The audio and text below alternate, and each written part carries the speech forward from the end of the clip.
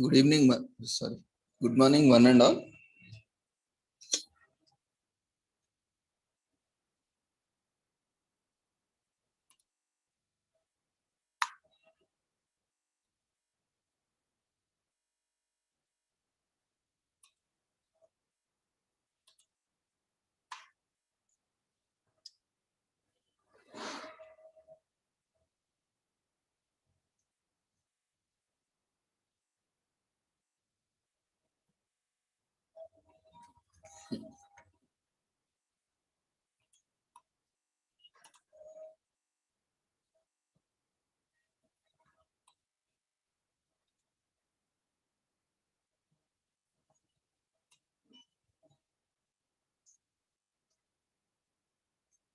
Good morning, one and all.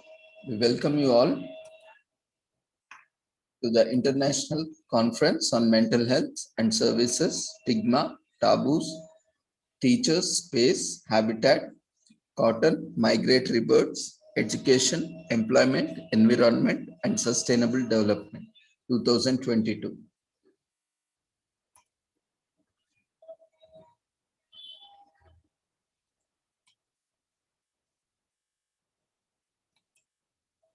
Commemorating Azadi Ka Amrit Mahotsav, nation celebrating 75 years of independence, and the United Nations Sustainable Development Goals 2015 to 2030 as part of awareness and campaigns in collaboration with Sri Holistic Health Foundation India and Sri Research Institute and Center for Art, Sciences and Wellbeing. We welcome you all once again to the international conference. Before we start our sessions, let's take the blessings of Almighty.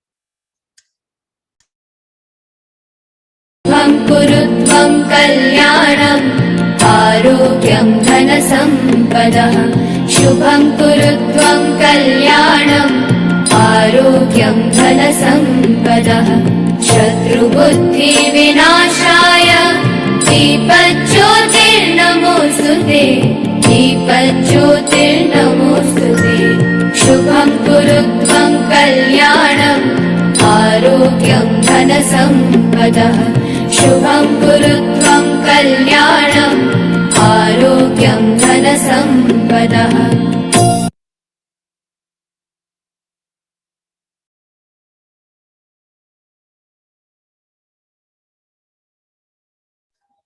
With the blessings of Almighty,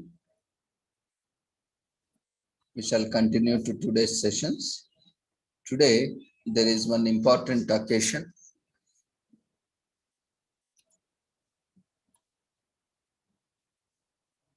Today is, we are commemorating World Teachers Day, which we also commemorated on 5th October. So as we all know that that entire week commemorations, we also take it up on Sunday. So this entire week, we had few commemorations.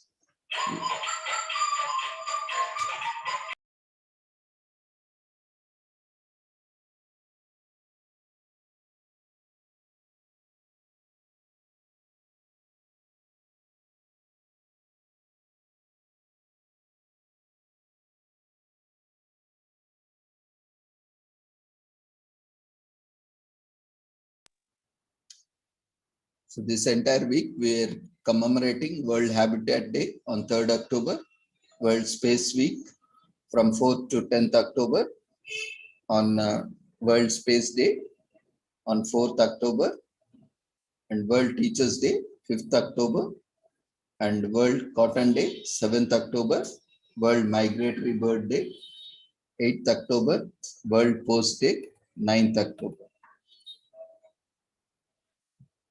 And we are also commemorating World Health Day, which is tomorrow, 10th October. And this entire month is World Mental Health Awareness Month. Apart from that, this entire month is also World Vegetarian Awareness Month and also World Dyslexia Awareness Month. So we have also commemorated respective days on respective, weeks and months. So this entire month we are commemorating World Mental Health Month as well as other commemorations. So with the blessings, first of all, I would like to take this opportunity to express my gratitude and extend my wholehearted prayers and gratitude to all my teachers, gurus, professors on this occasion of World Teachers Day. Without them, today I couldn't have been in this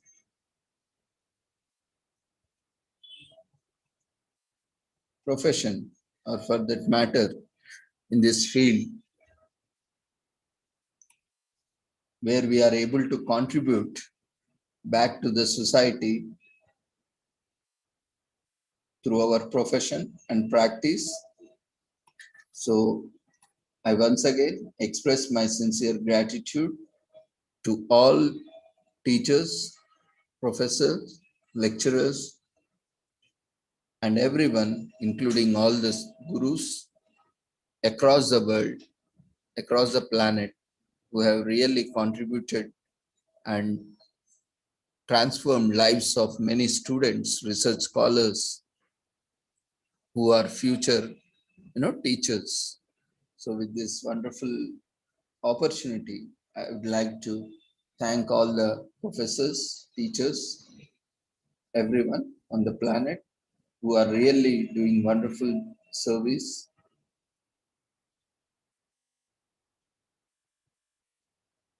And teaching is a profession where we create a number of professions.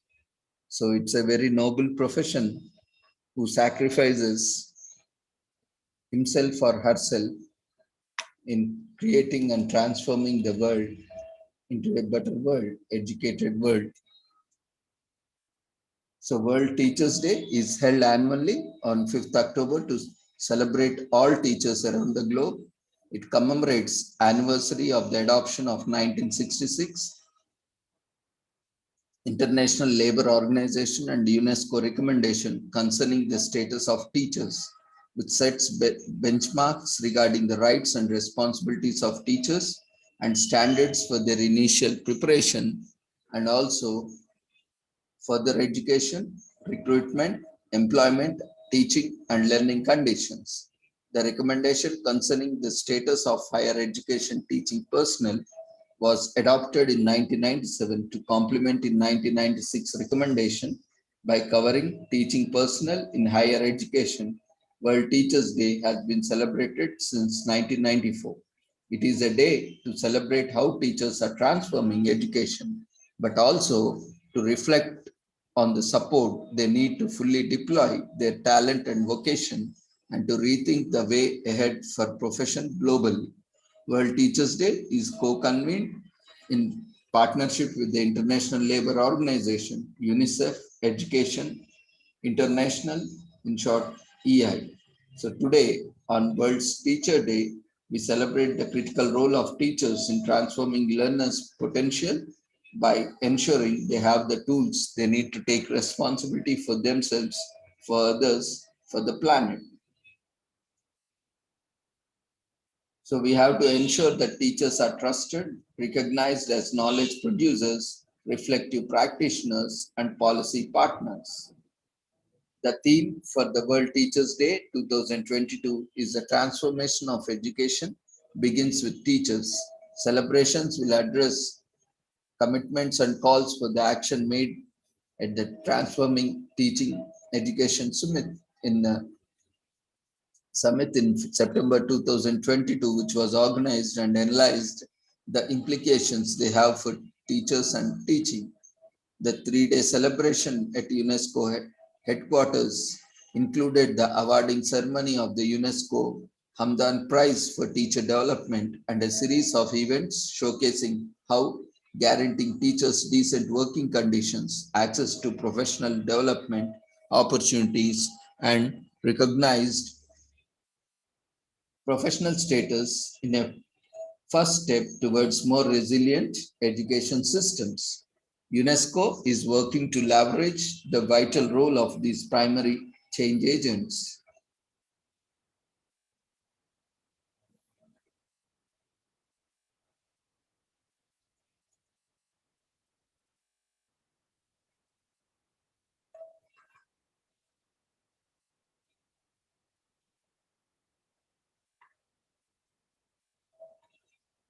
So with this short introduction, we shall conclude the commemoration. And once again, our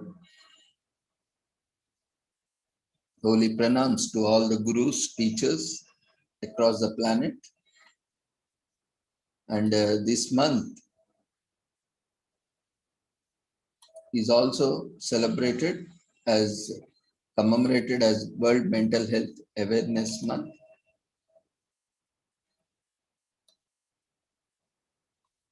With the theme, Make Mental Health and Well-Being for All a Global Priority.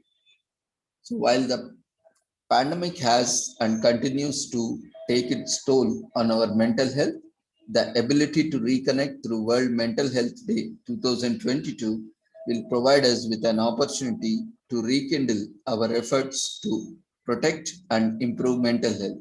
Many aspects of mental health have been challenged, and already therefore the pandemic in 2019, an estimated 1 in 8 people globally were living with a mental disorder.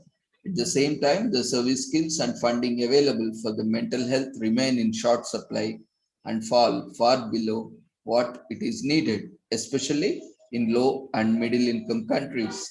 The COVID-19 pandemic has created a global crisis for mental health, fueling short and long-term stresses, undermining the mental health of millions. Estimates put the rise in both anxiety and depressive disorders at more than 25% during the first year of the pandemic.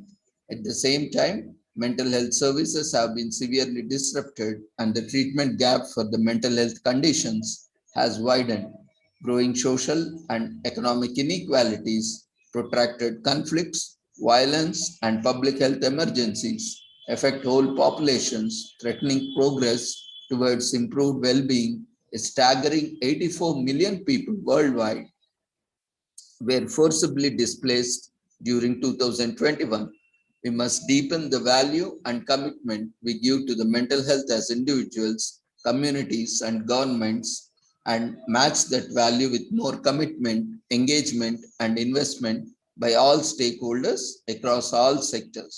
We must strengthen mental health care so that full spectrum of mental health needs is met through community-based network of accessible, affordable, and quality services and supports. Stigma and discrimination continue to be a barrier to social inclusion and access to the right care. Importantly, we all can play our part in increasing awareness about which preventive mental health interventions work, and World Mental Health Day and World Mental Health Awareness Month is an opportunity to do that collectively. We envision a world in which mental health is valued, promoted, and protected, where everyone has an equal opportunity to enjoy mental health and to exercise their human rights, and where everyone can access the mental health care they need. So World Health Organization is working with partners to launch a campaign around the theme of making mental health and well-being for all a global priority.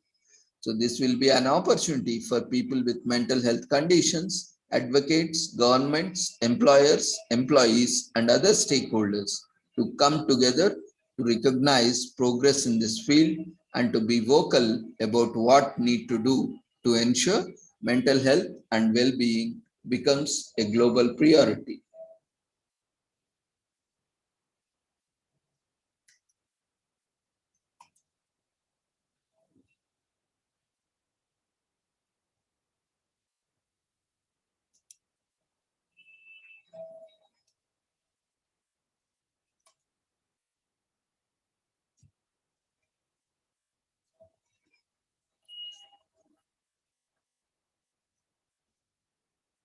So there are various initiatives that can be taken up by reshaping work environments to promote and protect mental health and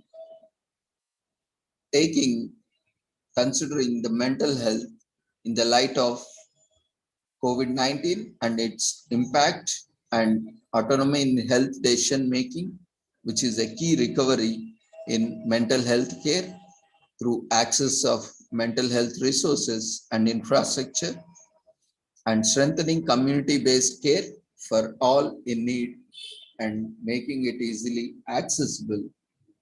And knowledge is power, tackling stigma through social contacts and through various awareness campaigns online and offline.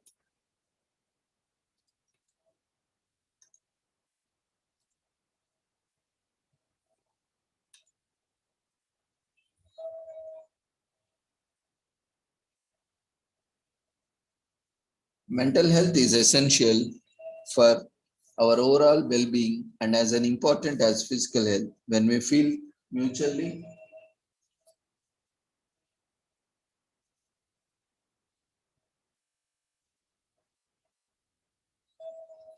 mentally well, we can work productively, enjoy our free time, and contribute actively to our communities.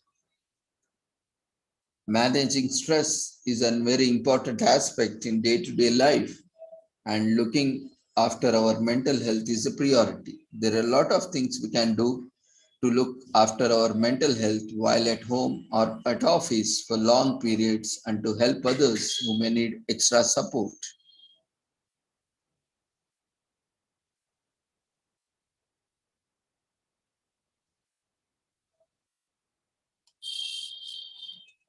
Especially the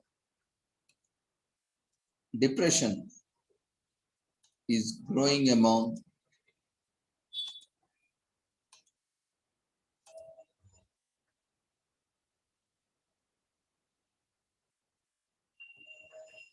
so let's quickly watch a short video by World Health Organization about depression. Depression is also known as black dog.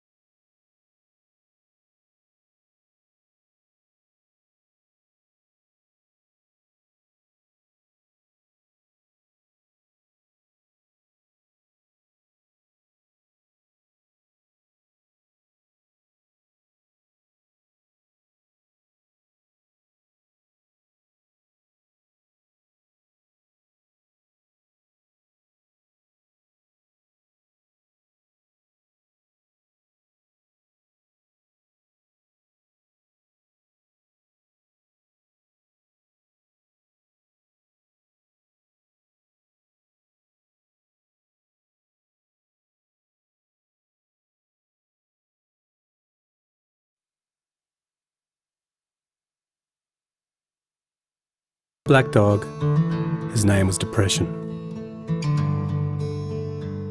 Whenever the black dog made an appearance, I felt empty and life just seemed to slow down. He could surprise me with a visit for no reason or occasion. The black dog made me look and feel older than my years. When the rest of the world seemed to be enjoying life, I could only see it through the black dog. Activities that usually brought me pleasure suddenly ceased to. He liked to ruin my appetite. He chewed up my memory and my ability to concentrate. Doing anything or going anywhere with the black dog required superhuman strength. At social occasions, he'd sniff out what confidence I had and chase it away. My biggest fear was being found out. I worried that people would judge me. Because of the shame and stigma of the black dog, I was constantly worried that I'd be found out. So I invested vast amounts of energy into covering him up. Keeping up an emotional lie is exhausting. Black dog could make me think and say negative things. He could make me irritable and difficult to be around. He would take my love and bury my intimacy. He loved nothing more than to wake me up with highly repetitive and negative thinking.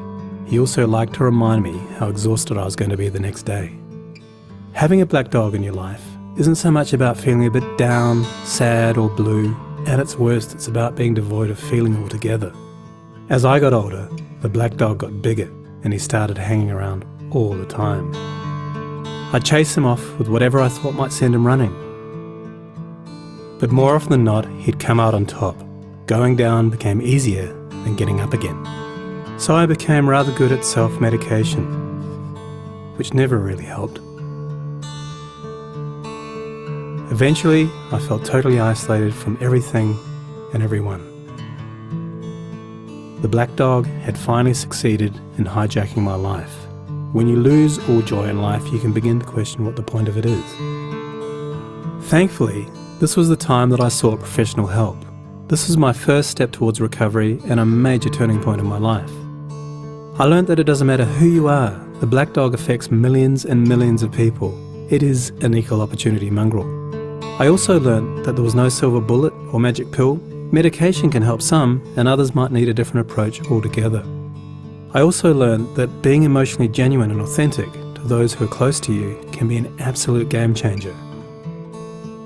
Most importantly, I learnt not to be afraid of the black dog, and I taught him a few new tricks of my own. The more tired and stressed you are, the louder he barks, so it's important to learn how to quiet your mind.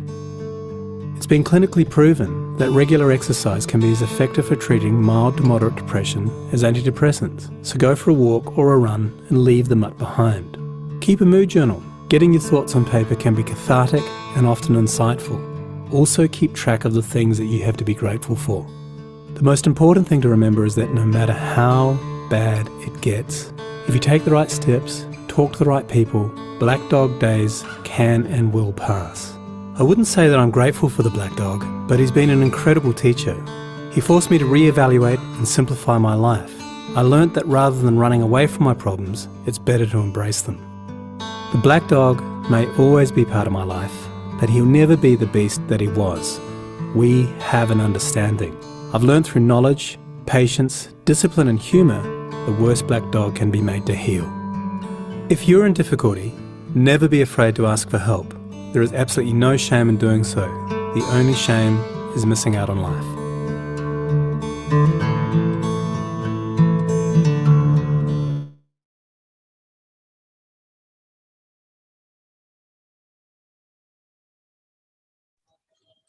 This video is part of World Health Organization awareness on depression. And let's see one more short video about how it looks like or feel like living with a black dog.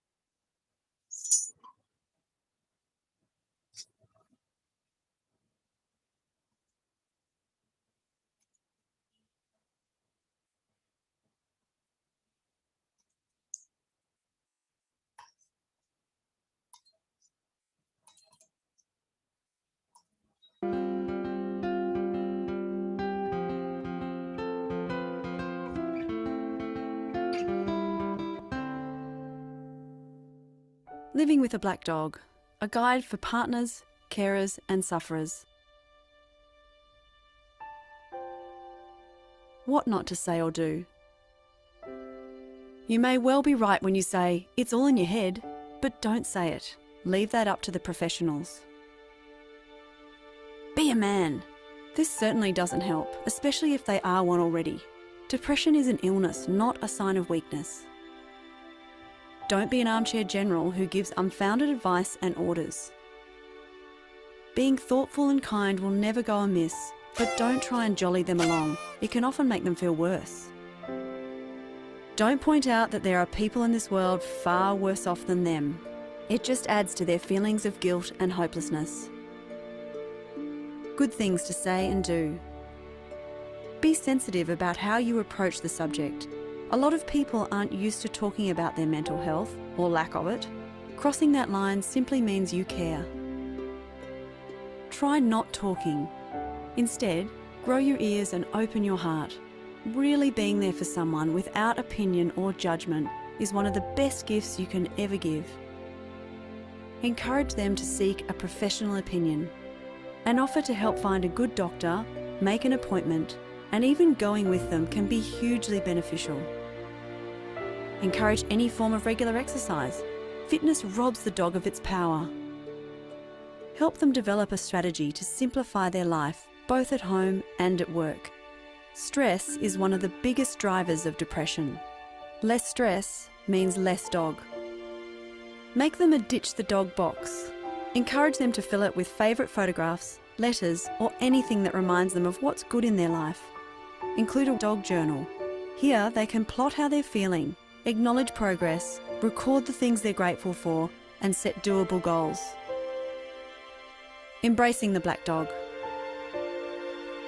Agree to a course of action to get rid of the Black Dog. An ignored dog can become a big problem.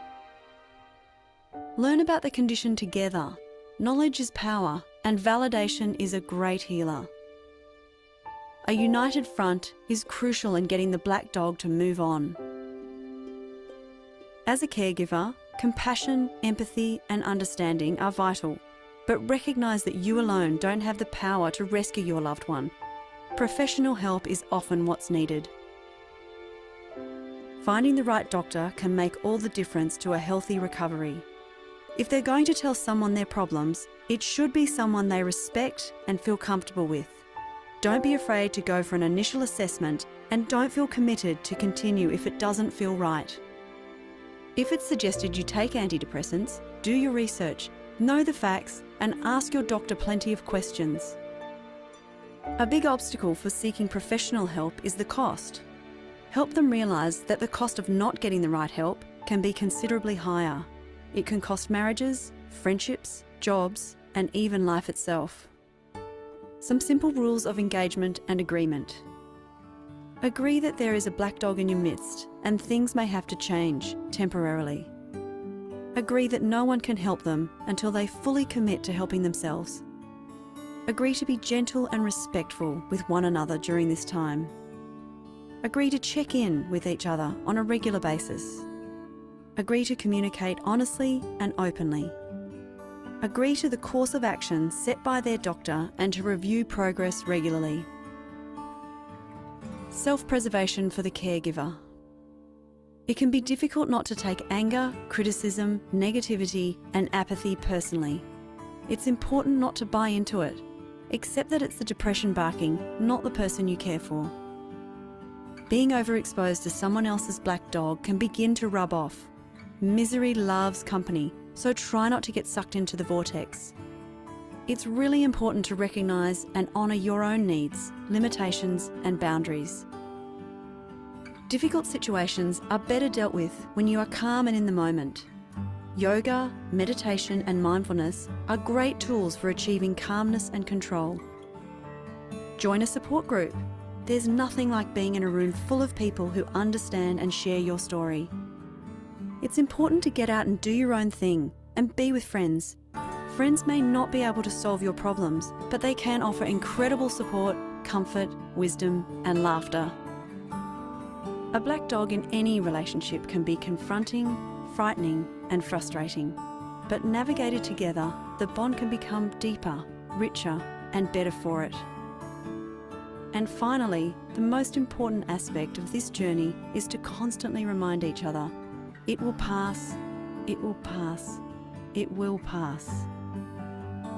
If you have a black dog in your life, get help, be helped, and always hold on to hope.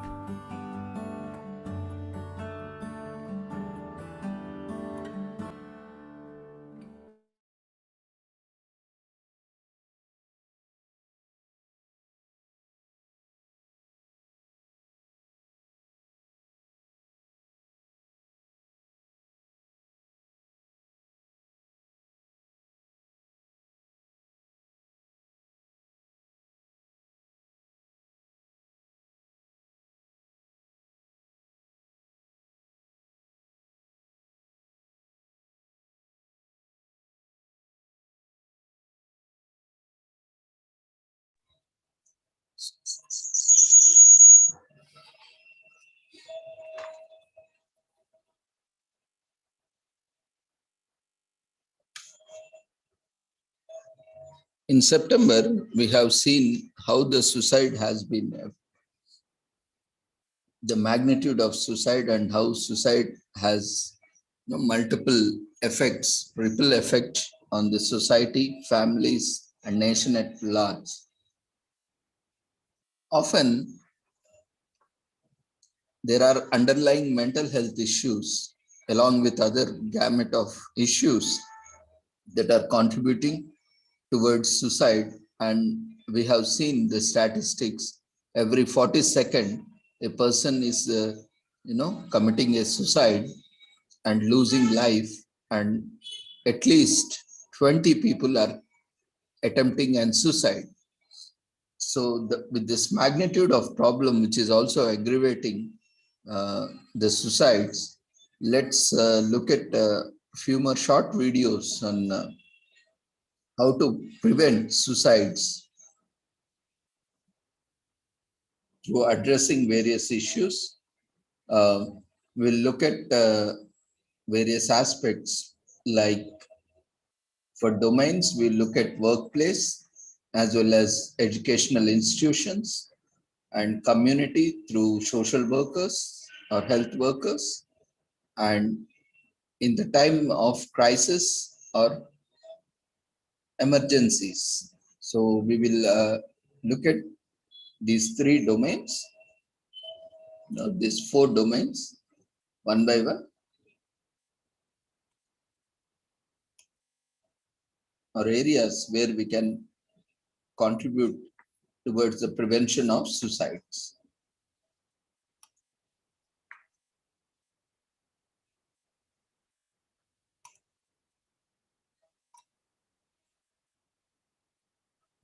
First, let's look at the prevention of suicide at workplace.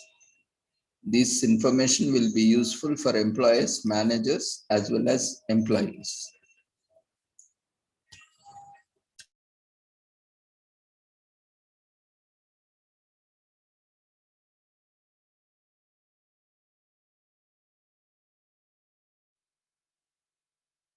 Being at work can be good for mental health, but the increasing pressures at work can be stressful. A difficult work environment or ongoing work-related stresses can worsen the mental health of employees. In some circumstances, they may take their own lives. But suicide is never the answer. There is always hope. Employers and managers have an important role to play in looking out for the mental health of their staff. They can help create a culture where people feel safe to talk about their mental health and to seek help. Employers can help their staff to feel supported with their mental health, which is good for staff and good for employers. A few words can make a world of difference.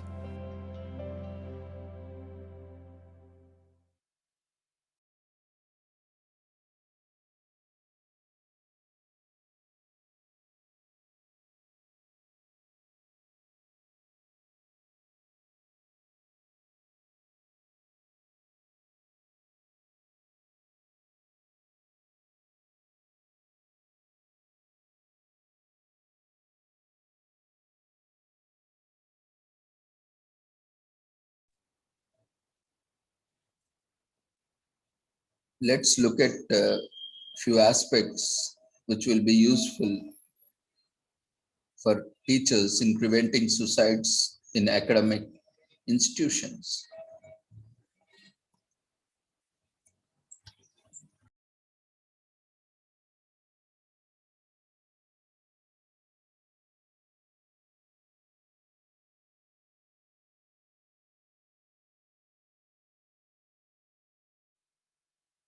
The teenage years can be full of excitement, opportunities, and newfound freedoms. Yet they can also be times fraught with worry about exams, relationships, and keeping up with peers and the latest trends. For some, this burden can become so overwhelming they take their own lives. Suicide is never the answer. There's always hope.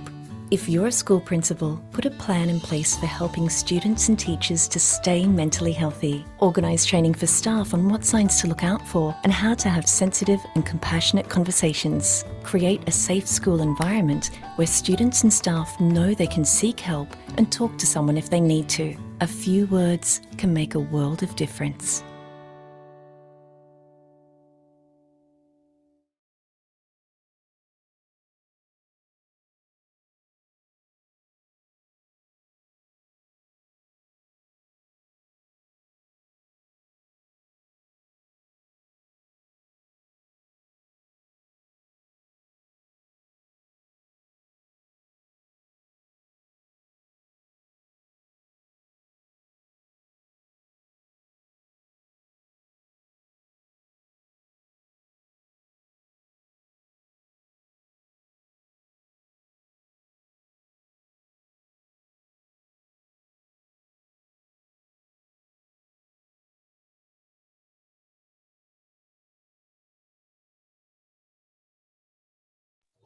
Now let's look at how health workers can help in prevention of suicides in communities.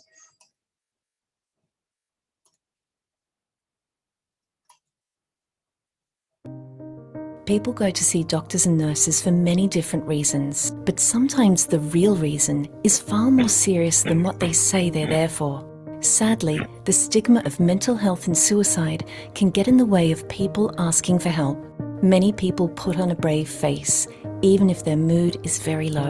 A healthcare worker is in a unique position to recognise the signs of someone who is struggling with their mental health or who is thinking about suicide. They can ask gentle yet direct questions. They can take the time to listen, and they can show empathy, offer ongoing support and follow-up. A few words can make a world of difference.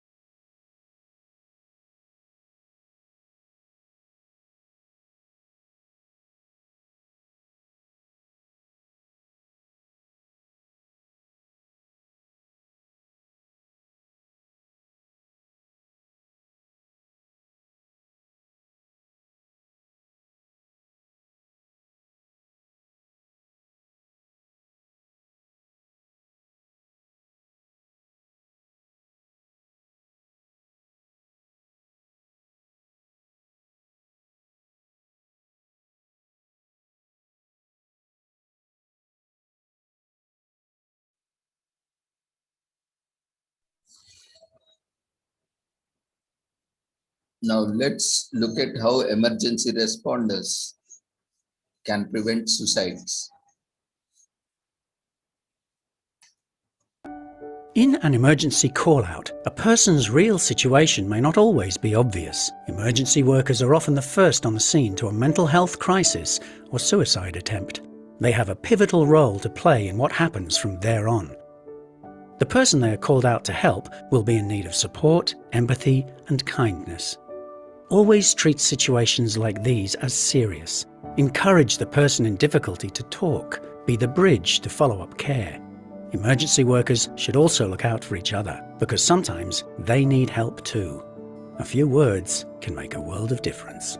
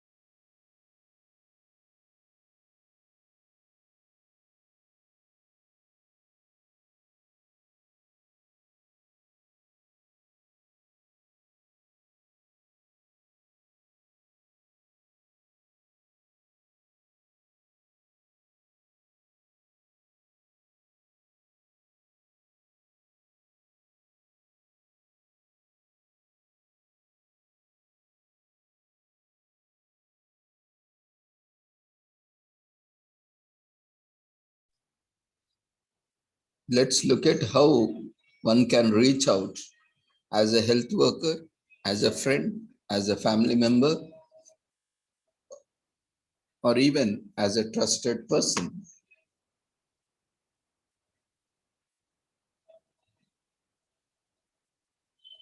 Through psychological first aid.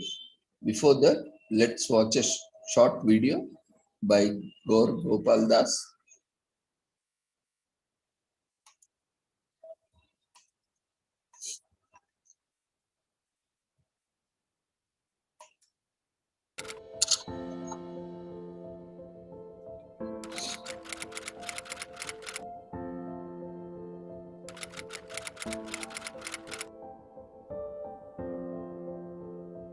Just 2 years ago, on this very day, I was about to commit suicide. I was 23 years old. And I still remember that day. I was so frustrated with all my fake friends, financial problems, life problems. I just wanted to get out of the world I was living in. I felt terrible. I was severely depressed. And just as I was about to hang myself, a WhatsApp message popped up. It was a video of yours. I decided to watch that video before I gave up on life. Problems will come, issues will come, difficulties will come, whoever you are. Doesn't matter. God has a plan, an amazing plan. With all the challenges, with all the difficulties, with all the troubles that He sends our way, He has an incredible plan. None of us know what. None of us can see how. None of us can understand why. And therefore, at that point of time, all we do is cry. We can't understand why. If only we understood what the plan is, even while going through that crisis, we would probably smile. And I still remember every single line from that video. I immediately Googled you and watched all your videos that were available online.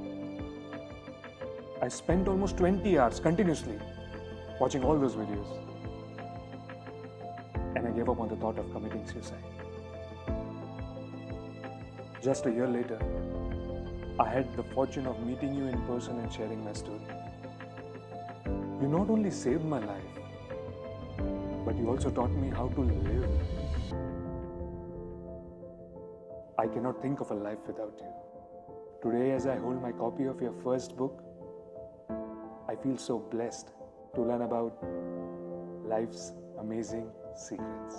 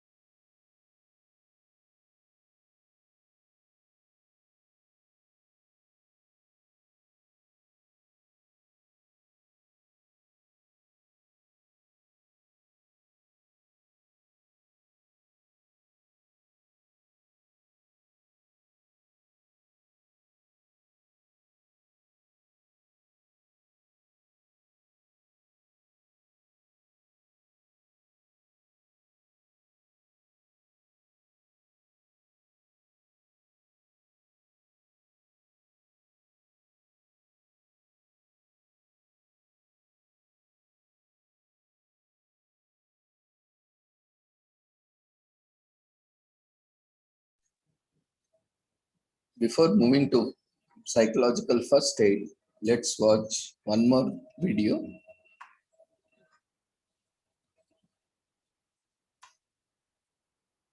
by Sadhguru.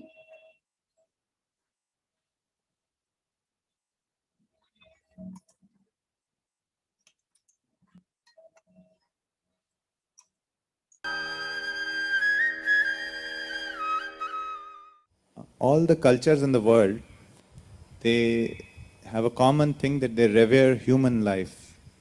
Taking away your own life or somebody else's life is not considered proper. But if one is really suffering, one has got a bad deal in this life, then why can't just one, start a new game, end this one and restart the game? Is there anything wrong with that? So if I have a bad deal, don't I have the right to shut it up and come back again? If you have a bad deal with your job, you could just quit. If you have a bad deal with your marriage, you could just divorce. If you have a bad deal with the society in which you live, you can come to Isha Yoga Center.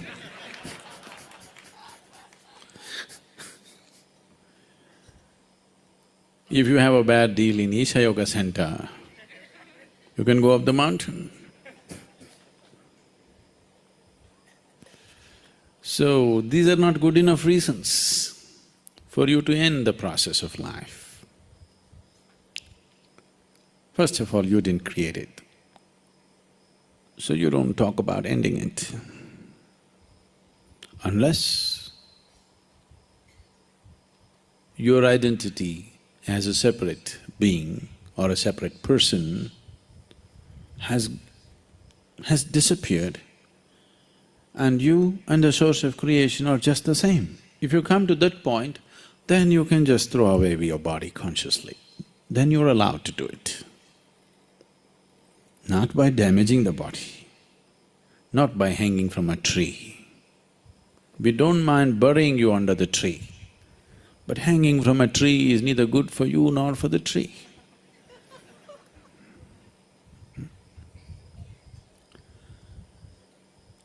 We already looked at this.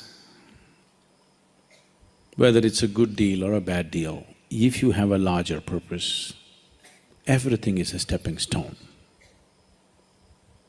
Everything is a stepping stone for your ultimate well-being, if you have set the larger goal. Every situation that you get into, you are getting so identified and caught up with it, now it feels like it's better to end your life.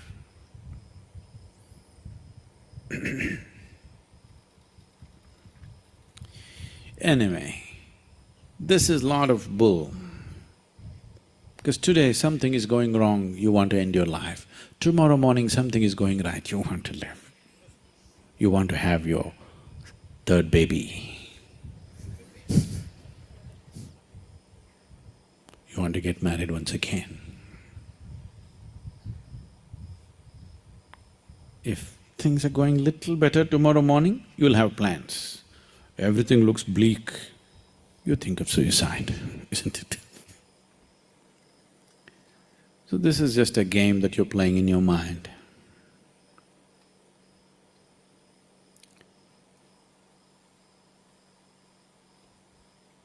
It once happened. A salesman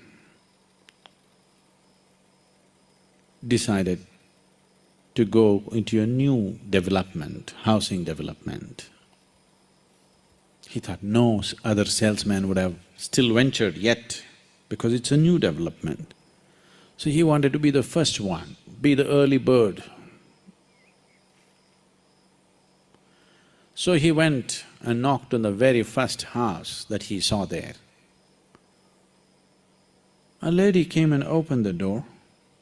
Without giving her a chance, he just slipped into her house, took a lot of cow dung, fresh cow dung, from his bag and threw it all over the new carpet. And he said, "See, I have a wonder vacuum cleaner. You watch it. I'll clean this carpet without even leaving the slightest of odor. If I don't do it, I will eat every piece of this cow dung myself. I will eat it." So the lady asked, would you like some tomato sauce? Because we still do not have electricity in the house.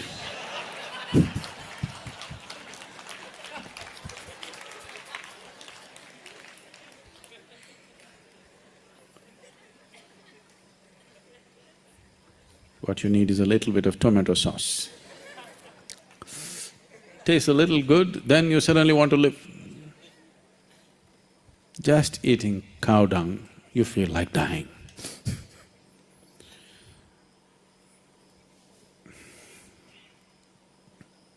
You stood up and said, Sadhguru,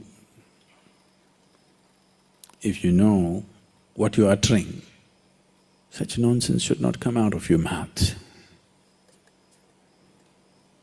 There is no meaning to Sadhguru when you are wanting to end your life, because it's not worthwhile sitting here, that's what you're telling me. Is it? It's not worthwhile sitting here. You're not in grace, you're somewhere. About how your job is not working, how your family is freaking you, how something else is happening. That's all you're thinking about. Just be here. Suddenly it'll be worthwhile. I'll make it worthwhile.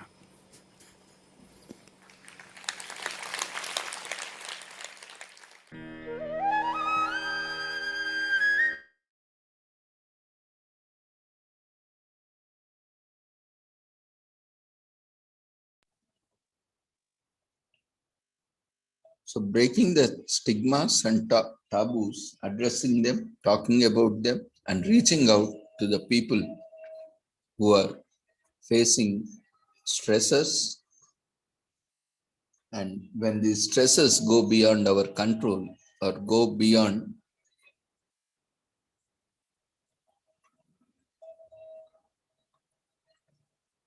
often causes is various health and mental health issues. So being a Mental Health Awareness Month, let's all be proactive to address various such issues and reach out to people who are in need. And not only as a mental health professional or health professional, even as a common man, if something is which beyond, if you think so, which is beyond your scope or beyond your control, you can always reach out to a friend or a family member or a counselor or a psychologist or a psychiatrist or a medical psychiatric social worker or any medical health or allied health professional for further guidance.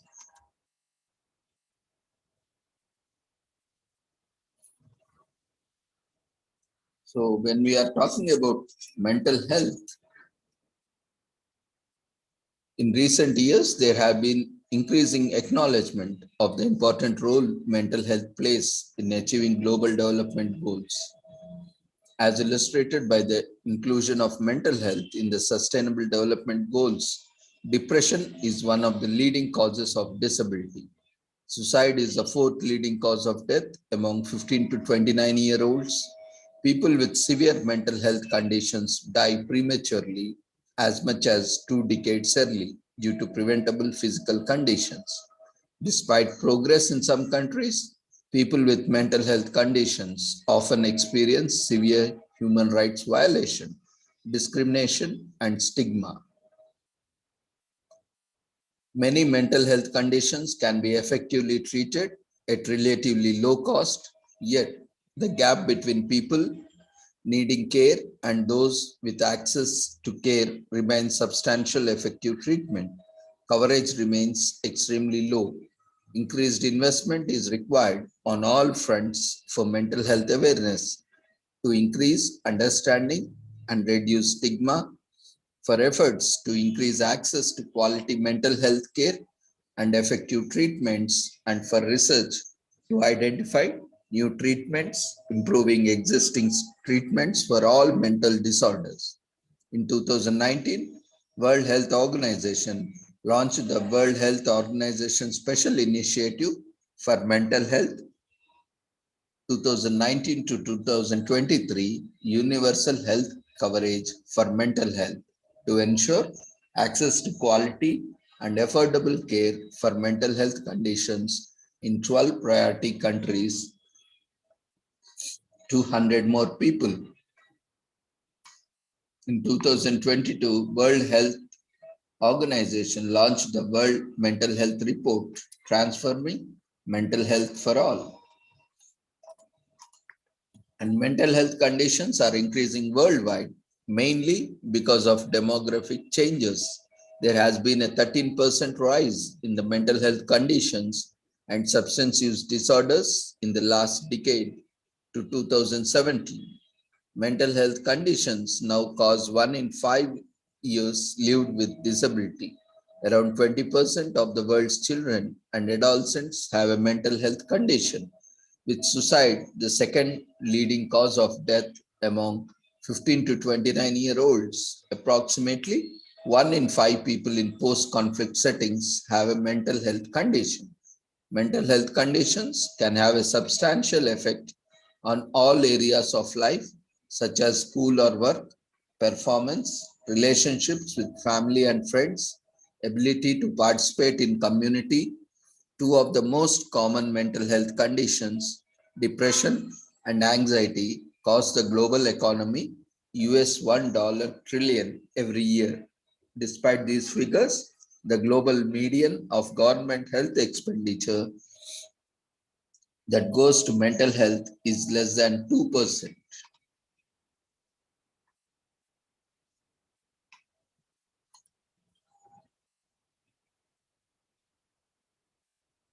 And mental health is critically important to everyone, everywhere.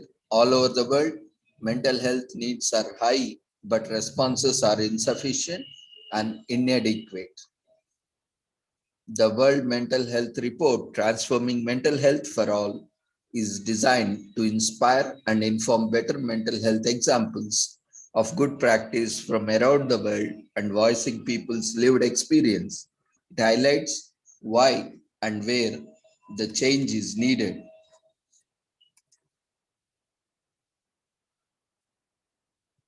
And where the change is most needed and how it can be achieved. It calls on all stakeholders to work together to deepen the value and commitment given to mental health, reshape the environments that influence mental health, and strengthen the systems that care for mental health.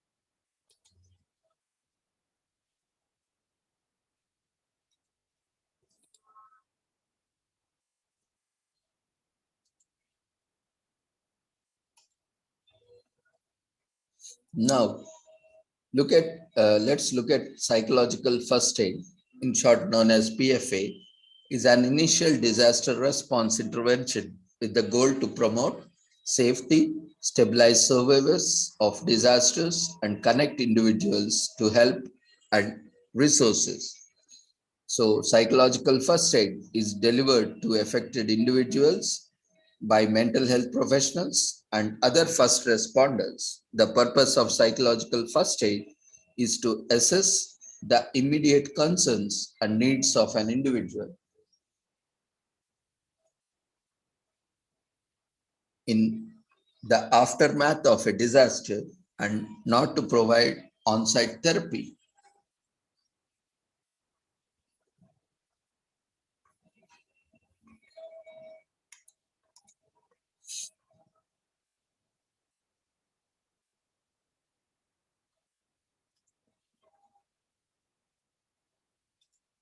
Psychological first aid and skills for psychological recovery are promising practices for disaster behavioral health response and recovery. Both PFA and SPR seems to be beneficial and promising practices for not only health professionals, but also other individuals involved in coordinating, participating in disaster recovery.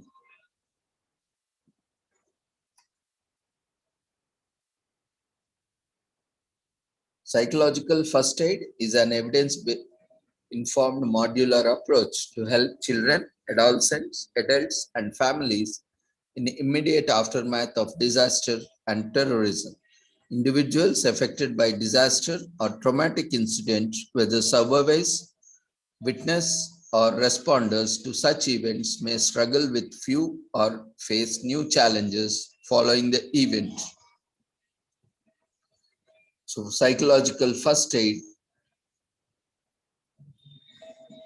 with contributions involving World Health Organization and individuals involved in disaster research and response is designed to reduce the initial distress caused by the traumatic events and to foster short and long-term adaptive functioning and coping. So psychological first aid does not assume that all survivors will develop severe mental health problems or long-term difficulties in recovery. Instead, it is based on an understanding that disaster survivors and others affected by such events will experience a broad range of early reactions, that is physical, psychological, behavioral, spiritual, and some of these reactions will cause enough distress to interfere with adaptive coping, and recovery may be helped by support from compassionate and caring disaster responders. So psychological first aid core actions constitute the basic objectives and providing early assistance within days or weeks following an event. Providers should be flexible and base the amount of time they spend on each core action on the survivor's specific needs and concerns. The core skills are designed to be helpful in addressing the survivors and responders' needs and concerns. Psychological first aid is designed for delivery in diverse settings. Mental health and other disaster response workers may be called upon to provide psychological first aid in general population shelters, special needs shelters, field hospitals, and medical triage areas, acute care facilities like emergency departments, staging areas, or respite centers for first responders or other relief workers, emergency operation centers, crisis hotlines or phone banks, feeding locations, disaster assistance service centers, family reception and assistance centers, homes, business, and other community settings.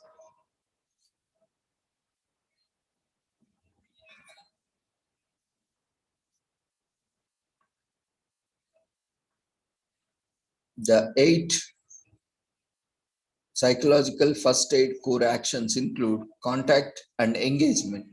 To respond to contacts initiated by survivors, or to initiate contacts in a non-intrusive, compassionate, and helpful manner. Safety and comfort. To enhance immediate and ongoing safety and provide physical and emotional comfort. Stabilization, if required, needed, to calm and orient emotionally overwhelmed or disoriented survivors. Information gathering on current needs and concerns. To identify immediate needs and concerns, gather additional information, and tailor psychological first aid interventions. Practical assistance. To offer practical help to survivors in addressing immediate needs and concerns. Connection with social support. To help establish brief or ongoing contacts with primary support persons and other sources of support including family members, friends, and community helping resources, information on coping to provide information about stress reactions and coping to reduce distress and promote adaptive functioning, linkage with collaborative services to link survivors with available services needed at the time or in future. In addition,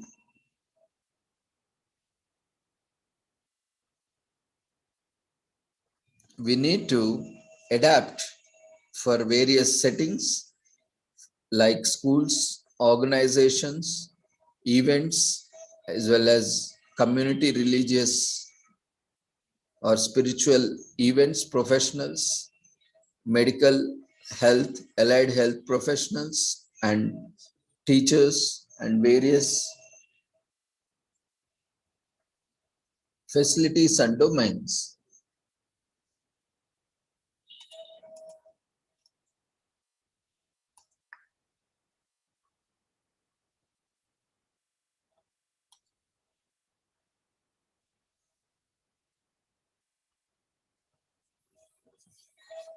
And a document named Psychological First Aid Guide for Field Workers by World Health Organization is a guide that covers psychological first aid, which involves humane, supportive, and practical help to fellow human beings suffering serious crisis events.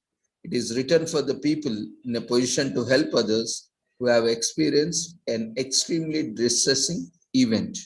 It gives a framework for supporting people in the ways that respect their dignity, culture, and abilities, endorsed by many international agencies. This guide reflects the emerging science and international consensus on how to support people in the immediate aftermath of extremely stressful events.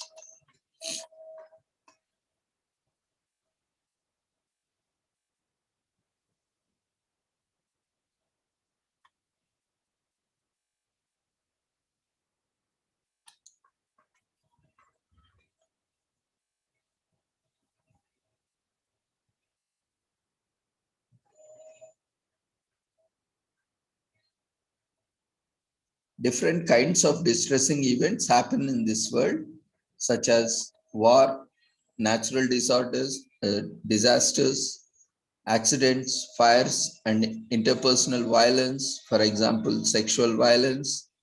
Individuals, families, or entire communities may be affected. People may lose their homes or loved ones, be separated from their family and community, or may witness violence, destruction, or death. Although everyone is affected in some way by these events, there are a wide range of reactions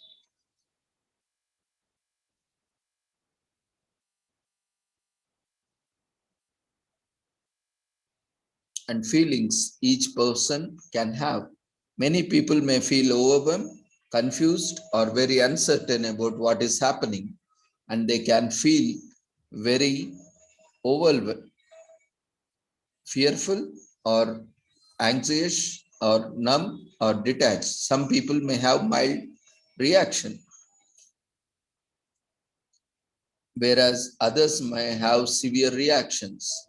How someone reacts depends on many factors, including the nature and severity of the events they experience, their experiences with the previous distressing events, the support they have in their life from others, their physical health, their personal and family history of mental health problems, their culture, background, and traditions, their age, for example, children of different age groups and adults react differently.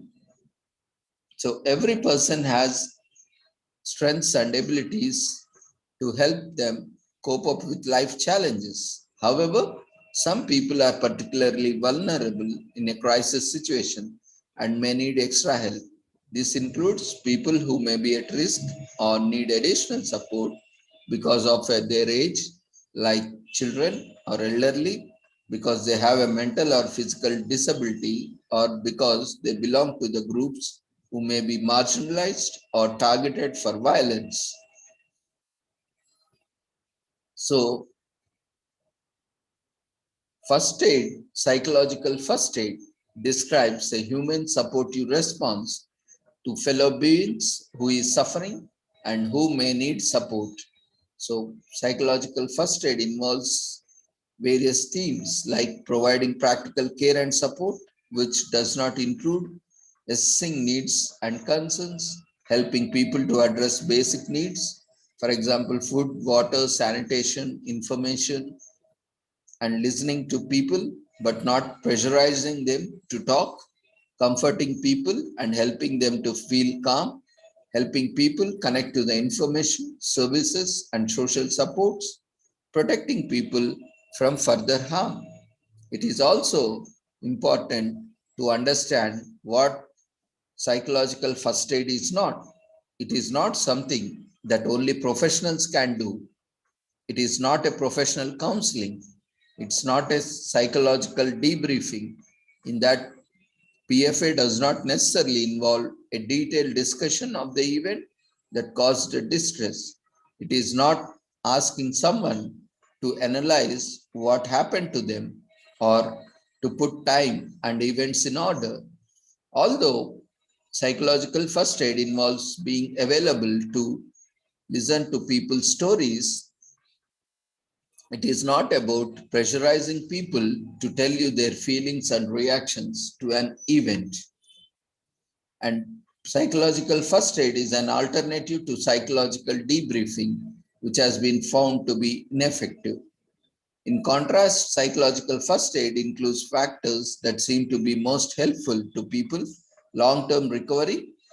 According to various studies and consensus of many crisis helpers, they include feeling safe, connected to others, calm and homeful, having access to social, physical, and emotional support, and feeling able to help themselves and individuals as individuals and communities. So, for whom is this psychological first aid for? Psychological first aid is for distressed people who have been recently exposed to a serious crisis or an event. You can provide help to both children and adults. However, not everyone who experiences a crisis event will need or want psychological first aid. So do not force help on people who do not want it, but make yourself easily available to those who may want support.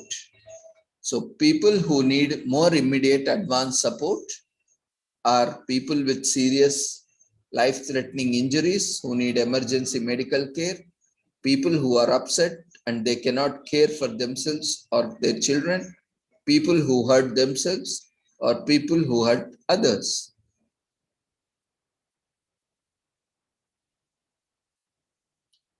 So when is this psychological first aid provided? Although many people may need it, access to help and support for a long time after an event, psychological first aid is aiming at helping people who have been very recently affected by a crisis event. You can provide psychological first aid when you first have contact with the very distressed people. This is usually during or immediately after the event. However, it may sometimes be days or weeks after, depending on how long the event lasted and how severe it was.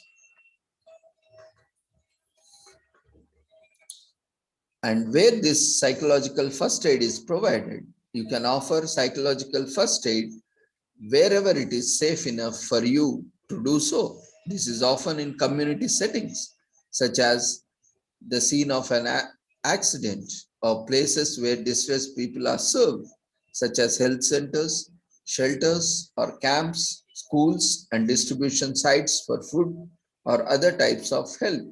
Ideally, try to provide PFA where you have some privacy to talk with the person when appropriate.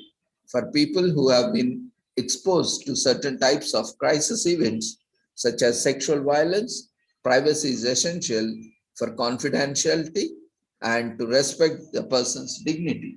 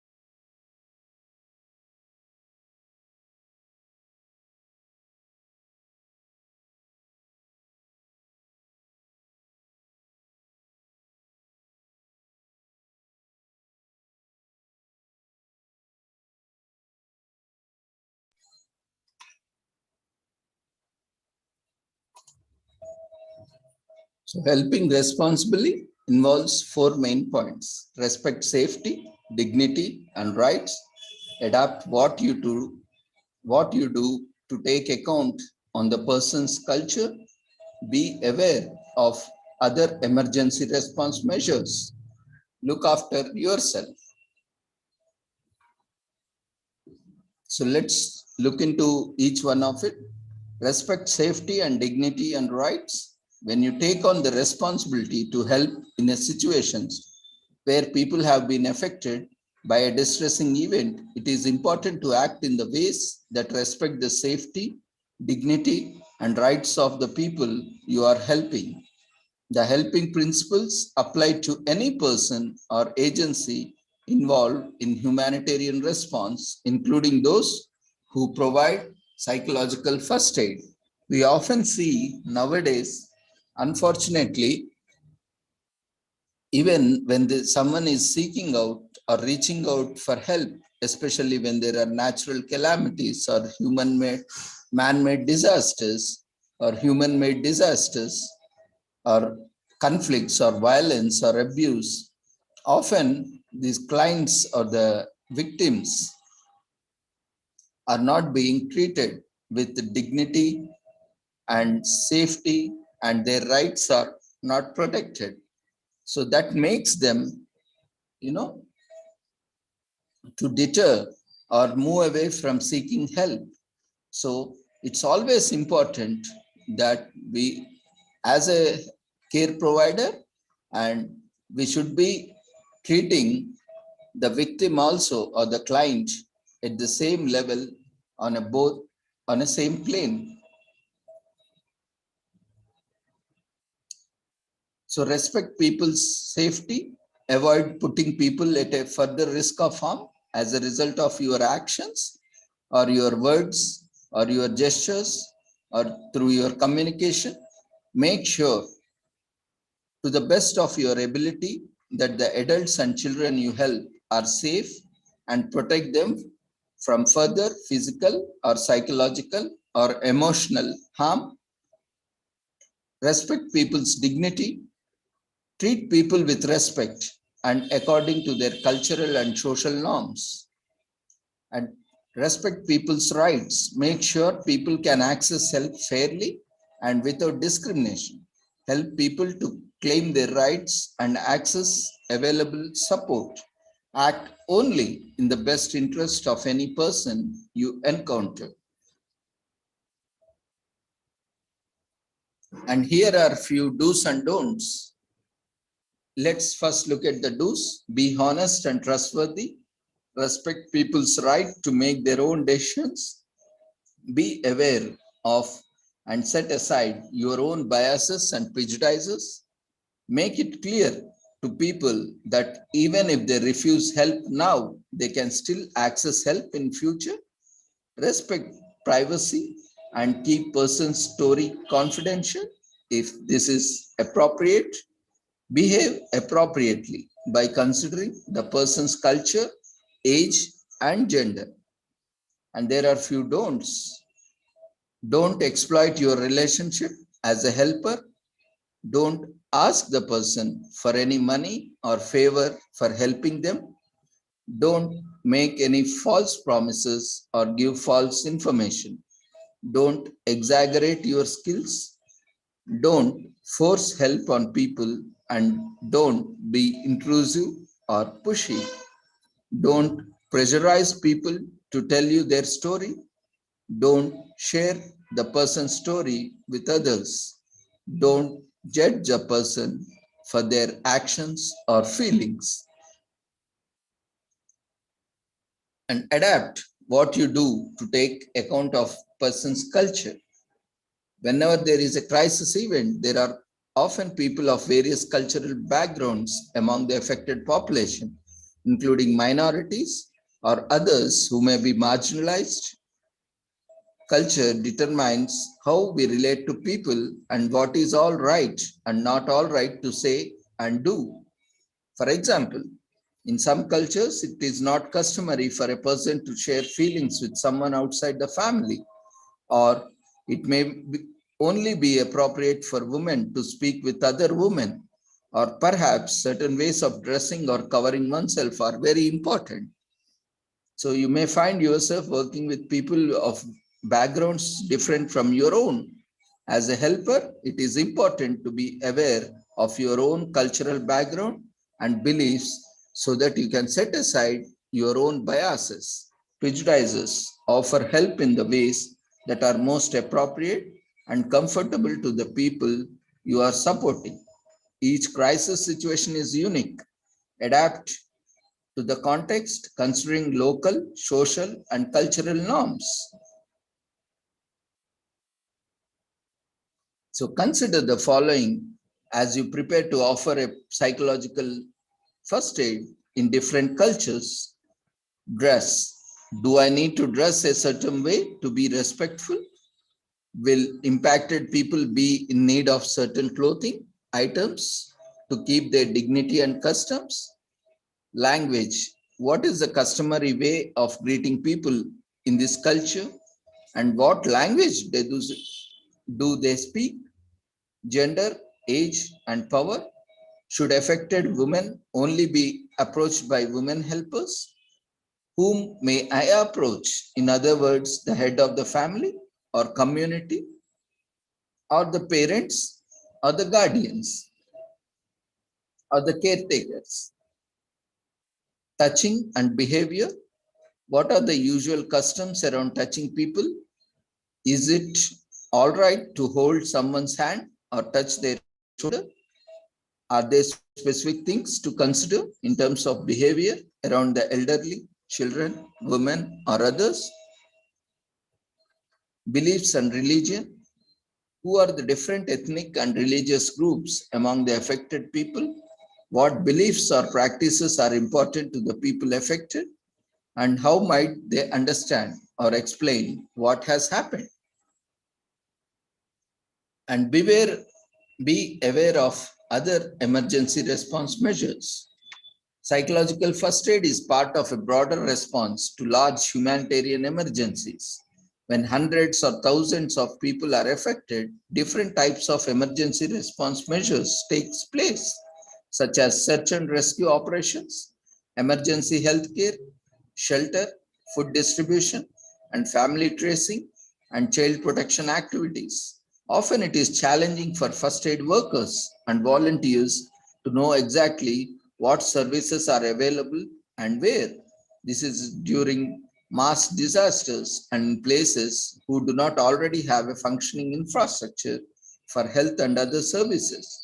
So try to be aware of what services and supports may be available so that you can share information with the people you are helping and tell them how to access practical help.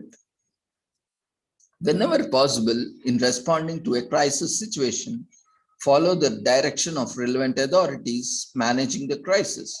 Learn what emergency responses are being organized and what resources are available to help people, if any.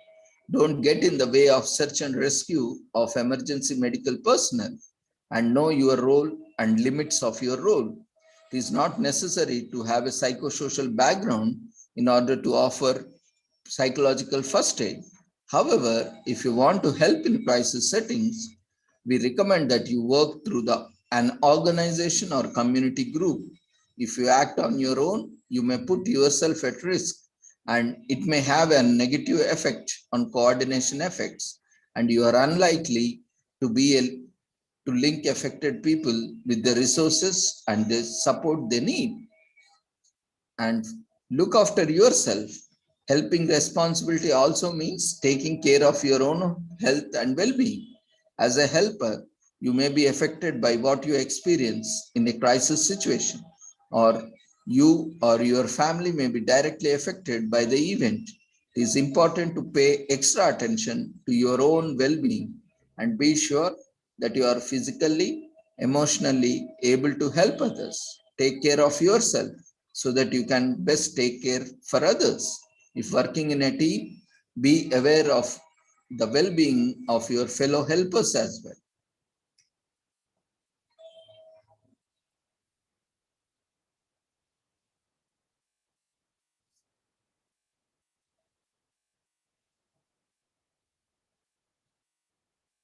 Now, how do you offer psychological first aid?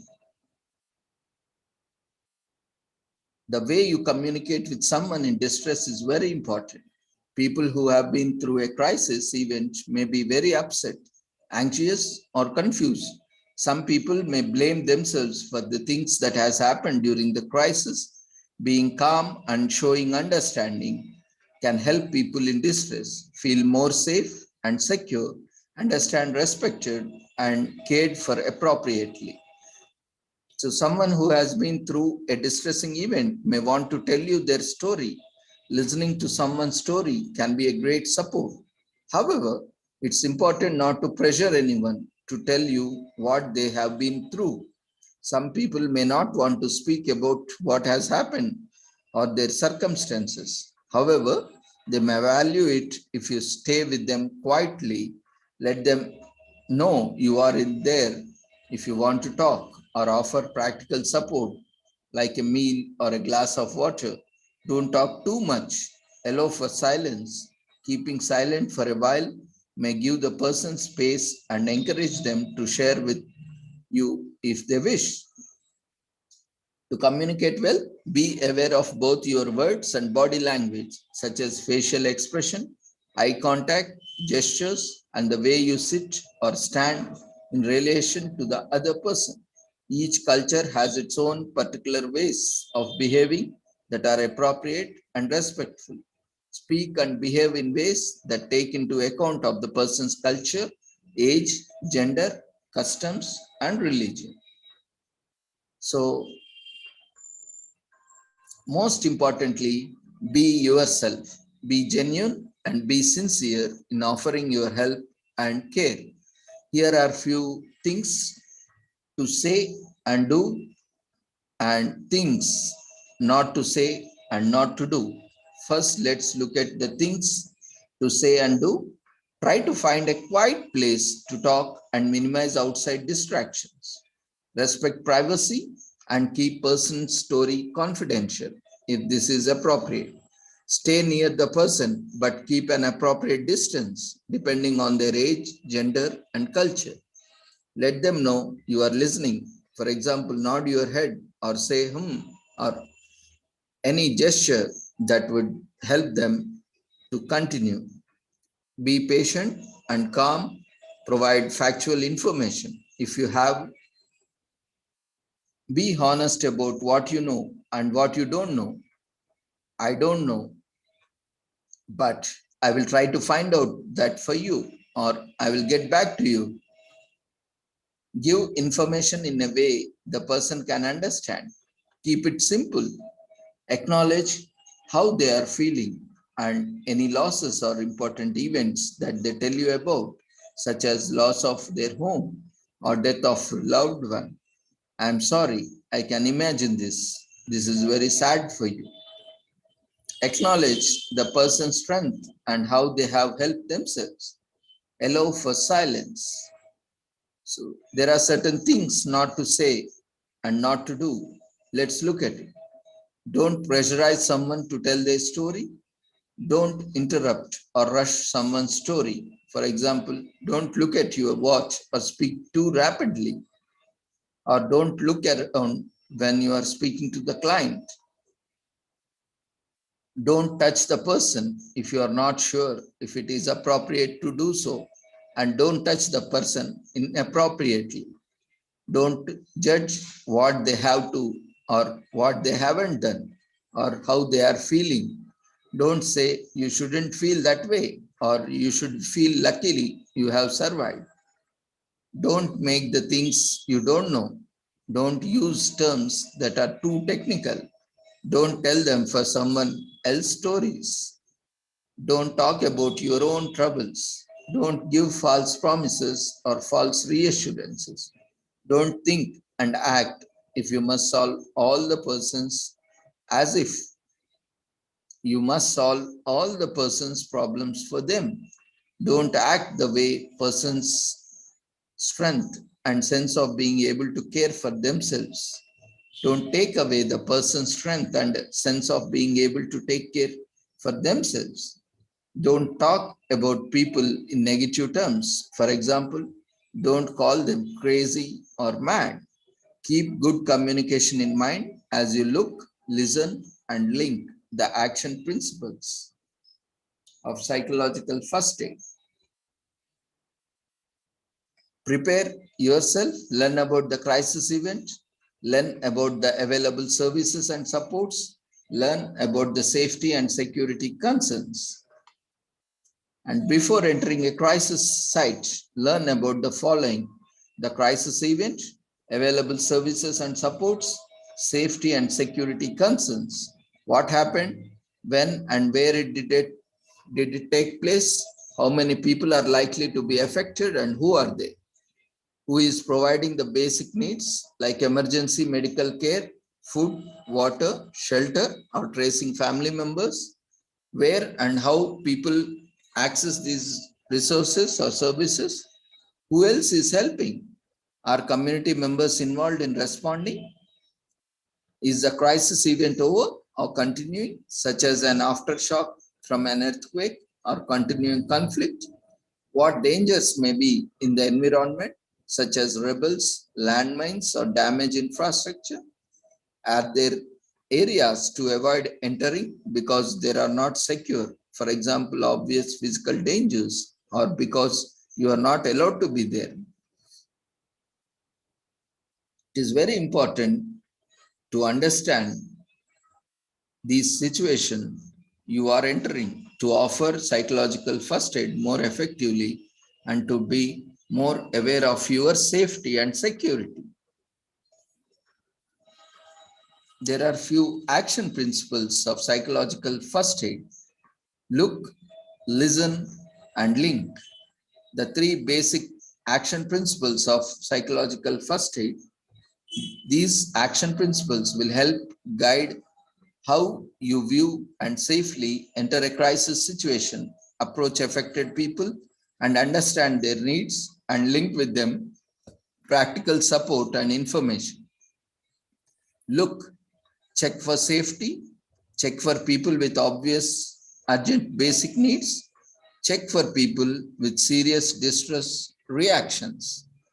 Listen, approach people who may need support, ask about people's needs and concerns, listen to people and help them to keep calm. Link, help people address basic needs and access services, help people cope up with problems, give information, connect people with loved ones and social support.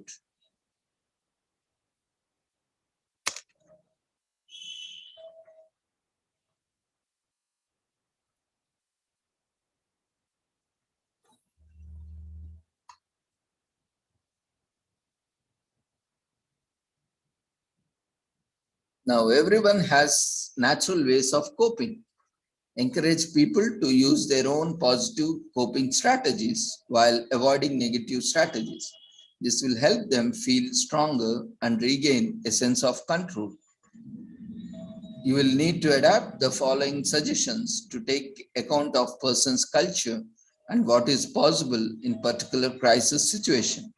Encourage positive coping strategies, get enough rest, eat as regularly as possible, and drink adequate water at timely intervals.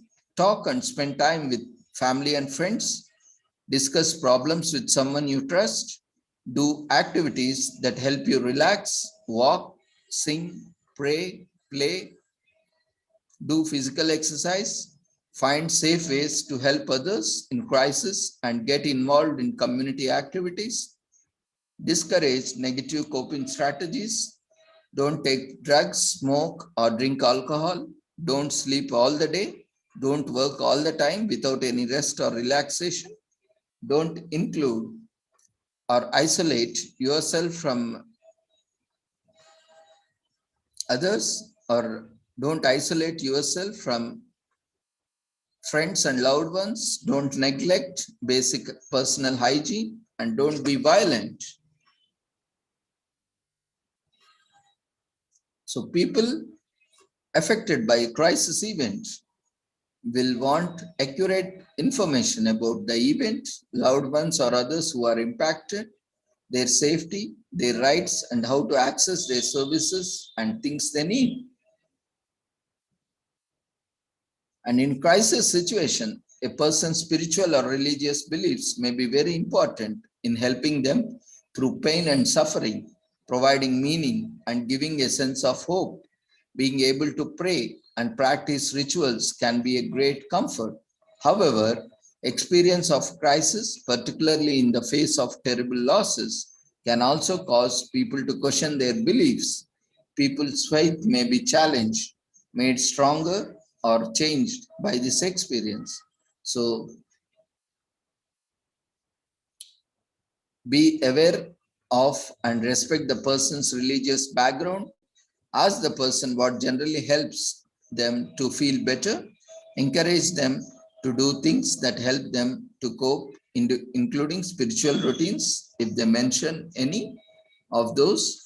Listen respectfully and without judgment, as spiritual beliefs or questions the persons may have. Don't impose your beliefs or spiritual or religious interpretations of the crisis on the person. Don't agree with or reject a spiritual belief or interpretation of the crisis, even if the person asks you to do so. And finally, we should know when and how to end our help, stop providing help. And it will depend on the context of the crisis and your role and situation, the needs of the people you are helping. Use your best judgment of the situation and the person's needs and your own needs. If appropriate, explain to the person that you are leaving, and if someone else will be helping from that point on, try and introduce them to that person. If you have linked the person with other services, let them know what to expect and be sure they have details to follow. No matter what your experience has been with the person, you can say goodbye in a positive way by wishing them well. And people who likely need special attention are children, including adolescents, people with health conditions or disabilities, people at risk of discrimination or violence. Remember that all the people have resources to cope, including those who are vulnerable. Help vulnerable people to use their own coping resources and strategies. In general, children cope up better when they have a stable, calm adult around them.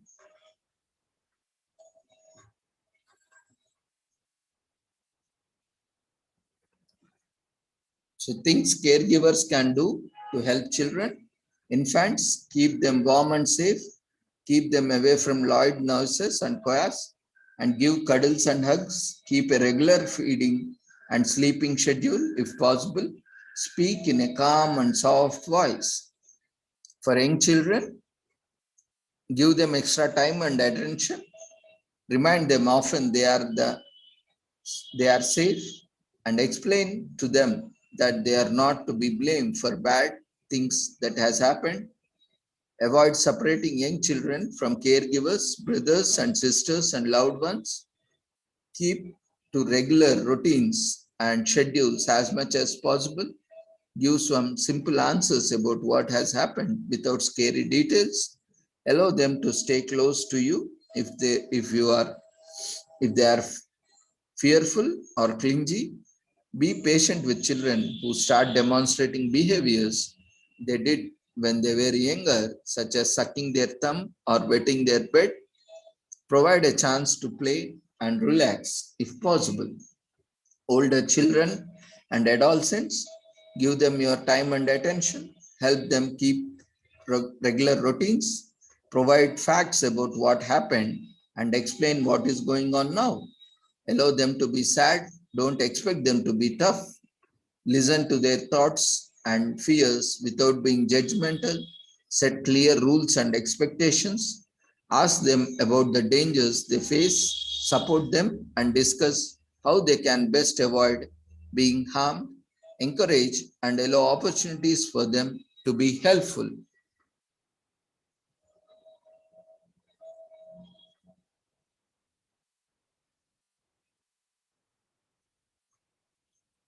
Remember that children also have their own resources for coping.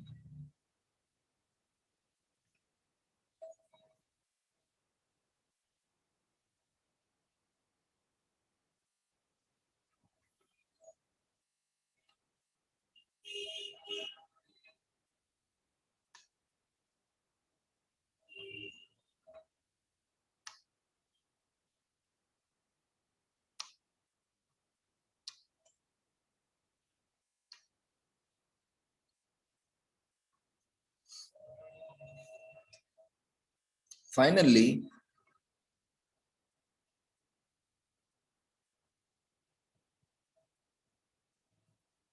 do's and don'ts.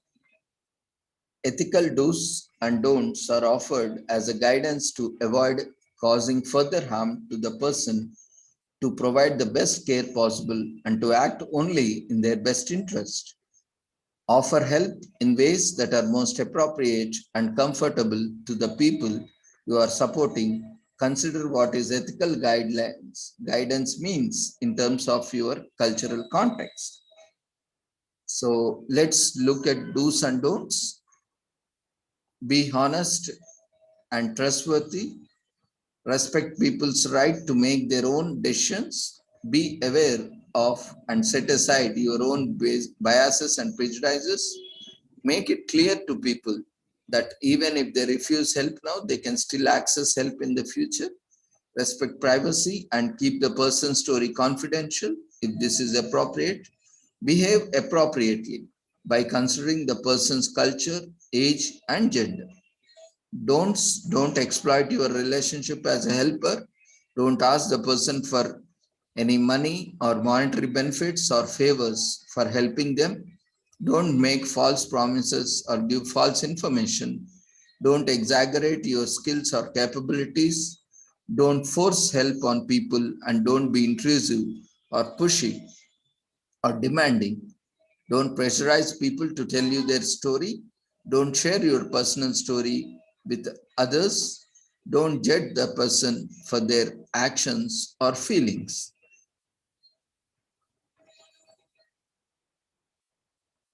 So some people will need much more than psychological first aid alone.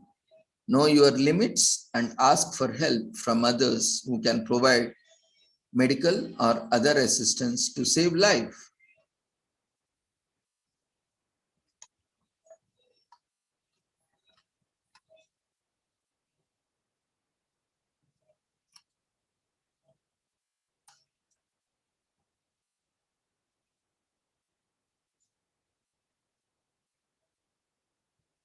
So with this, we shall conclude the session.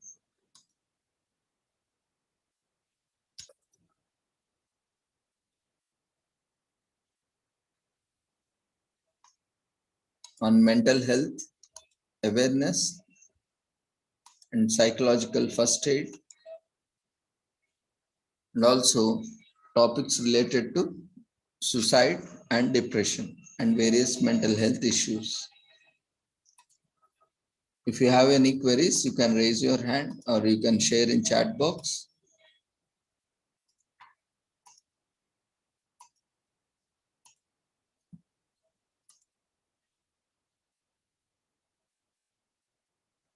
If there are no queries,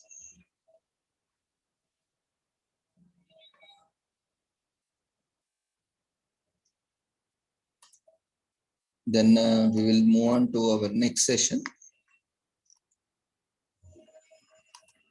Speakers awaited for your presentations, kindly leave your details, your topic, and your introduction, your name, designation, organization in chat box so that we can invite you. In the meanwhile, quickly fill up the feedback form for session 1. Dear friends, quickly fill up the feedback form for session 1. It has been raised in the form of polls. Do not close the window without filling the details. You cannot open the window once again. So kindly be alert. And whenever after each session, there will be a feedback form raised. Kindly fill up the feedback form. It is mandatory for the certificate.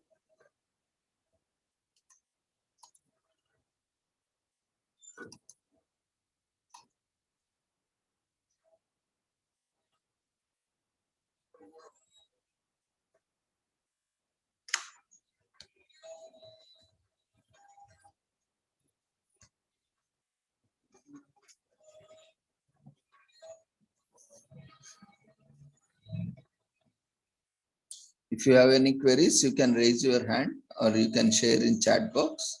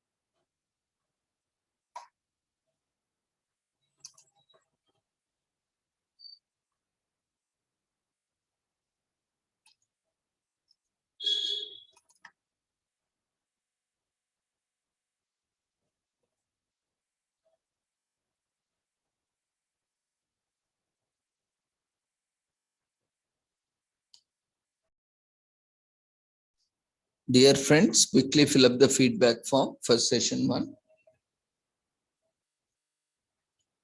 We have 4 minutes to fill up the feedback form. Kindly fill all the details. Incomplete or invalid forms are not considered.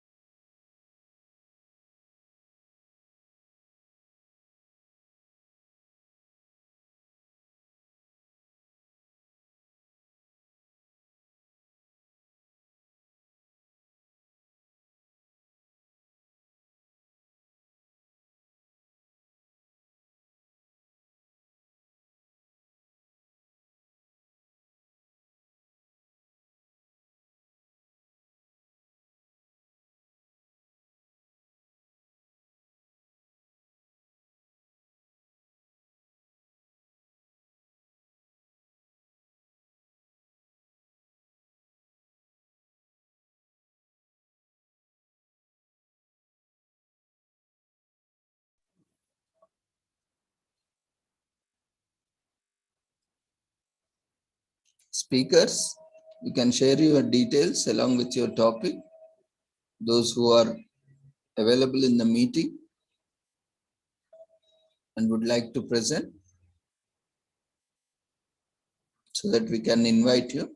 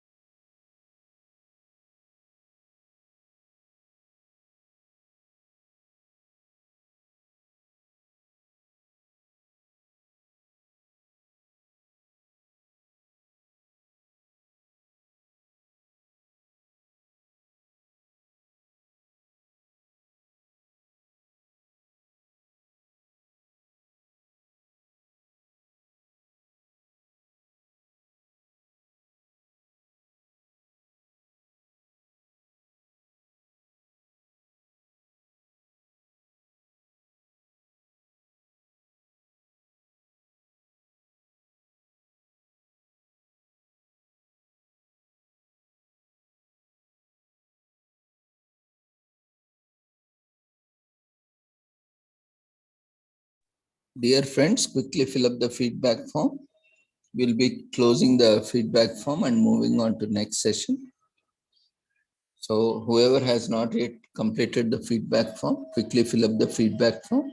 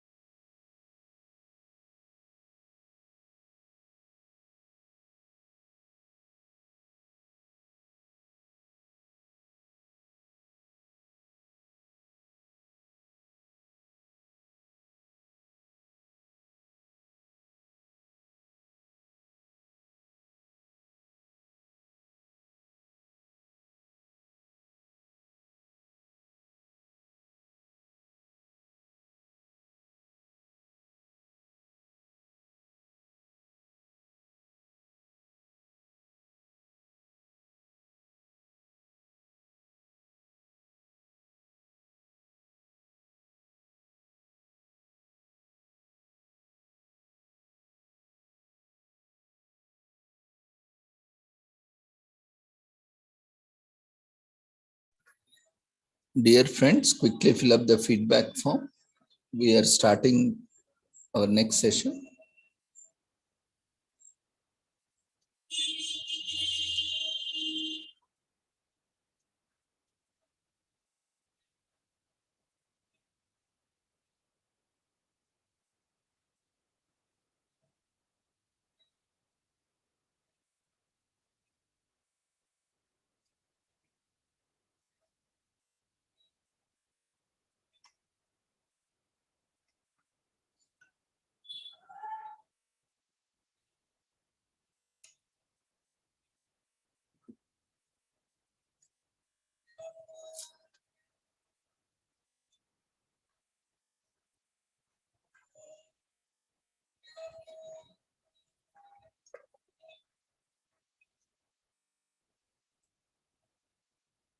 I hope everyone has filled the feedback form. We will have 5 minutes to complete feedback form after each session. So quickly attend to the feedback form. Once closed, feedback form cannot be raised again. So make sure every one of us are filling up the feedback form within the prescribed time.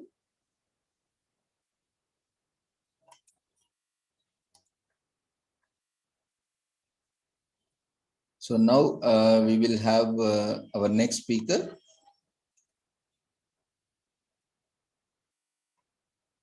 He is Rotarian Nagaraj H, and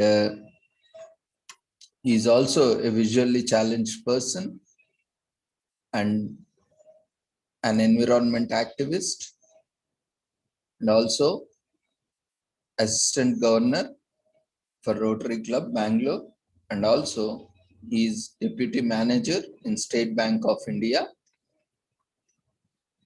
He will be addressing on importance and role of teachers in the present context, and also their role and importance, especially with special and persons with disabilities.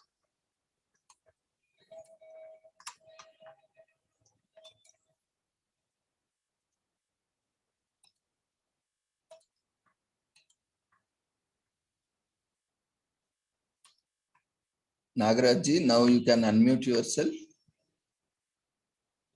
Am I audible? Yes, please Am I continue. audible, sir?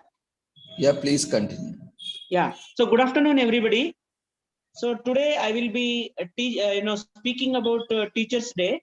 So before that, my brother's son, Mr. Yashas HL, he is actually studying in Vishnu High School in 9th standard. He is actually impressed by my talks every week he was seeing. And today he would like to talk before I start. He will talk, today is a special occasion of Valmiki Jayanti, who wrote Ramayana. I think Yashas will talk now about Valmiki Jayanti. Over to Yashas. Good afternoon, everyone. Myself, Yashas. I'm studying in Vishnu High School, 9th standard. Today, Valmiki Jayanti. Happy Valmiki Jayanti to you all. Valmiki Jayanti is a famous festival of Hindus. It is celebrated as the birth anniversary of the famous poet Maharishi Valmiki. It is also known as the Valmiki Jayanti. It falls on the full moon day, Purnima, in the month of Ashwin, according to Hindu calendar. This day is especially very popular in northern India and known as Pragat Divas. Maharishi Valmiki is one of the greatest poets of our country. He was the son of Charsani and Sumalai. Maharishi Valmiki's name has been changed from Ratnakar. Earlier, Ratnakar was a robber. He killed and robbed people, but he got famous by his good deeds and great works. He is the oldest poet of our country. He got the title called Maharishi and Adi Kavi. He is the one who found the first shlokas of Sanskrit. He is also author of the holy book of Hindus, the Ramayana, and he was the guru of Lavakusha, the sons of Rama. Thank you. So anything related to Valmiki, if you have anything to ask, you're most welcome. Before I start my presentation. Yeah, Yashas, very well presented, but instead of reading, you could have, learnt it and presented naturally. That would have given a very good thing, because I think this is the very first time, or you may not have presented earlier. So take it in a positive way. Firstly, we appreciate you for the wonderful initiative, and you can prepare yourself in hand beforehand. So that will help you in upcoming sessions. And how did you celebrate Valmiki Jayanti? Explain, madam. How you celebrate Valmiki Jayanti? Explain.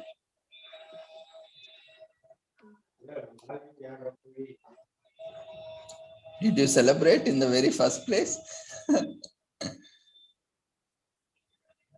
Yeah. You will explain that. Would you like to talk about Ramayana little, whatever you know?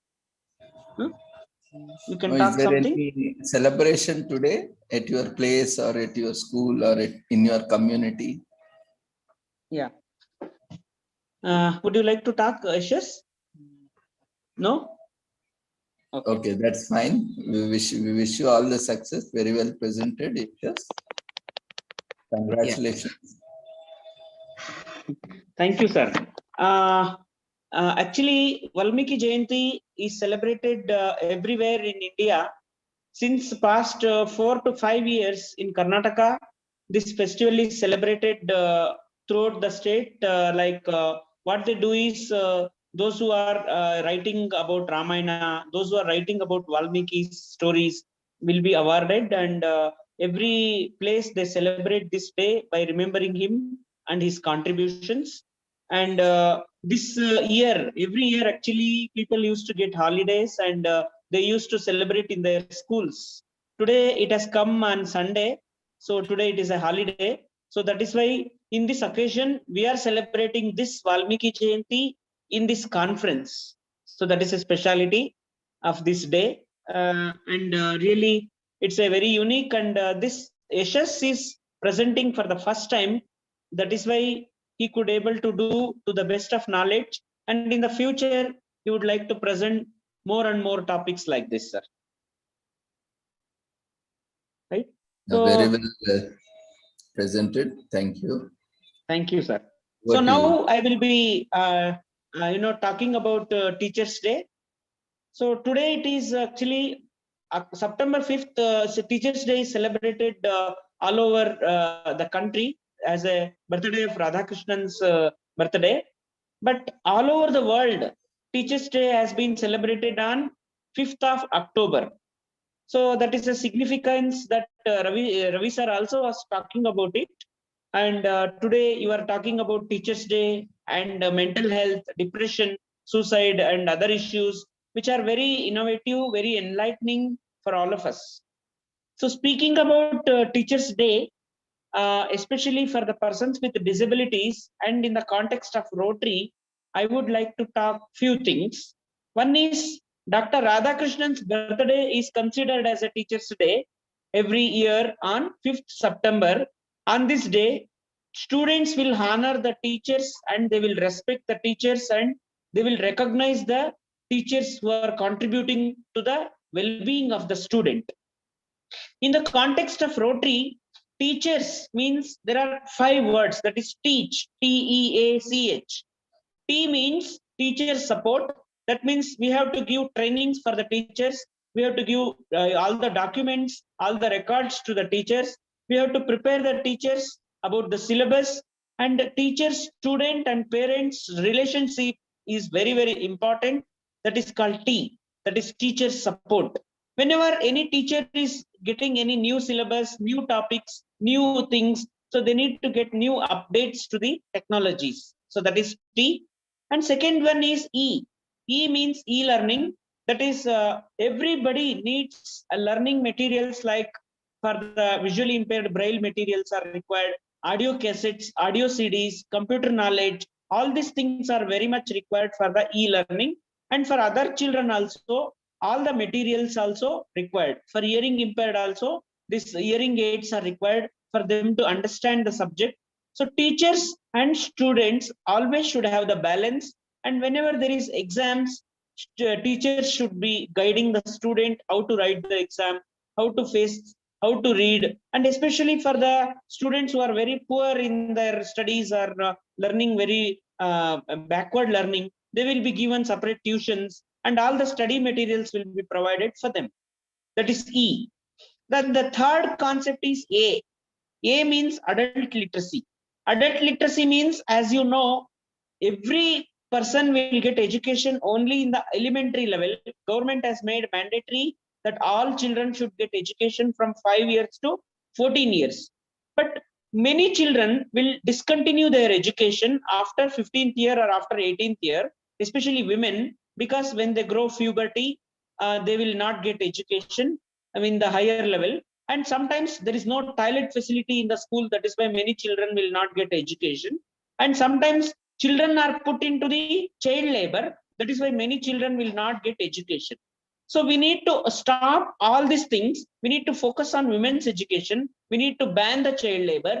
We need to focus on adult literacy. Especially, we should make children to get college education, degree education, university education, PhD level education, and other higher level professional education. And whatever the interest the children are having, accordingly, we need to provide the higher education to the person. The next one is C. C means child development. So when you say child, child is a person who is from 5 to 18 years, we call them as a children. So when a child gets quality education, so they need to get a proper development of physical, mental, social, emotional, intellectual, and all the developments are required for the children. So along with education, we need to help the children to get the cultural activities, sports, and dance, music, all the painting, drawing. So many children, for example, Yashas, if I take, he's having the interest of singing, is his hobby, and drawing also is his hobby. So like that, each children will have different hobbies. We need to give the facilities and infrastructure for the children to grow overall development. So teachers should support the children. So that is why from the Rotary, for teachers, we give Nation Builder Award. That is every year for some teachers we select and give this. Then next one is happy, happy school. When you have a happy school, so educational institution should get all the facilities. Then only we can consider as a happy school. Like the school should have a library, school should get a laboratory facility, school should have a separate toilet for boys and girls, benches should be there in the educational institutions, books and pens should be provided to the children, and everything, whatever the needs are there for children and the teachers and the parents. Especially nowadays, education institutions are doing a lot of business. Education institutions are doing a lot of money marketing situation. So this kind of attitude, this kind of atmosphere is there. So we need to focus on students' quality education, and we need to focus on building the children into a very great personalities. We should not only teach the children for classroom things, we should also teach them how to lead a happy life, how to maintain the family, how to maintain the environment, how to become a great personalities. Because after these children will become electorals, that means they will vote after 4 or 5 years. That means when they go to 18 years, now itself we should teach them what is happening in the world, what is happening in the society. We should teach them IAS, KAS, all these coachings we should teach. We should give books to the children. So nowadays this computer education is very, very important. All the children are addicted nowadays to mobiles. So these mobiles also, everything is available for the children in the fingertips only, in the Google. If they type any topic, immediately it will be available. So that is why we should make a children as a nation builders, as a future builders. So finally, I want to tell you all, so teaching is a very important noble profession, because teachers produce doctors, teachers produce engineers, teachers produces policers, teachers produces all professionals. Because of the teacher only we are living life. That means we should have a goal in the front, we should have a teacher in the back to lead a student moral and economical, ethical ability, the teachers. So teachers actually will have to give a special attention to the physical challenged and the blind children are whoever the person is. So for this disability children, government is having an act called 2016 Person with Disability Act. In the chapter 3, it focuses on education from Article 23 to Article 25. It tells in each school we should provide integrated education and special education, and for children and teachers training should be provided, and for children we should provide transportation, scholarship, learning study materials, books in the braille, and all these things are very, very essential for the overall development of the teacher, parents and students' life. So this way we have to focus on teachers are the noble profession, teachers are the respectable, acceptable position, and we have to always give value to the teachers. And without teachers there is no student, without student there is no teacher, and without the parent support there are no student and teacher. So all these things are behavioral things. So teachers should teach a very good behavior, very good character, very good life, very good values, and good morality, ethics and everything, so that student will have a overall development of his personality, attitude, behavior, memory and everything, concentration and everything. With this, I thank the organizer for giving me an opportunity to present about Teachers' Day, and for my brother's son, for the first time he has presented about this Valmiki Jayanti. In future, definitely he will talk more than this. And thank you, Ravindra sir, and Mary Florence Madam, and everybody for giving such a wonderful opportunity for us. Thank you. So any questions, you're most welcome to ask. Thank you, Nagaraj ji.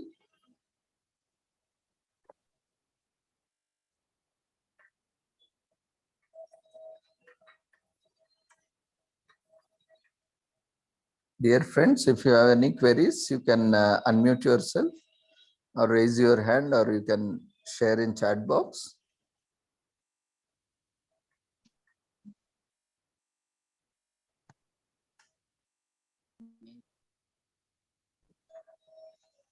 You can unmute yourself. You can share in chat box. Hi, Nagraj. Actually, it's a wonderful Hi, presentation, and your brother's son also did very well, but it's beginning, no, that's why. So, actually, I didn't know it's Valmiki Jayanti today. So, you said the importance. And Teachers' Day, what Rotary is, Teachers' Day is different now. So, you said it in a different way. So very beautiful presentation and wonderful information. God bless you. Take care. Bye. All the best for next session. Thank you, Mary Madam. So I want to just pronounce this Teachers' Day. That means teacher. T means truthful, E means energetic, A means alert, C means charming, and H means honest, E means efficient, and R means rational. That is a teacher. Teacher. Yeah, thank you.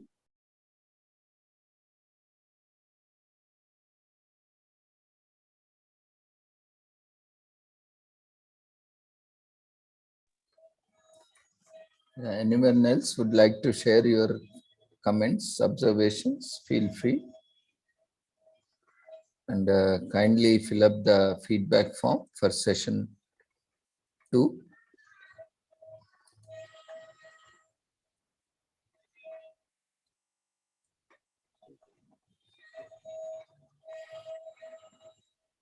Dear friends, quickly fill up the feedback form for session 2.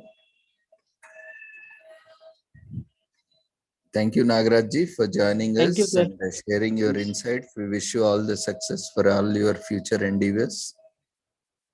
Congratulations and happy Valmiki Jayanti to all of us, you and your family too. Thank you, sir. Thank you.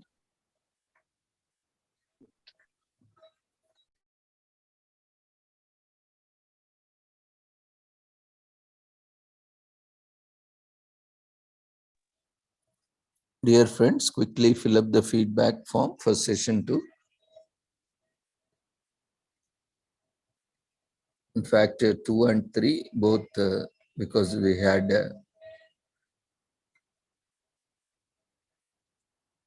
2 sessions as part of them, one by Yashas and one by Nagaraj ji.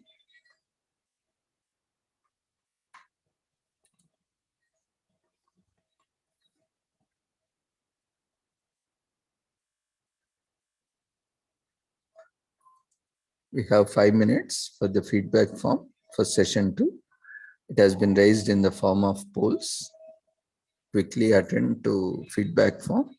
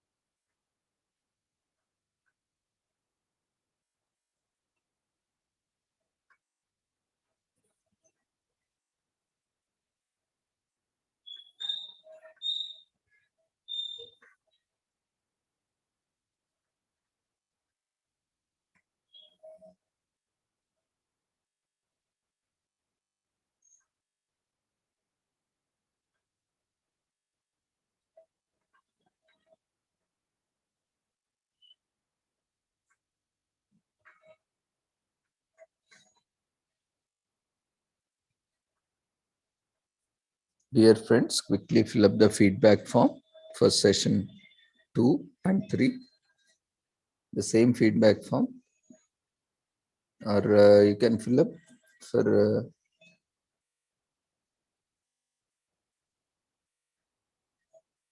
both the sessions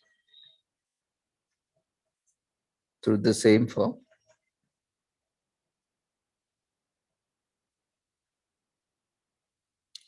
Our next speaker would be Virendra Kumarji.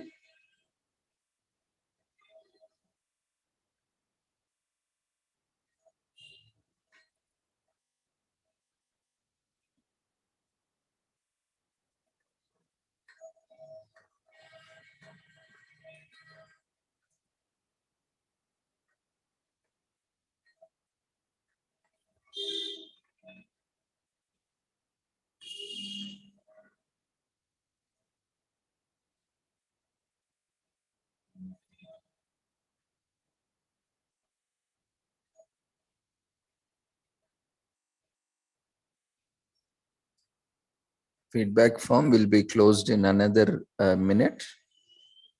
So we request our next speaker, Virendra Kumarji, to be prepared for the presentation.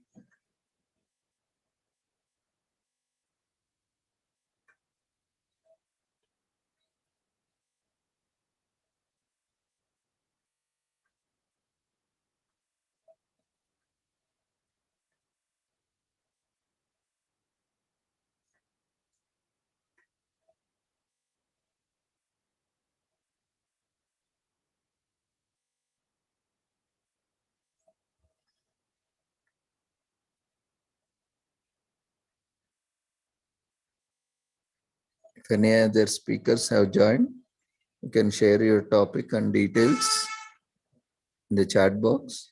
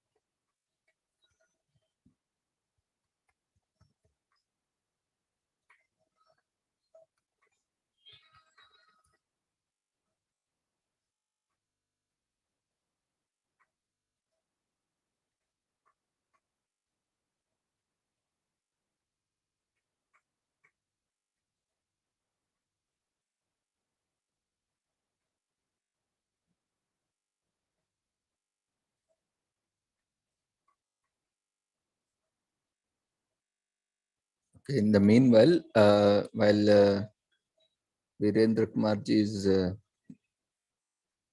getting ready. We will take a quick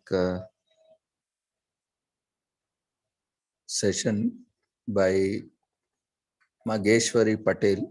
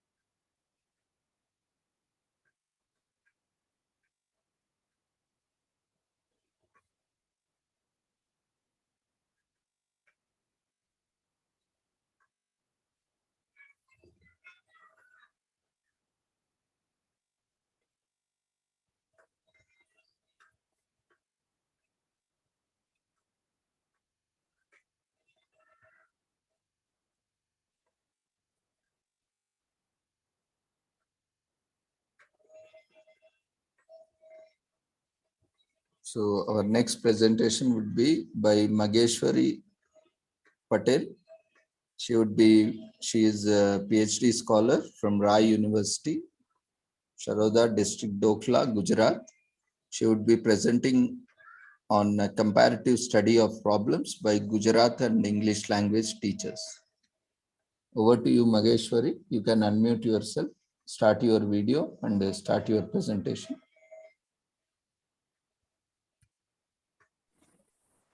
Yes, sir.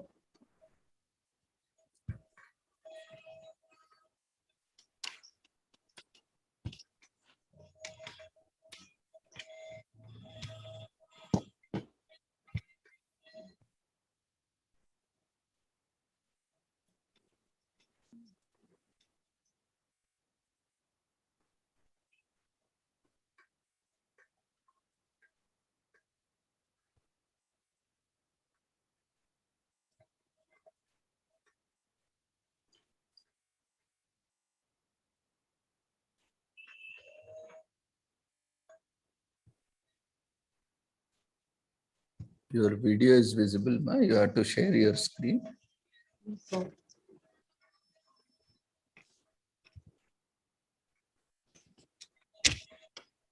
Yeah, your screen is visible, second page or slide.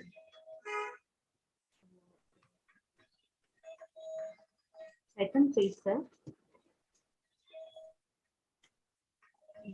You are on the second page, no?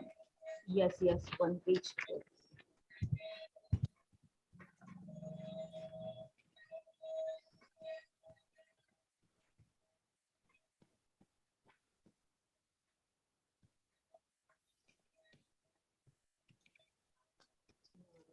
Okay, ma, you can continue now. Study, my title is Comparative Study of Problem by Gujarati and English Language Teachers. Introduction. It is really a harrowing situation looming large in the sad place for a considerable period of time. It is claimed without Gujarati and English. It is very difficult to live life well in the educated society. English is a very respectable language in India. Use of English language is so widespread what it have no nationality. It belongs to the people who use it. In India, English is extensively extensively used as a link language among people speaking different regional language. In present research, the researcher compared and analysis problem faced by Gujarati and English language teachers of secondary school.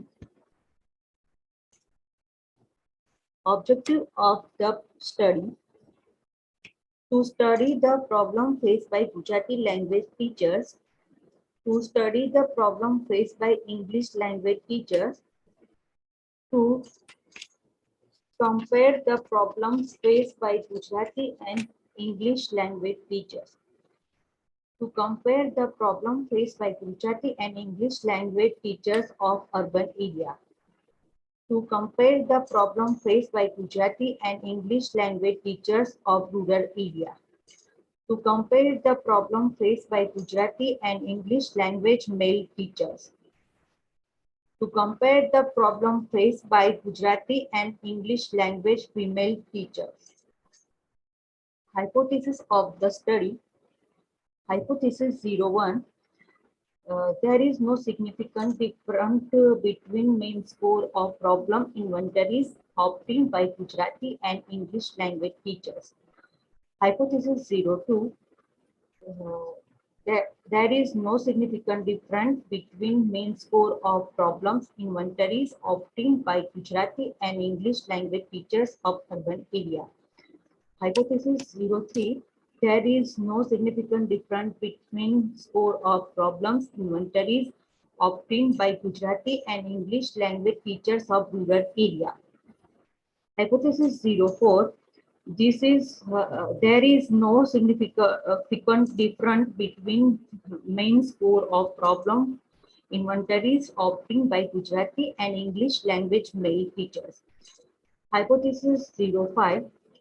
There is no significant difference between main score of problems inventories obtained by Gujarati and English language female teachers. Limitation of the study. First, present study was conducted on Gujarati and English language teachers of secondary school. Second, present study was conducted on secondary school teachers of Gujarat state. Third, only Gujarati medium schools were selected in present study. Research methodology. In present study, a sample was selected from urban and rural area of Gujarat state. The researcher constructed a problems in inventory for English and Gujarati language teacher. This inventory were circulated by post and in the form Google form. The Response were collected on different social medias, use mail, WhatsApp, etc. Thus, descriptive survey method was used in data collection. Sample.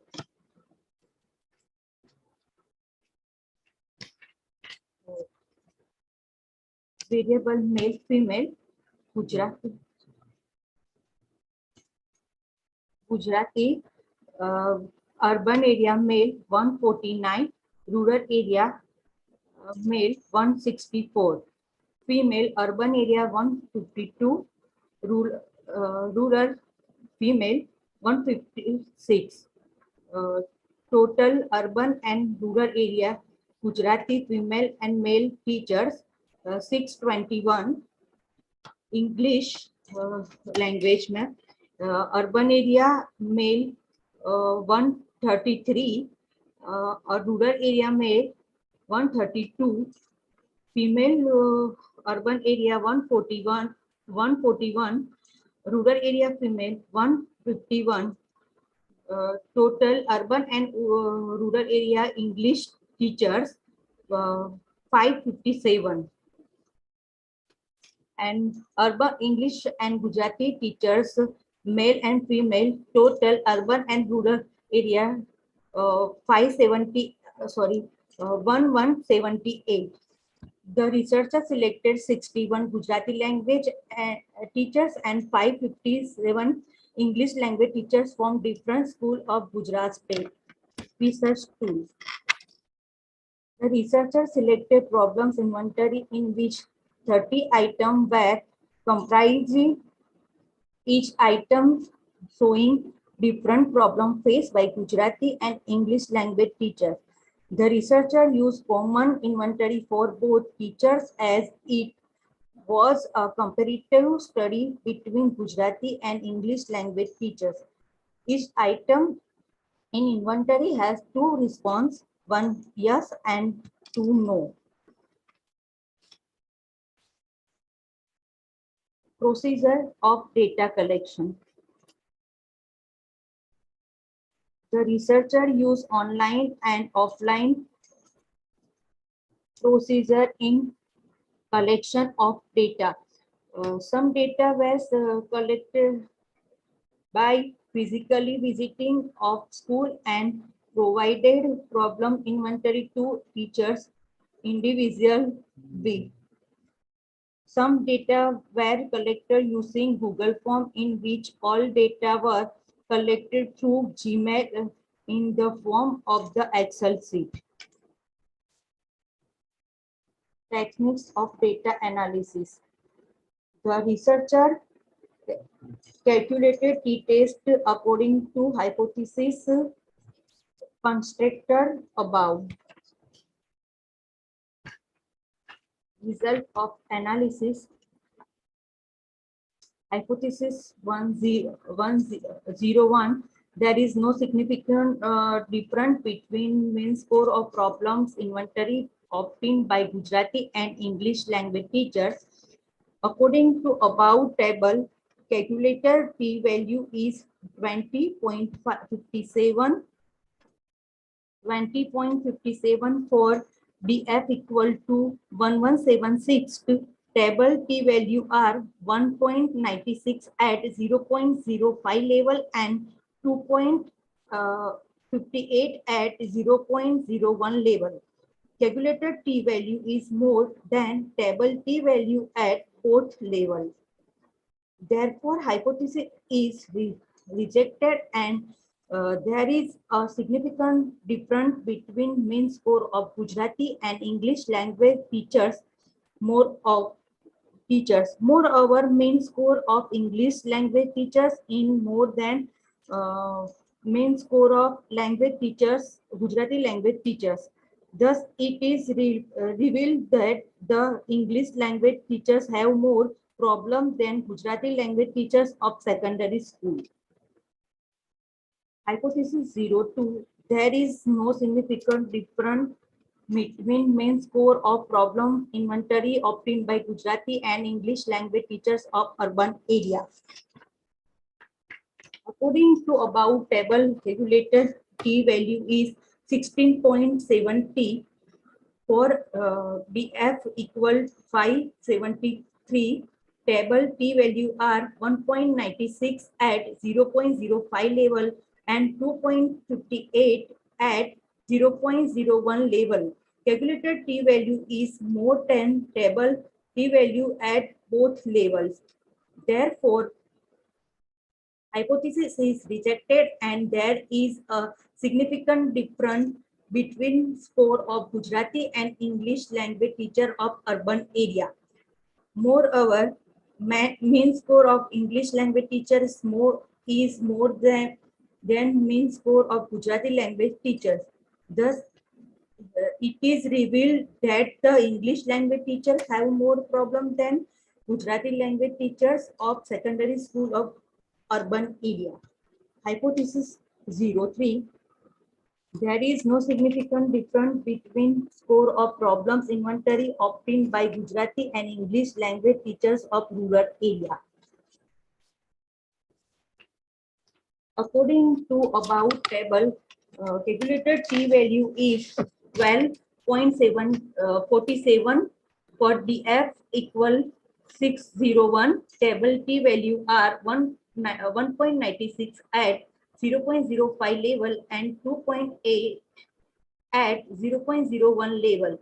Calculated T value is more than table T value at both levels. Therefore, hypothesis is rejected and there is a significant difference between mean score of Gujarati and English language teachers of rural area. Moreover, mean score of English language teacher is more than mean score of Gujarati language teachers. Thus, it is revealed that the English language teachers have more problems than Gujarati language teachers of secondary school of rural area. Hypothesis 04. There is no significant difference between mean score of problems inventory obtained by Gujarati and English language male teachers. According to above table, calculated T value is 30.96 for the F equal 576. Table T value are 1.96 at 0.05 level and 2.58 at 0.01 level. Calculated T value is more than table T value at both levels. Therefore, hypothesis is rejected and there is a significant difference between mean score of male Gujarati and English language teachers.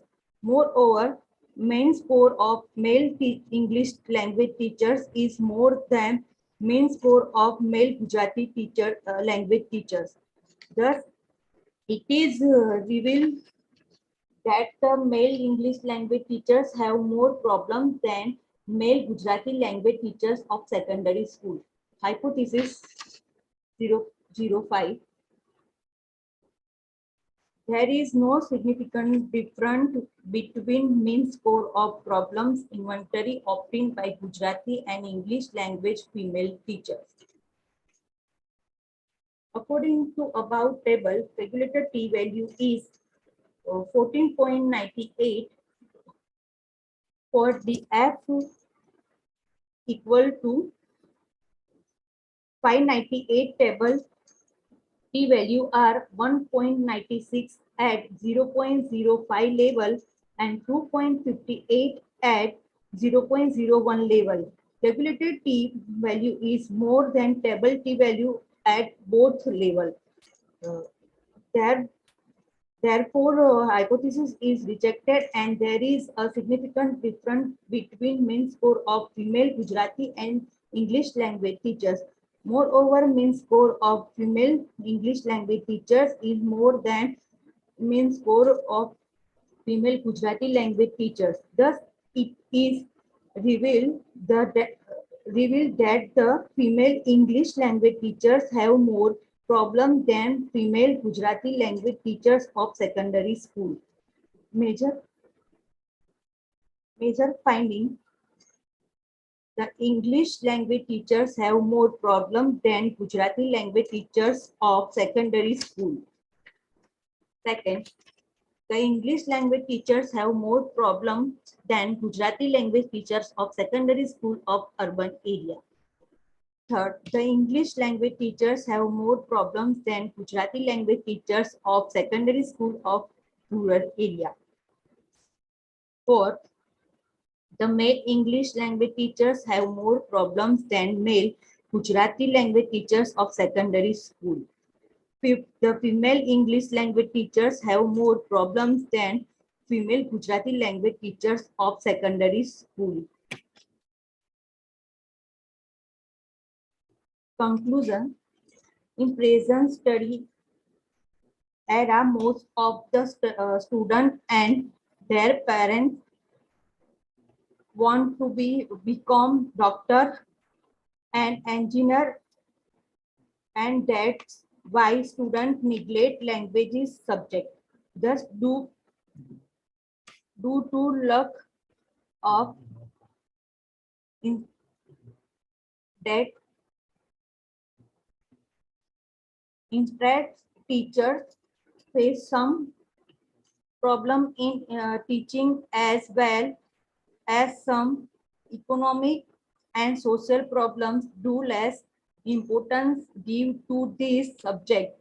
Moreover, teachers of second language might have different level of problems than mother tongue.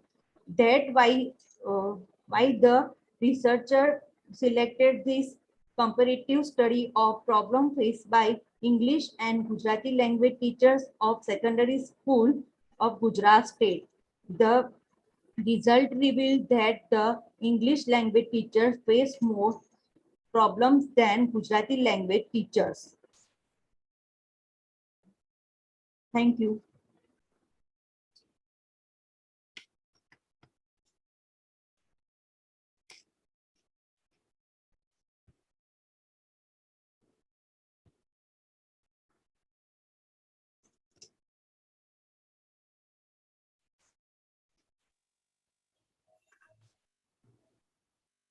Hello. Hello. A very good study, ma, taken up by you. But you were just like reading like a child, keeping in front of them. You are a PhD scholar now. You are about to become a research, professor, and you should be very fluent in presenting. You have to prepare 2-3 times, Yes, sir. Thank you. Otherwise, very good study. Yes, sir. And I wish you all the success. No? Participants, if you have any queries, observations, feel free to share in chat box, or you can unmute yourself and ask. Yes, sir. Share your observations. Thank you, sir.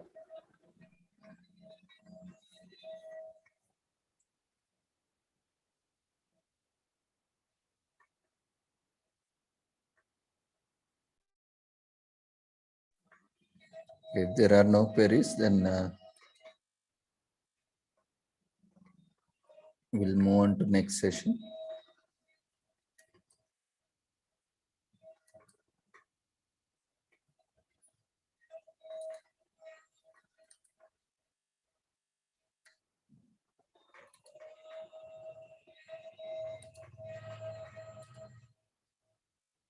Quickly fill up the feedback form for session 3.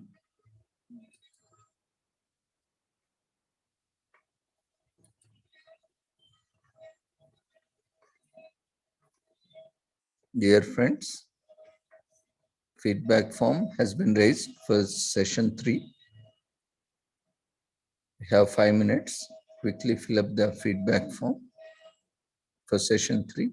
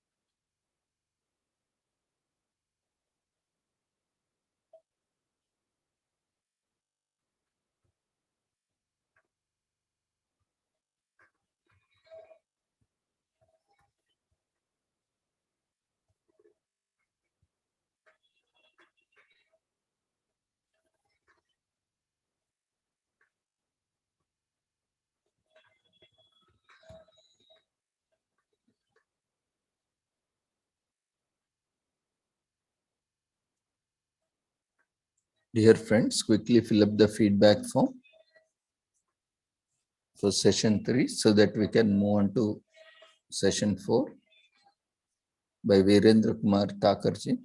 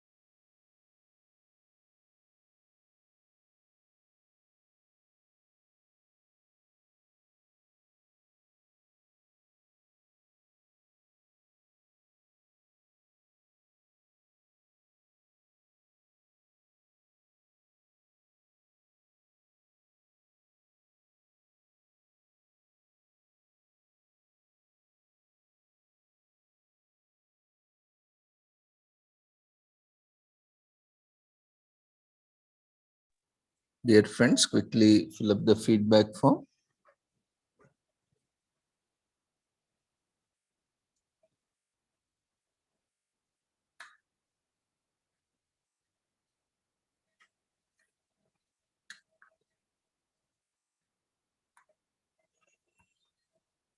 Virendra Kumarji, you can leave that form as it is. You can minimize it instead of ending it. And you can. Yes, I have filled it, sir. I am ready now. Yeah, you I can hope I am minimize audible. that form, sir. Instead of ending that, you can just yes. so that participants continue to fill. Okay, sir. And you can start your video and share your Okay. presentation. I hope I am audible and visible, sir. Yes, sir. So we have with us Virendra Kumar Thakurji from Govind Vallabh Institute of Engineering and Technology. And sir is assistant professor in computer science. And he is also RTA resource person and advocate. And sir would be presenting on Mental Health Act. Yes, sir. Your slide is also visible. Yes, sir. Okay. So let us start today now. Today's topic is very important. That is Mental Healthcare Act 2017. It's a new legislation by Modi government. Earlier there were two acts. I will briefly tell the history of this. There was Lunacy Act 1912. Lunacy Act, in Hindi we call it Pagal Act. So there was some stigma or taboo attached with the mental health care. While many people are in need of mental health care, even if we get angry, we say I was angry with mad. I was say mad with anger, or say mad with anger, or we achieve this madness word with certain stigma. While so nobody is perfect, and many people need mental health care from time to time. We also get depression. Now depression also needs mental health care. So the stigma or taboo attached with this needed to be replaced, and therefore the new approach is this word lunatic or pagal was replaced in 1987, and we have Mental Health Act 1987. After Mental Health Act 1987, there are certain changes made with this, and now Mental Health Care Act 2017 gives certain rights to patients. So we shall see briefly, firstly the history and introduction to the act, and then we shall see, because this is a very long act, actually we can't cover all the provisions of say 126 sections are there, and we shall not be able to cover everything in this presentation, but I'll just briefly go through some important provisions so that we understand this act and say what it say establishes. So let us see the provisions of this one by one. Firstly, the importance of that. So in India, Mental Healthcare Act 2017 was passed on 7th April 2017 and it came into force from 29th May 2018. So it is one of the latest legislations, and therefore there are very few amendments because it's very less time in the life of an act, just 5 years. The act effectively decriminalized attempted suicide, which was punishable under Section 309 of the Indian Penal Code. Now, this is actually not repealed. That act is still in the statute books, but if it is there is an attempt to suicide by say some patient who is undergoing depression or say who is in need of mental health care, then it is decriminalized. That means the approach is not to treat him like a criminal, but to treat him like a patient. Why it is so? Let us see first the difference between 306 and 309. 306 is abatement of suicide. That is, if somebody encourages others to commit suicide, that section is still there, or that the punishment is maximum up to 9 years. But as far as 309 is concerned, there was a paradox that if the person is successful, then he has already committed suicide, then you can't punish him. But if that person fails in successfully committing suicide, then that is a criminal crime, and the person there is punishment of maximum up to 1 year. Because of that, the people who are in need of mental health care, they were treated as criminals rather than patients. So the modern approach is not to treat them as criminal, but to treat them as patients in need of a treatment, not the criminals in need of a punishment. So that is a say shift from the old act of say Lunacy Act 1912 as well as the Mental Health Act 1987. So the law was described in its opening paragraph as an act to provide for mental health care and services for persons with mental illness and to protect, promote, and fulfill the rights of such persons during delivery of mental health care and services and for matters connected therewith or incidental. There are many different rights. We shall see there is an entire chapter on rights. So what are the rights of mental health care patients? That we shall see in detail. This had superseded the previously existing Mental Health Act 1987 that was passed on 22nd May 1987. So after 20 years, this new act has come. It states that mental illness be determined in accordance with nationally and internationally accepted medical standards, including the latest edition of the International Classification of Disease of the World Health Organization, as may be notified by the central government. Additionally, the act asserts that no person or authority shall classify an individual as a person with mental illness unless indirectly in relation with treatment of the illness. So there are certain rights, and we shall also see how these rights can be exercised by a person who needs say mental health care. So there are certain revisions. So if we compare this with the previous act of 1987, we shall not compare that with 1912, that is Lunacy Act or Pagal Act, because that act is repealed long ago, so more than 25 years now. So we shall now just see how say shift has been made from this act of 1987 in this new act of 2017. So the Mental Health Care Act 2017 aims at decriminalizing the attempt to commit suicide by seeking to ensure that the individuals who have attempted suicide are offered opportunities for rehabilitation from the government as opposed to being tried or punished for the attempt. So this is also, we can say, a type of defense that is added, that if it is proved that a person is in need of mental health care, then he shall not be punished for 309. That means IPC 309 is not yet repealed. It is still in the statute books, but only the people who are in need of health care are further say exempted from it. The Act seeks to fulfill India's international obligation pursuant to the Convention on Rights of Persons with Disabilities and its optional protocol. Since India is signatory to this protocol, therefore this act has been enacted. It looks to empower persons suffering from mental illness, thus marking a departure from the Mental Health Act 1987. The 2017 Act recognizes the agency of people with mental illness, allowing them to make decisions regarding their health, given that they have the appropriate knowledge to do so. Even it was well established, even in the older acts, that person who is lunatic is not say lunatic all the time. Even they have been given some powers to sign contracts, etc. Although contract act says that a say person who is lunatic or say who is of unsound mind, they have used the word unsound mind. So that person can sign a contract when he is not in a state of unsound mind. But when he is in the state of unsound mind, at that time he can't sign contracts. So it is well recognized that even a person becomes unsound frequently, or say at certain times, not always. So we can't say strictly classify a person as say insane or lunatic like that. The Act aims to safeguard the rights of the people with mental illness, along with access to healthcare and treatment without discrimination from the government. Additionally, insurers are now bound to make provisions for medical insurance for the treatment of mental illness on the same basis as is available for the treatment of physical illness.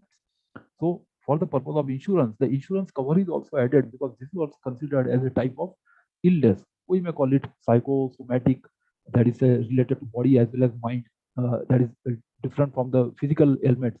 So that is a new type of ailment that is recognized by the insurers now. Mental Health Care Act 2017 includes provisions for the registration of mental health related institutions. We shall see these provisions. So there is authority at the national level, there is authority at the state level, and there are also mental health care establishments. They are recognizing 3 different chapters. And for the regulation of the sector, these measures include the necessity of setting up mental health establishments across the country to ensure that no person with mental illness will have to travel far for treatment, as well as the creation of a mental health review board, which will act as a regulatory body. So besides this national level, state level, and this establishment, there is also a mental health review board, and for that also there is a separate chapter in this act. The act has restricted the usage of electroconvulsive therapy, what in popular language we call as a shock treatment. Now this electroconvulsive therapy, there is some mild, very mild shock, that is 15 milliampere. That is, if a person is becoming very aggressive or very violent, so at that time this say electroconvulsive therapy is given, so that the person becomes calm and maybe say goes to sound sleep. So it is not harmful, just as is shown in Bollywood movies. In Bollywood movies, they show there is say villain and he tortures the hero, or there is that is actually of course it is used as torture measure, but that is very large current. So in actual practice, the current is not more than say 15 milliampere. If it is very large, then it could be harmful to say body also. So what they show in movies is just we can say exaggerated version of how people treat this shock treatment. But actually, technical name is electroconvulsive, medical name is electroconvulsive therapy, to be used only in cases of emergency and along with muscle relaxants and anesthesia. That means it should be used along with proper say guidelines. Further, ECT has additionally been prohibited to be used as viable therapy for minors. That means minors cannot be given shock treatment now, electrical shock treatment. That is electroconvulsive therapy. The responsibilities of other agencies, such as the police, with respect to people with mental illness, has been outlined in the 2017 Act. So they have also been defined in this. Then the Mental Health Care Act 2017 has additionally vowed to tackle stigma of mental illness and has outlined some measures on how to achieve the same. Now, in Western countries, there is not so much stigma. There is somebody taking, say, some sitting with a psychiatrist or psychologist, so it is not considered stigmatic. But in India, people hesitate to say to disclose this because they consider that other people will think of me as a mad person or a lunatic or insane person. So that's why there is some stigma attached to that. So this act say there is provision that the aim it is one of the aims of this act that the stigma should be removed attached to this mental health care. It should become easily accessible for all. Now, mental health is different from general health, as in certain circumstances, mentally ill people may not be in a position to make decisions on their own. That is one of the problems, or one can say one of the symptoms. Those who suffer rarely get across to appropriate medical treatment, as their families try to hide their condition out of a sense of shame. So this shame and stigma are still attached. Over 300 million people are estimated to suffer from depression. Now, depression is very common. Even we get depressed sometimes. We also have negative thoughts sometimes. So depression, anger, these are actually also all things that are very common, and they can be treated. So to suffer from depression equivalent to 4.4% of the world's total population. According to a study conducted by the National Institute of Mental Health and Neuroscience, that is NIMHANS. So NIMHANS has studied that 1 in 40 and 1 in 20 people are suffering from the past and present episodes of depression in India. That means depression is very common as per findings of NIMHANS. In spite of this big burden of mental health issues, unfortunately, it continues to be misunderstood in developing countries like India. The new Mental Health Care Act 2017 rescinds or revoked the existing Mental Health Care Act 1987, which had been previously criticized for not recognizing the rights of a mentally ill person. And we shall see that there is one whole chapter that is added, and some important rights have been given in that chapter to mentally ill person. Health encompasses the composite union of physical, spiritual, mental, and social dimensions according to the World Health Organization, which recognizes that mental health and well-being are fundamental to quality of life, enabling people to experience life as meaningful, become creative, and active citizens. Mental health is significantly different from general health, as in certain circumstances, mentally ill people may not be in a position to make decisions on their own, and mental illness lasts for a protracted period and has a lifelong impact, which gradually result in a poor quality of life. So it may have very long-term effect also. Those who suffer rarely get access to appropriate medical counseling and treatment, as their families try to hide their condition out of a sense of shame. This attitude not only harms patients but also leaves them vulnerable to exploitation, abuse, neglect, and marginalization. So these are the problems with which these patients have to deal with. The Global Burden of Disease report states that mental disorders account for 13% of total disability adjusted life years lost, with years lived with disability with depression being the leading cause. Over 300 million people are estimated to suffer from depression, equivalent to 4.4% of the world's total population, as we have seen earlier. Various researches have demonstrated the close association of mental disorders as precursors of a wide range of acute and chronic conditions such as non-communicable diseases, injury and violence, and poor maternal and child health conditions. These things are associated with this disease. According to a study conducted by the National Institute of Mental Health and Neurosciences, that is NIMHANS India, in 2016, across 12 different states, the prevalence of depression of both current and lifetime is 2.7% and 5.2% respectively. So from year to year, it goes on studying these figures, and it often publishes this in its journals. Approximately 1 in 40 and 1 in 20 people are suffering from past and current episodes of depression all over the country. This survey has shown that lifetime prevalence of mental disorder is 13.7% as a whole, which would mean at least 150 million Indians, that is 15 crore people, are in need of urgent intervention. Mental illness in vulnerable age groups such as adolescent and in geriatric population accounts for more than half of the total burden. So adolescent and geriatric people need special care and consideration. Another report regarding the projected burden of mental illness conveys that it will increase more rapidly in India than the other countries over the next 10 years and will account for 1/3 of the global burden of mental illnesses, a figure greater than all developed countries put together. In spite of this big burden of mental health issues, unfortunately, it continues to be misunderstood in developing countries like India. Another critical aspect is the existing infrastructure and workforce in our country to address this health challenge. So there are just about 40 mental institutions, out of which only 9 are equipped to provide treatment for children, and fewer than 26,000 beds available for a nation comprising 150 billion people. In fact, there is in general shortage of hospitals in India as compared to say other countries. So if we consider say availability of engineers, even earlier in one of presentations I have told that we have 15 lakh engineers, but we have just 58,000 doctors per year intake. That means there are say around 30 times engineers as compared to doctors.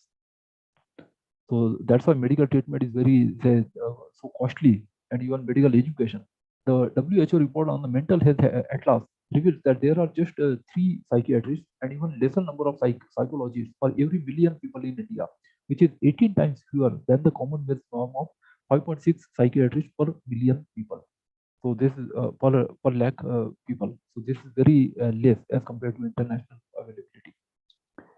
Keeping in view the massive health burden of mental health illness in our country, existing inadequate infrastructure or workforce, the social stigma attached, and glaring shortcomings of mental health care at 1987, it becomes imperative for the government and various stakeholders to address these issues. There is also a need to work on the country's international obligation toward the mentally ill people as per the Convention on Rights of Persons with Disability 2007 and its optimal protocol. Hence, a patient-centric bill that safeguards available, affordable and accessible mental health care services was a long in India, and therefore this act was brought.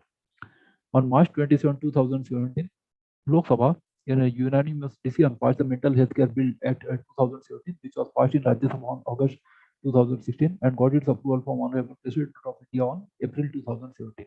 The new act defines mental illness as a substantial disorder of thinking, mood, perception, orientation, or memory that grossly impairs judgment or ability to meet the ordinary demands of life, mental conditions associated with the abuse of alcohol and drugs. This act defines or revoked the existing Mental Health Care Act 1997, which had been widely criticized for not recognizing the rights of a mentally ill person and paving the way for isolating such dangerous patients. This act has now there are even provisions that they shall not be chained or say isolated. So right to live in community and some other rights have also been conferred on these people. This act has overturned 309 section of Indian Penal Code, which criminalizes attempted suicide by mentally ill person. Another highlight of this act is to protect the rights of a person with mental illness and thereby facilitating his or her access to treatment and by an advance directive how he or she wants to be treated for his or her illness. Now this is very new, say we can say chapter in this advanced directive. It's a technical term, advanced directive. It's a document that is written by a mentally ill person in which he writes how he or she wants to be treated for his or her illness. So this advanced directive, there is a special chapter for this. We shall see that in chapter 3 of this act. Now there are certain rights. So various provisions under the Mental Health Care Bill are as follows. Now bill has become an act. Every person will have the right to access mental health care services. Such services should be of good quality, convenient, affordable, and accessible. This act further seeks to protect such persons from inhuman treatment, to gain access to free legal services and their medical records, and have the right to complain in the event of deficiencies in provisions. We shall see all these rights in detail in this chapter. Now, there is also provision for advance directive. This empowers mentally ill person to have the right to make an advance directive toward the way she or he wants to be treated for the requisite illness and who her or his nominated representative shall be. This directive has to be vetted by a medical practitioner. So this advance directive is the document that is written by the mentally ill person, and this advance directive is also one of the important, we can say, powers or provisions that are given by this act. Mental health establishments. So besides the national and state level authorities, we also have these mental health establishments. The government has to set up the central mental health authority at national level and state mental health authority in every state. All mental health practitioners, that is clinical psychologists, mental health nurses, and psychiatric social workers, and every mental health document will have to be registered with this authority. So they have to be registered with the central or state authority. These bodies will, health is actually a state subject in India as per the constitution. So it comes under this list 2, that is the state list under 7th schedule of the constitution.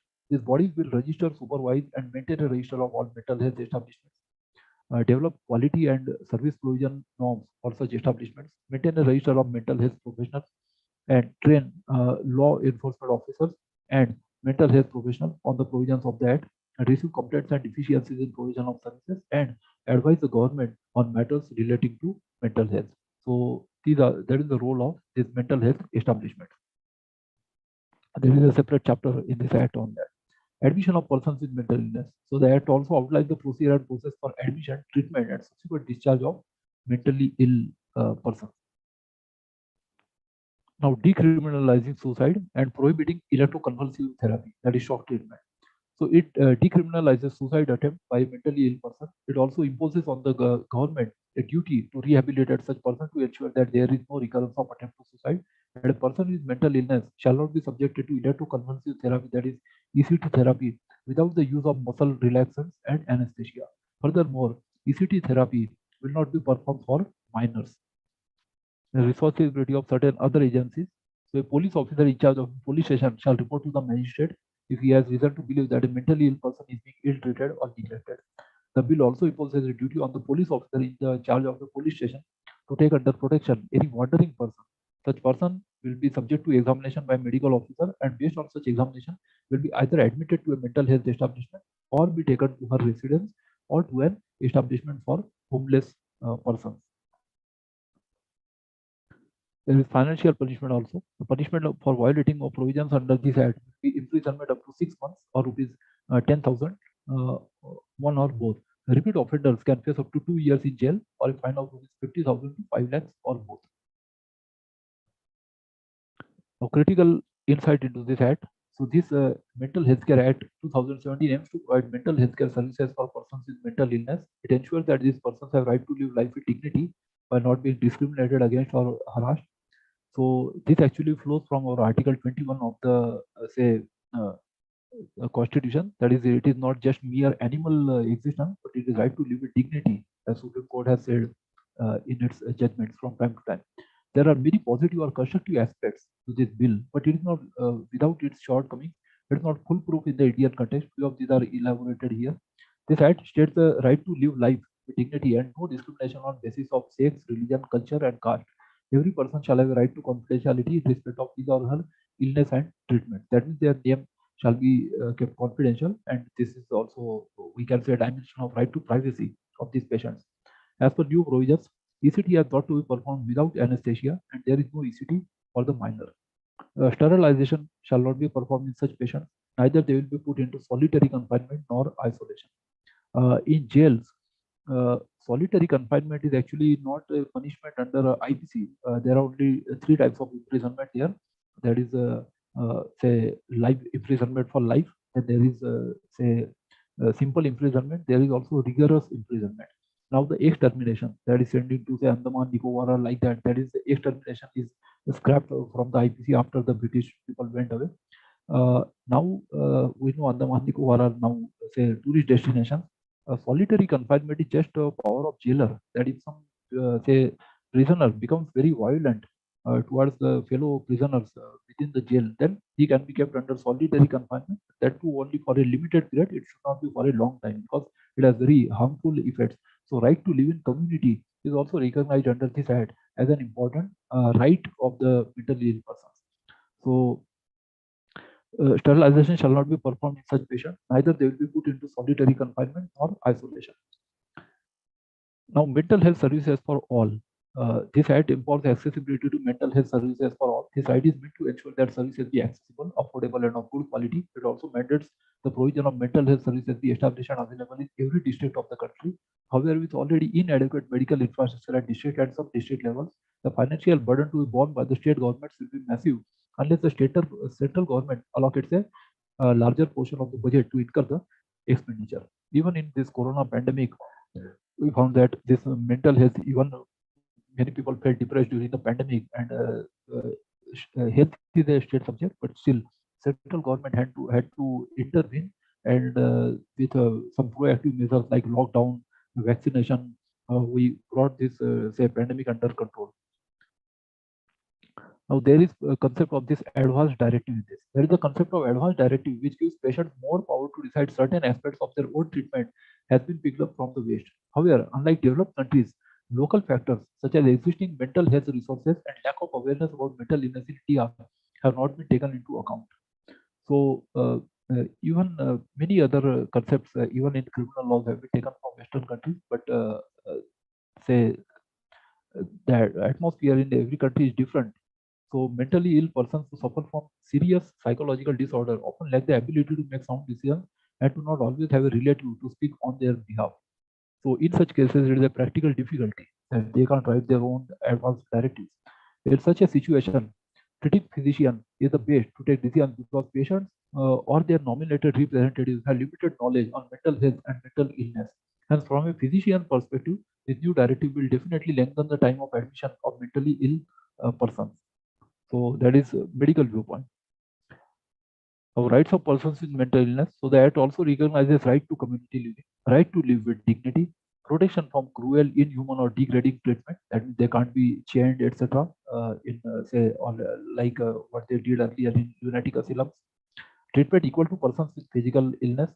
Right to relevant information concerning treatment. That is the right to information. There is also section on right to information in this Act. Other rights and recourses. Right to confidentiality. That is their privacy of the disease. Right to access their basic medical records. Right to personal contacts and communication.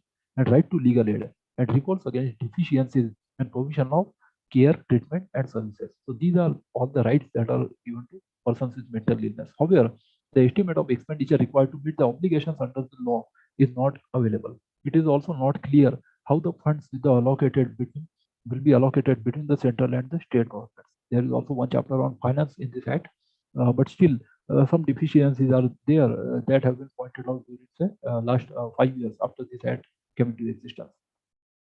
That also assures free quality treatment or for homeless person or for those belong to below poverty line, that is BPL, even if they do not possess a BPL card.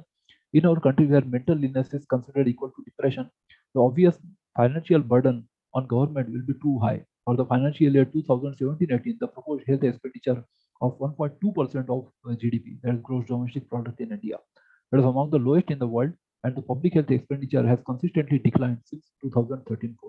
Of course, the financial burden or expenditure on health increased during the pandemic years. India spends 0.06% of its health budget on mental health care, which is significantly less than what Bangladesh spends, that is 0.44% if we compare. Most developed nations spend about 4% of their budgets on mental health research, infrastructure, frameworks, and workforce, according to 2011 WHO report. While the new Act with several provisions, it provides no guidelines on rules of implementation. Of course, the rules have been formed after this Act came into being, because that is there is rule making power there also that is given under the Act. Now, decriminalization of suicide. So, newly introduced decriminalization of suicide is definitely a welcome move. There could be very much possibility of misuse of this bill. That means even those criminals who are not or even those persons who are attempting suicide who are not mentally ill may also claim benefit of this, just as happens with Chapter 4 of IPC, General Defense. So many of these provisions are also misused, particularly by the advocates of the accused or say defense lawyers, we call them, during the cross-examination stage, because the entire this cross-examination by advocates is based on this Chapter 4 of IPC, General Defense. However, in cases of dowry-related burning or attempted homicide, this can be twisted as attempted suicide and will not warrant the needed attention. It's a common problem. That is, there are 4 types of say death legally. That is homicide, murder, suicide, and accident and natural death. So forensic science comes into it where such type of questions arise.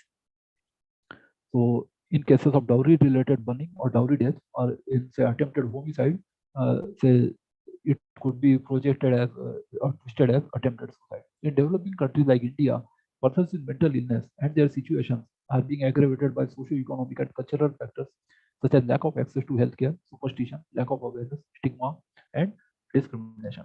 So the bill does not direct any provisions to address these factors. These are some of the say deficiencies we can say. This mental healthcare bill does not offer much on prevention and early intervention. So this is also lacking. Now, patient-centric healthcare.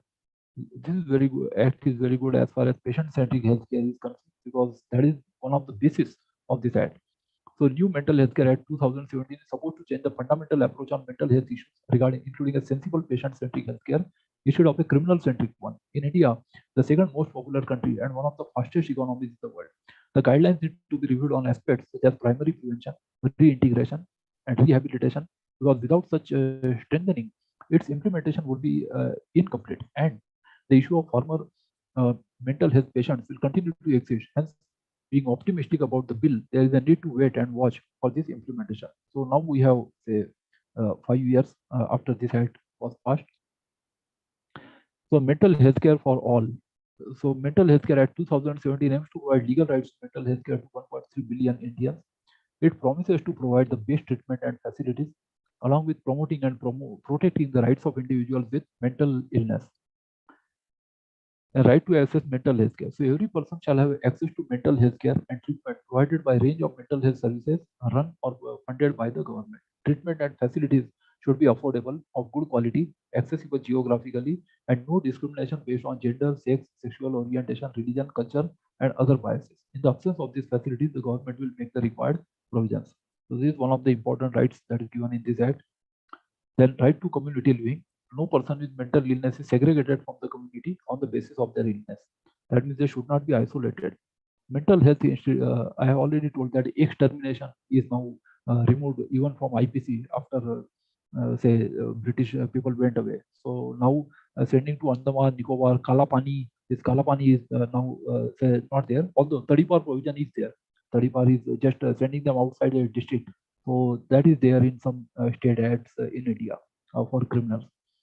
Mental health institutions shall provide a safe and hygienic environment to live in with dignity, provide various mediums of recreation, education, and religious practices, not to be forced to undertake any work in the institution, to not be subjected to the shaving of their heads, that is, tonsuring their heads, or wearing uniforms, provided and be protected from all forms of physical, mental, sexual, and emotional abuse.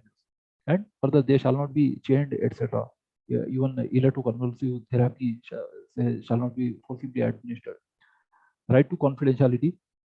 Information regarding the mental health care, and treatment of the individual is kept confidential and only released to the nominated representative or other health professionals for treatment of or safety related purposes. Even the right to information, RTI in India, section 81J is there, and the information related to health or the health prescriptions or the other things are protected documents, and they are confidential. They are exempted from disclosure. Only medical leave is a public document because that is directly related to a person's leave records. So leave records are accessible, but not the medical or the health records. They are considered personal, and protection is given under section 8 and 11 of the RTI Act. Right to personal contacts and communication. So a person with mental illness can communicate via phone calls and emails, and also restrict visitations and other forms of communications, keeping the norms of the establishment in mind. So this right to make phone calls and emails is given to them, so that feeling of loneliness, which may further aggravate the situation, shall not arise.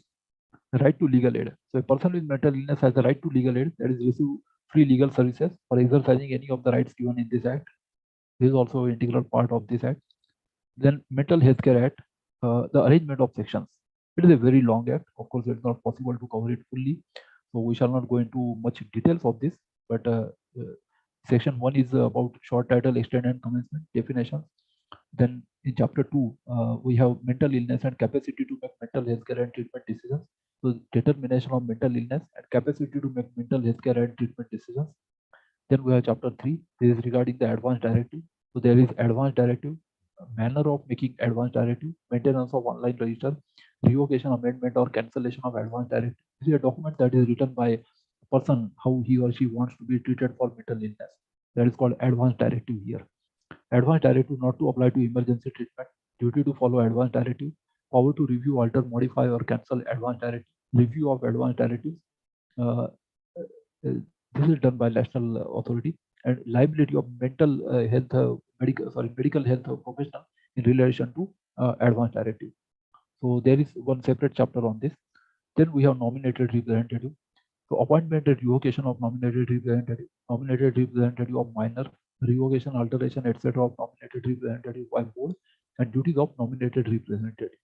So in the advanced directive itself, the person can nominate his or her representative. So there is a separate chapter on this, and there are 4 sections on this.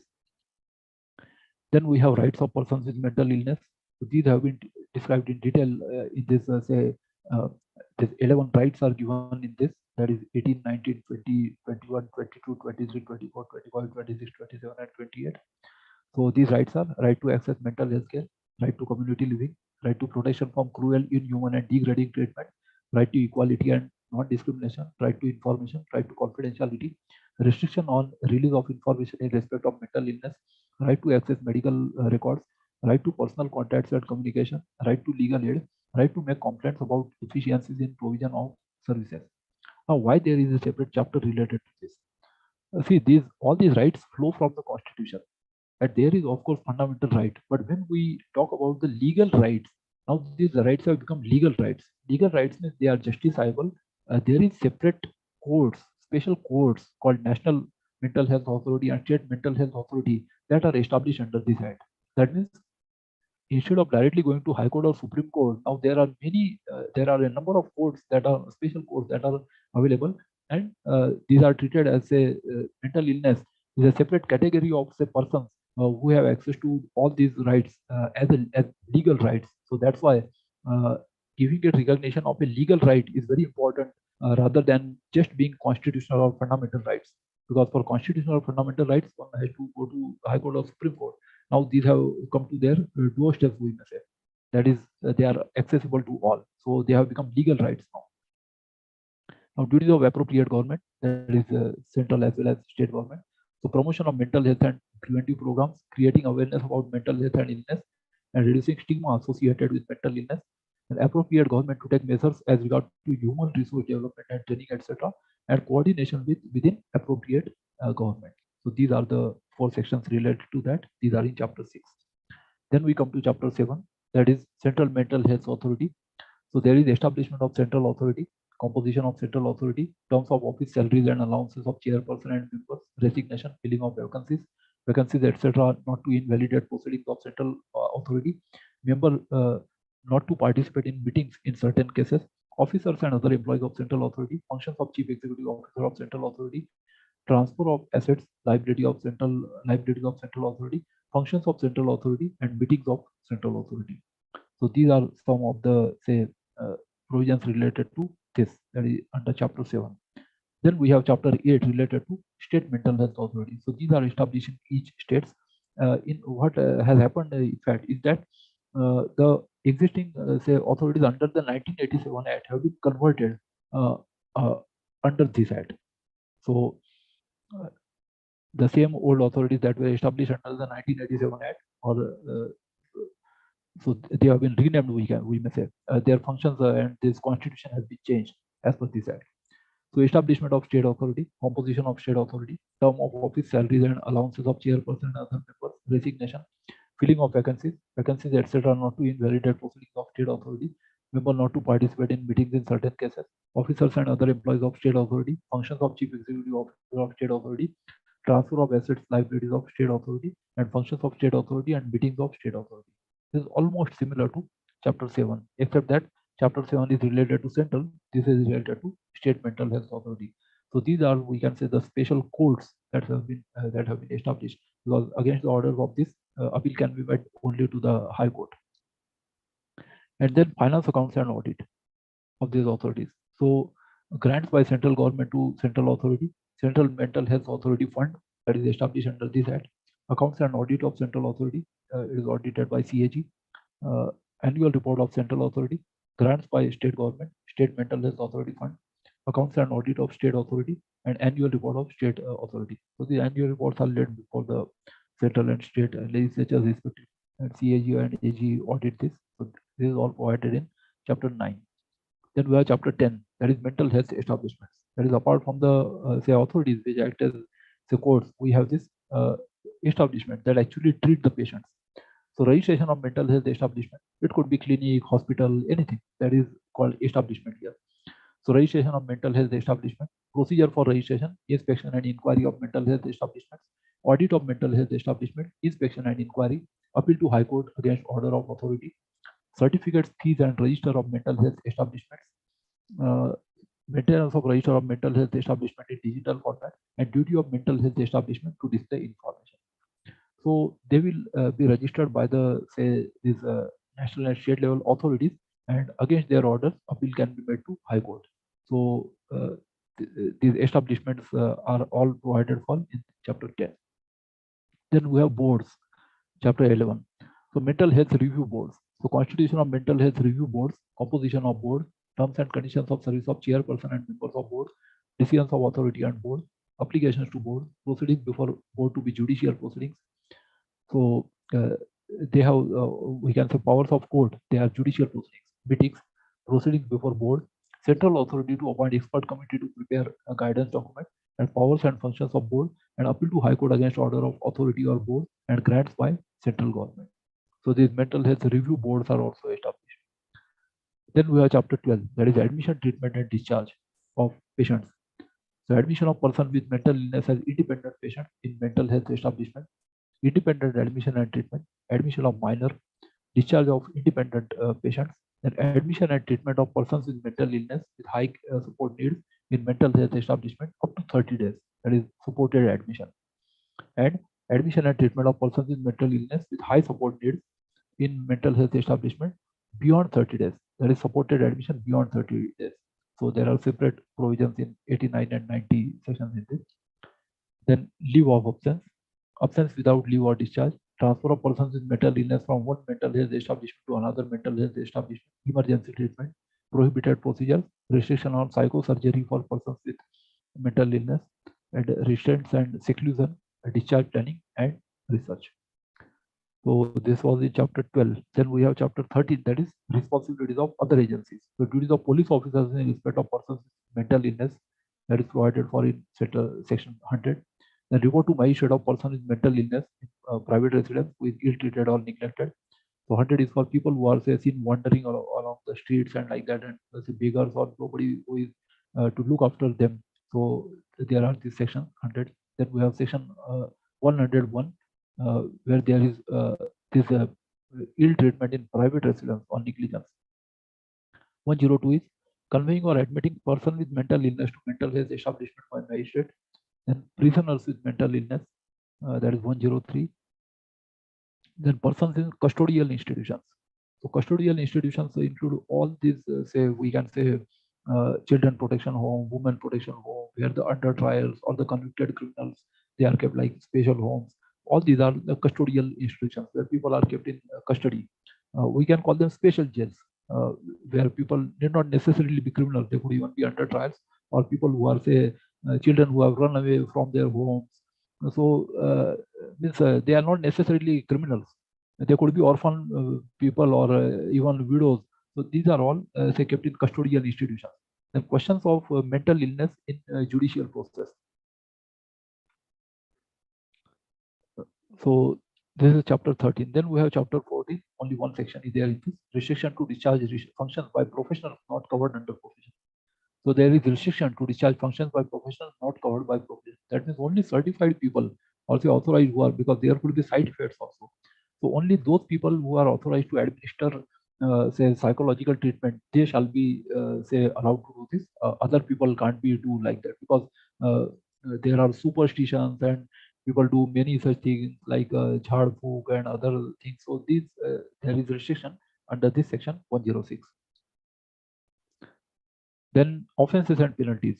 So these three are the sections. So penalties for establishing or maintaining mental health establishment, contravention of provisions of this act, that is registration is compulsory. Then punishment for contravention of provisions of the act or rules or regulations made thereunder, and then offenses by companies. Then we have chapter 16, that is the miscellaneous, last one. So power to call for information, power of central government to issue directions, power of central government to supersede central authority, power of state government to supersede state authority, special provisions for states in northeast and hill states, the presumption of severe stress in case of attempt to commit suicide, power of jurisdiction, transitory provisions, the chairperson, members and staff of authority and board to public servants, that they could be convicted under say IPC for corruption, etc. Protection of action taken in good faith, act to have overriding effect, power of central government and state government to make two rules, the power of central authority to make regulations. So these rules and regulations are made under section 121 and 122 respectively. And then we have the last four sections, that is power of state authority to make regulations. So central and state, both authorities can make regulations. Then laying of rules and regulations before the say parliament or the state legislature. Then power to remove difficulties, that is only for first 2 years, that is 125, and then repeal and saving. So this repeals the old act, that is 1987 act. So this is the say outline of this act. So shall we go into details of this? Do I have some time, or shall I conclude, sir?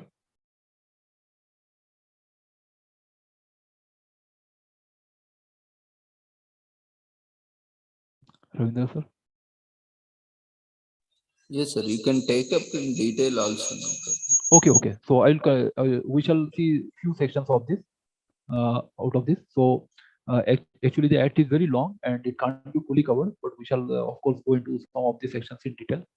So if we see the preamble, so the act came into force on 7th April 2017.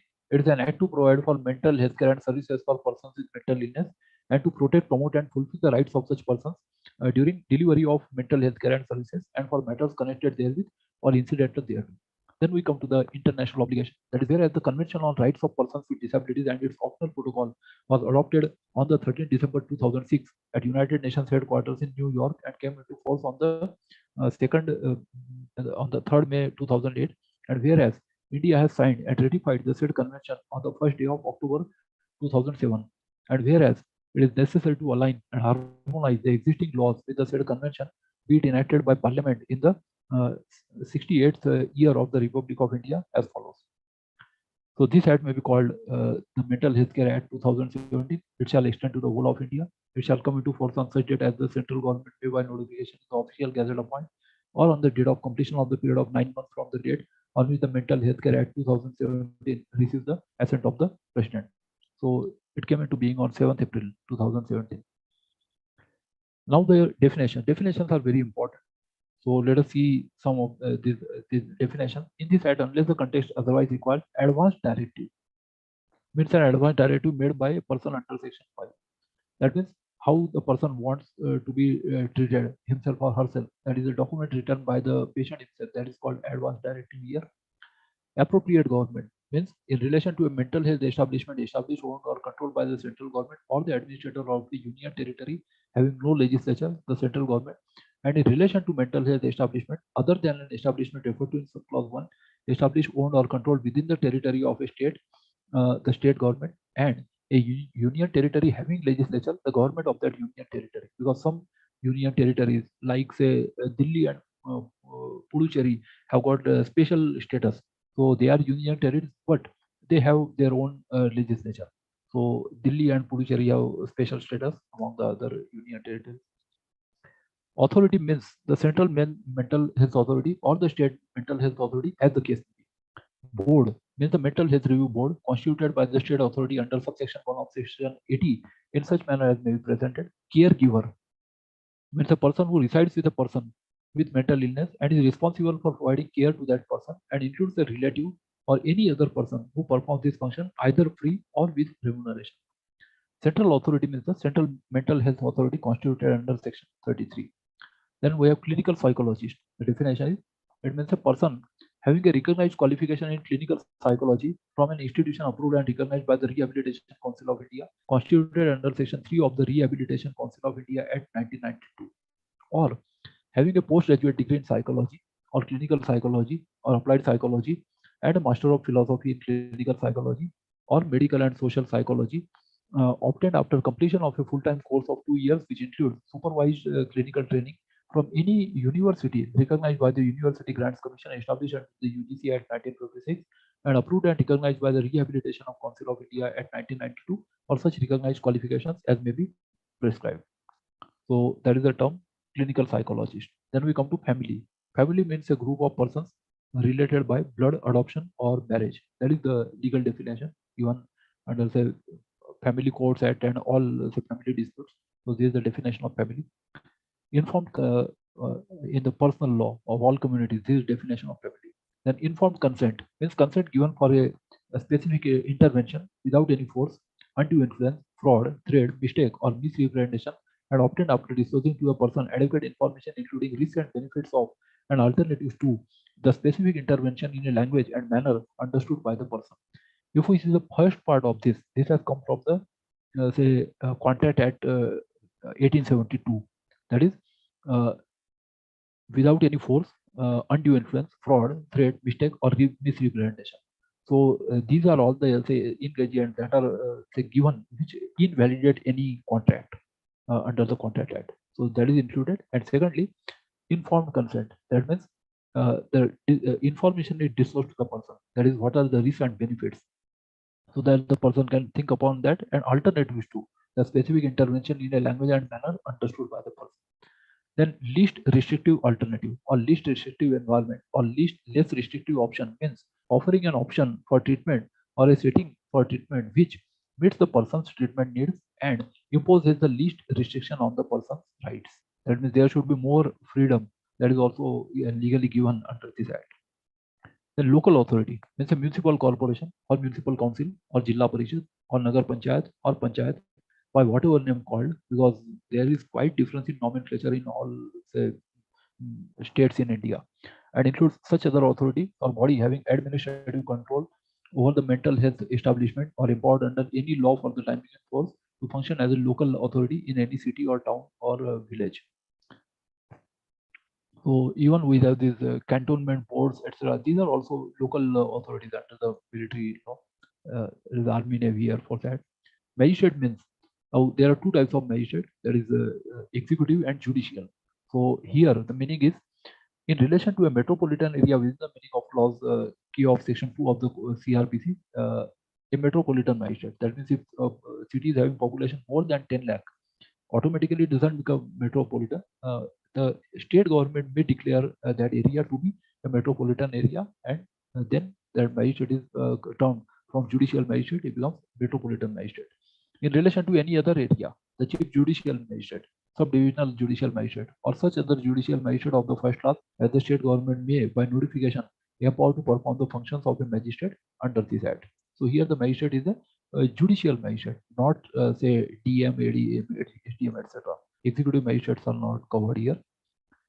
Now, medical officer in charge in relation to any mental health establishment means the psychiatrist or medical practitioner who for the time being is in charge of that medical health establishment. Medical practitioner means a person who possesses a recognized medical qualification as defined in clause H of section 2 of the Indian Medical Council Act 1956. Now that is replaced by the new National Medical Commission NMC Act, and whose name has been entered in the state medical register as defined in clause K of that section, or as defined in clause H of subsection 1 of section 2 of the Indian Medical Medicine Central Council Act 1970, and whose name has been entered in the state register of Indian Medicine as defined in clause G of subsection 1 of that section, or as defined in clause G of subsection 1 of section 2 of the Homeopathy Central Council Act 1973, and whose name has been entered as a state register of homeopathy as defined in clause 1 of subsection 1 of that section. So these are the registered medical practitioners recognized. Then mental health care includes analysis and diagnosis of a person's mental condition and treatment, as well as care and rehabilitation of such person for his mental illness or suspected mental illness. Then mental health establishment means any health establishment including Ayurveda, Yoga and Naturopathy, Unani, Siddha and Homeopathy establishment by whatever name called, either wholly or partly. That means it could be a clinic, polyclinic, hospital, whatever, meant for the care of persons with mental illness, established, owned, controlled or maintained by the appropriate government, local authority, trust, whether private or public, corporation, cooperative society, organization, or any other entity or person. That is whatever may be the legal status. It could be the establishment, shop, clinic, or say firm, company, etc. Whatever may be the status, cooperative society or trust, where persons with mental illness are admitted and resided at or kept at in for care, treatment, convalescence and rehabilitation, either temporary or otherwise, and includes any general hospital or general nursing home established or maintained by the appropriate government, local authority, trust, whether private or public, corporation, cooperative society, organization, or any other entity or person, but does not include a family residential place where a person with mental illness resides with his relatives or friends. That is family, it excludes the family residential place. That is the meaning of mental health establishment. In family, we get all this facility free. That is okay. So there is no need of mental health if we have good relations with family members. Okay. Mental health nurse means a person with a diploma or degree in general nursing or diploma in or degree in psychiatric nursing recognized by the Nursing Council of India, established under Nursing Council of India at 1947 and registered as such with relevant nursing council in the state. So that is mental health nurse.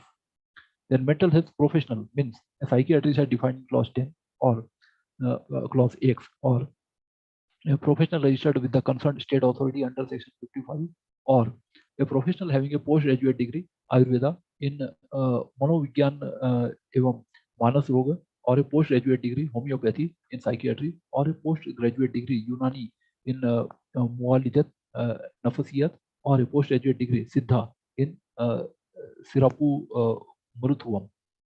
So these various say systems of Indian medicine are recognized here, Indian and Western medicine. And mental illness means now this definition is very important. Mental illness means a substantial disorder of thinking, mood, perception, orientation, or memory that grossly impairs judgment, behavior, capacity to recognize reality, or ability to meet the ordinary demands of life. Mental conditions associated with the abuse of alcohol and drugs, but does not include mental retardation, which is a condition of arrested or incomplete development of mind of a person, especially characterized by subnormality of intelligence. That means this mental illness is different from, it does not include mental retardation here. Minor means a person who has not completed the age of 18 years. Notification means notification published in official gazette and expression notified shall be construed accordingly. The prescribed means prescribed by rules made under this act. Prisoner with mental illness means a person with mental illness who is an under trial or convicted of an offense and detained in a jail or prison. Psychiatric social worker means a person having a postgraduate degree in social work, that is a, we can say MSW, Master of Social Work, and a Master of Philosophy in Psychiatric Social Work obtained after completion of a full-time course of 2 years, which includes supervised clinical training from any university recognized by the University Grants Commission established under the UGC Act 1956 or such recognized qualifications as may be prescribed. Then psychiatrist means a medical practitioner possessing a postgraduate degree or diploma in psychiatry. Now there is a difference between psychology and psychiatry. Psychology is a branch of arts, while psychiatry is a branch of medicine. So here we are not talking about the arts or MA. Here we are talking about medicine, MBBS, psychiatrist. Okay. So means a medical practitioner possessing a postgraduate degree, a person who can treat patients. Psychologist is different. Psychology is say arts degree. Psychiatrist means a medical practitioner possessing a postgraduate degree or diploma in psychiatry awarded by a university recognized by the University Grants Commission established under the UGC Act 1956 or awarded or recognized by the National Board of Examinations and included in the first schedule to the Indian Medical Council Act 1956, or that is replaced by National Medical Commission, or recognized by the Medical Council of India constituted under the Indian Medical Council Act 1956 and includes in relation to any state any medical officer who having regard to his knowledge and experience in psychiatry has been declared by the government of that state to be a psychiatrist for the purposes of this act. The regulations means regulations made under this act that all is given under the last chapter of this act. Relative means any person related to the person with mental illness by blood, marriage or adoption. That is say a definition similar to family. State authority means the state mental health authority established under section 45. The words and expressions used and not defined in this act, but defined in the Indian Medical Council Act 1956 or the Indian Medicine Central Council Act 1970 and not inconsistent with this act shall have the meanings respectively assigned to them in those acts. Now there is chapter 2. This has only 2 sections. There is mental illness and capacity to make mental health care and treatment decisions. So determination of mental illness. Mental illness shall be determined in accordance with such nationally or internationally accepted medical standards, including the latest edition of the International Classification of Disease of the World Health Organization as may be notified by the central government. No person or authority shall classify a person as a person with mental illness except for purposes directly relating to the treatment of the mental illness or in other matters as covered under this act or any other law for the time being in force. Because there are some exemptions that are given in chapter 4 of IPC also. So that is for say criminal defense purpose only. Now, mental illness of a person shall not be determined on the basis of political, economic or social status or membership of a cultural, racial or religious group or for any other person not directly relevant to mental health status of the person. The non-conformity with moral, social, cultural, work or political values or religious beliefs prevailing in a person's community. Past treatment or hospitalization in a mental health establishment, though relevant, shall not by itself justify any present or future determination of the person's mental illness. That means here it is defined what is not mental health, that is given in this say subsection. then the determination of a person's mental illness shall alone not imply or be taken to mean that the person is of unsound mind unless he has been declared as such by a competent court. So, person of unsound mind, this is a word that is legally used in many acts. Now, the word pagal or lunatic, these are not, or insane, these words are not used that were used earlier in, say, Lunacy Act of 1912. The capacity to make mental health and treatment decisions. So every person, including a person with mental illness, shall be deemed to have capacity to make decisions. That means he himself or herself can also take decisions regarding his mental health care or treatment if such person has ability to understand the information that is relevant to take a decision on the treatment or admission of a person or admission or personal assistance, or appreciate any reasonably foreseeable consequence of a decision or lack of decision on the treatment or admission of or personal assistance, or communicate the decision under clause A by means of speech, expression, gesture, or any other means if there is some say handicap in such case. The information referred to in subsection 1 shall be given to a person using simple language which such person understands, or in sign language or visual aids or any other means to enable him to understand the information. Where a person makes a decision regarding his mental health care or treatment which is pursued by others as inappropriate or wrong, that by itself shall not mean that the person does not have the capacity to make mental health care or treatment decision, so long as the person has the capacity to make mental health care or treatment decision under subsection 1. That means there should not be any forcible, say, sending into, say, lunatic asylums or as the things were done in, say, when this Lunacy Act was in force. Now there is chapter 3, Advanced Directive. So this is very important provision because a person can himself write about his treatment.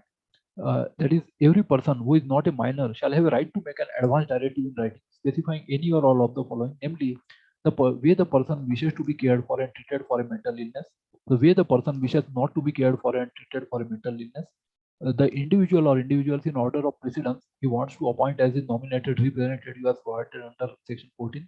That means he can make a list of this. An advance directive under subsection 1 may be made by a person irrespective of his past mental illness or treatment for the same. So even if it has not been made earlier, now it can be made after this act came into being. An advance directive made under subsection 1 shall be invoked only when such person ceases to have capacity to make mental health care or treatment decisions, and shall remain effective until such person remains capacity to make mental health care or treatment decisions. That means if we see the effect, then it shall be invoked only when such person does not have capacity to make, that is, ceases to have capacity to make mental health care or treatment decisions, and it shall remain effective until such person regains the capacity to make mental health care or treatment decisions. That means it shall not be only during, say, this period of unsound mind it will remain in force. Other than that, this advance directive shall have no force when the person is of sound mind. Any decision made by a person while he has the capacity to make mental health care and treatment decisions shall override any previously written advance directive by such person. This is just similar to will that is written by a person.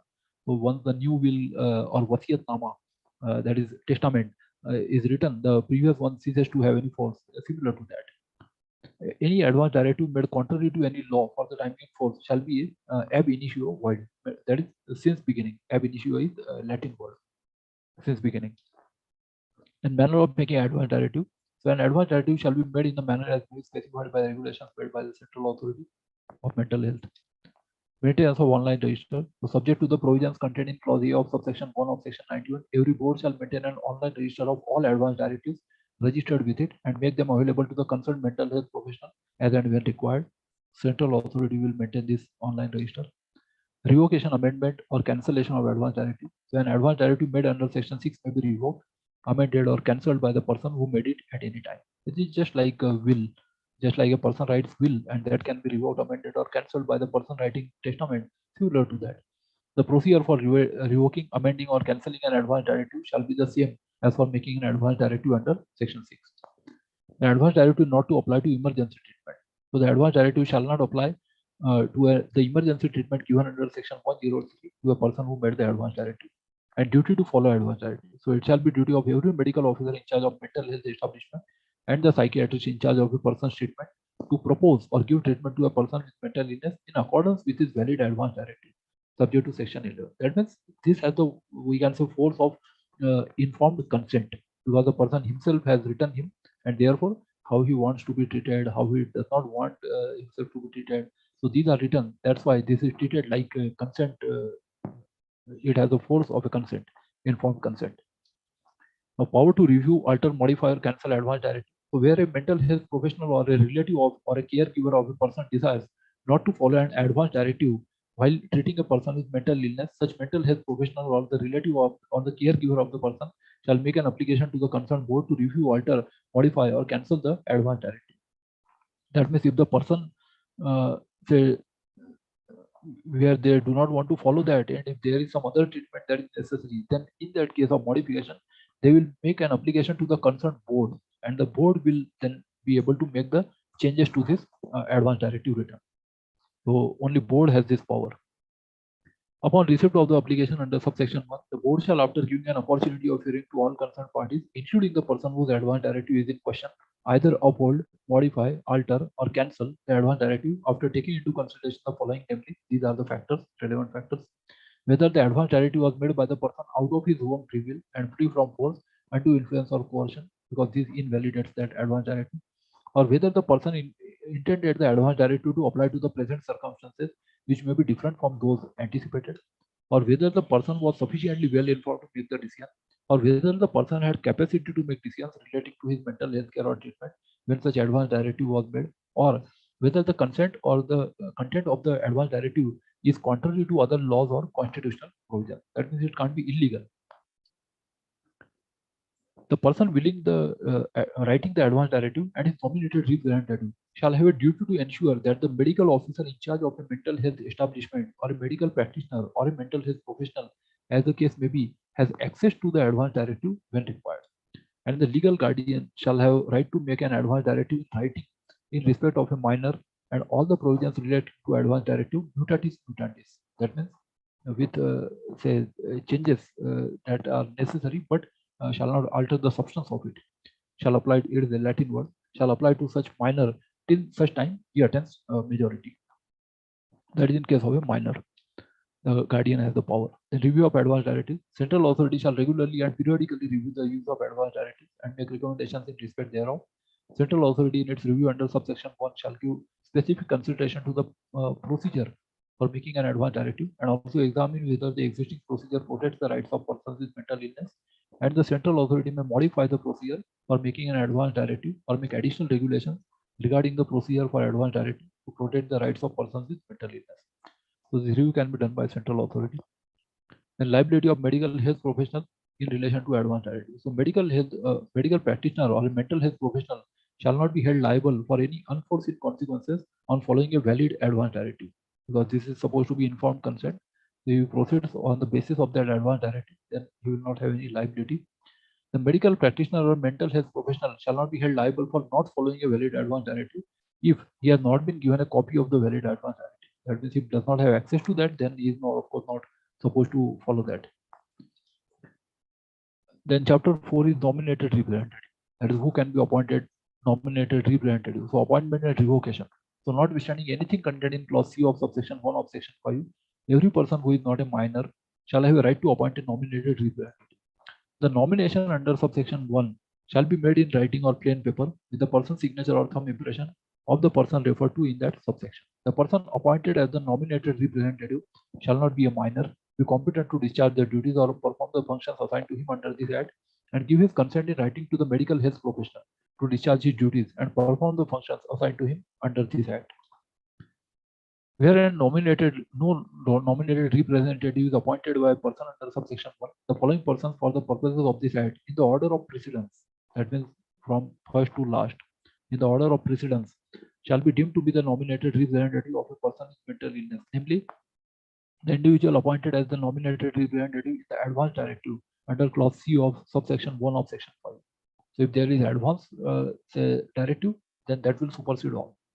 If that is not exist or is not valid, then a relative, or if that is not available or not willing to be the nominated representative of such person, or a caregiver or if not available or not willing to be the nominated representative of such person, or a suitable person appointed as such by the concerned board, then lastly the board may appoint such person. Or if no such person is available to be appointed as a nominated representative, the board shall appoint the director, Department of Social Welfare, or his designated representative as the nominated representative of the person with mental illness, provided that a person representing an organization registered under the Societies Registration Act 1860 or any other law for the time in force working for persons with mental illness may temporarily be engaged by the mental health professional to discharge the duties of a nominated representative pending appointment of a nominated representative by the concerned board. So a person belonging to a society may be appointed for a limited time.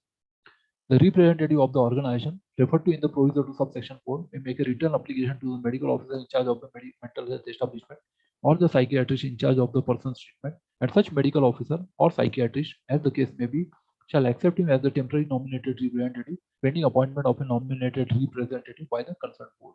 And a person who has appointed any person as his nominated representative under this section may revoke or alter such appointment at any time in accordance with the procedure laid down for making an appointment of nominated representative under subsection 1.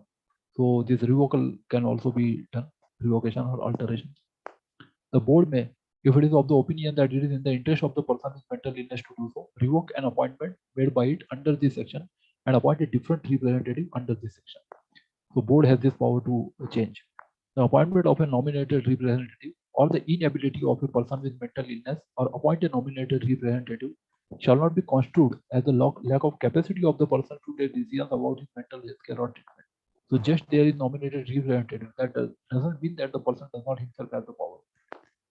All persons with mental illness shall have capacity to make mental health care or treatment decisions, but may require varying levels of support from their nominated representative to make decisions. Now, nominated representative of minor. So, notwithstanding anything contained in section 14, in case of minors, the legal guardian shall be their nominated representative unless the concerned board orders otherwise under subsection 2. We already have this Guardians and Wards Act 1956 for the Hindu community. It is a comes under personal law, so it is different for different religions in India. Where on an application made to the concerned board by a mental health professional or any other person acting in the best interest of the minor, and on evidence presented before it, the concerned board is of the opinion that the legal guardian is not acting in the best interest of the minor, or the legal guardian is otherwise not fit to act as the nominated representative of the minor, it may appoint any suitable individual who is willing to act as such the nominated representative of the minor with mental illness, provided that in case no individual is available for appointment as a nominated representative, the board shall appoint the director in the Department of Social Welfare of the state in which such board is located or his nominee as the nominated representative of the minor with mental illness. Then next is revocation, alteration, etc. of nominated representative by the board. So the board on an application made to it by the person with mental illness or by relative of such person or by the psychiatrist responsible for the care of such person or by the medical officer in charge of the mental health establishment where the individual is admitted or proposed to be admitted may revoke, alter or modify the order made under clause E of subsection 4 of section 14 or under subsection 2 of section 15. The duties of nominated representative, what it does. So while fulfilling his duties under this act, the nominated representative shall consider the current and past wishes, the life history, values, cultural background, and the best interests of the person with mental illness.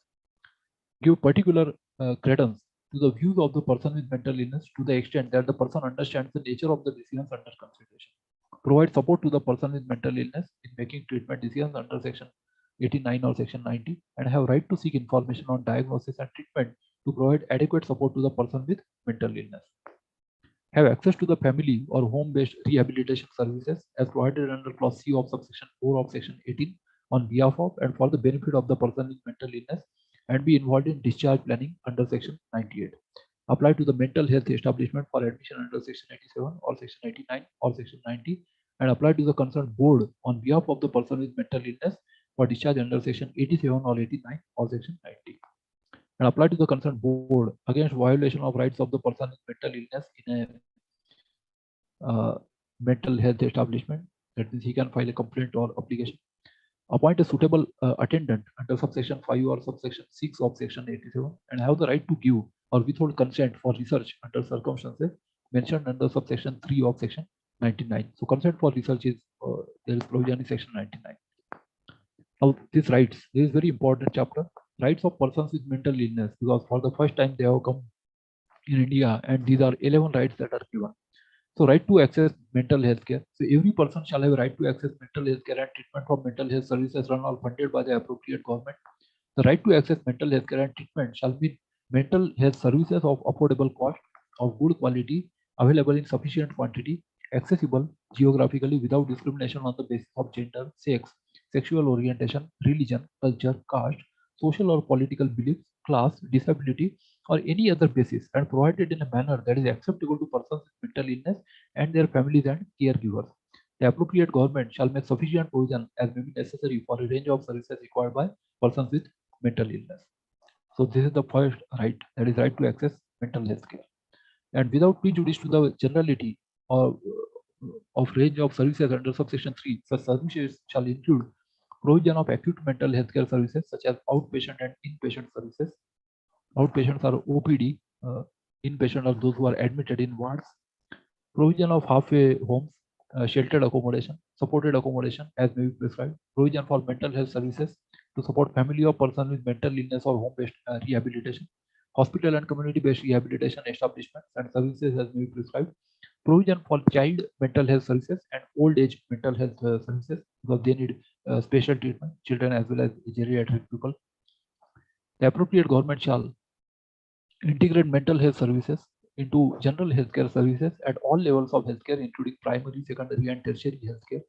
We have earlier seen this classification. Primary are at village level, secondary are at town level, tertiary are in big cities like AIMS, PGI, etc. And in all health programs run by the appropriate government. Provide treatment in a manner which supports persons with mental illness to live in the community and with their families. So this is very important provision, that is it supports persons with mental illness to live in community with their families. Ensure that the long-term care in a because living lonely or loneliness also has very harmful effects on some people. Ensure that the long-term care in a mental health establishment for treatment of mental illness shall be used only in exceptional circumstances for as short a duration as possible and only as a last resort when appropriate community-based treatment has been tried and shown to have failed. That means so long-term care in mental health establishment shall be necessary only if short-term care or community-based care is not possible or it has failed. Ensure that no person with mental illness, including children and older persons, shall be required to travel for long distances to access mental health services, and such services shall be available close to a place where a person with mental illness resides. And the target is that they should be available in all districts in India. Ensure that as a minimum, mental health services run on or funded by government shall be available in each district. It is written here in clause E.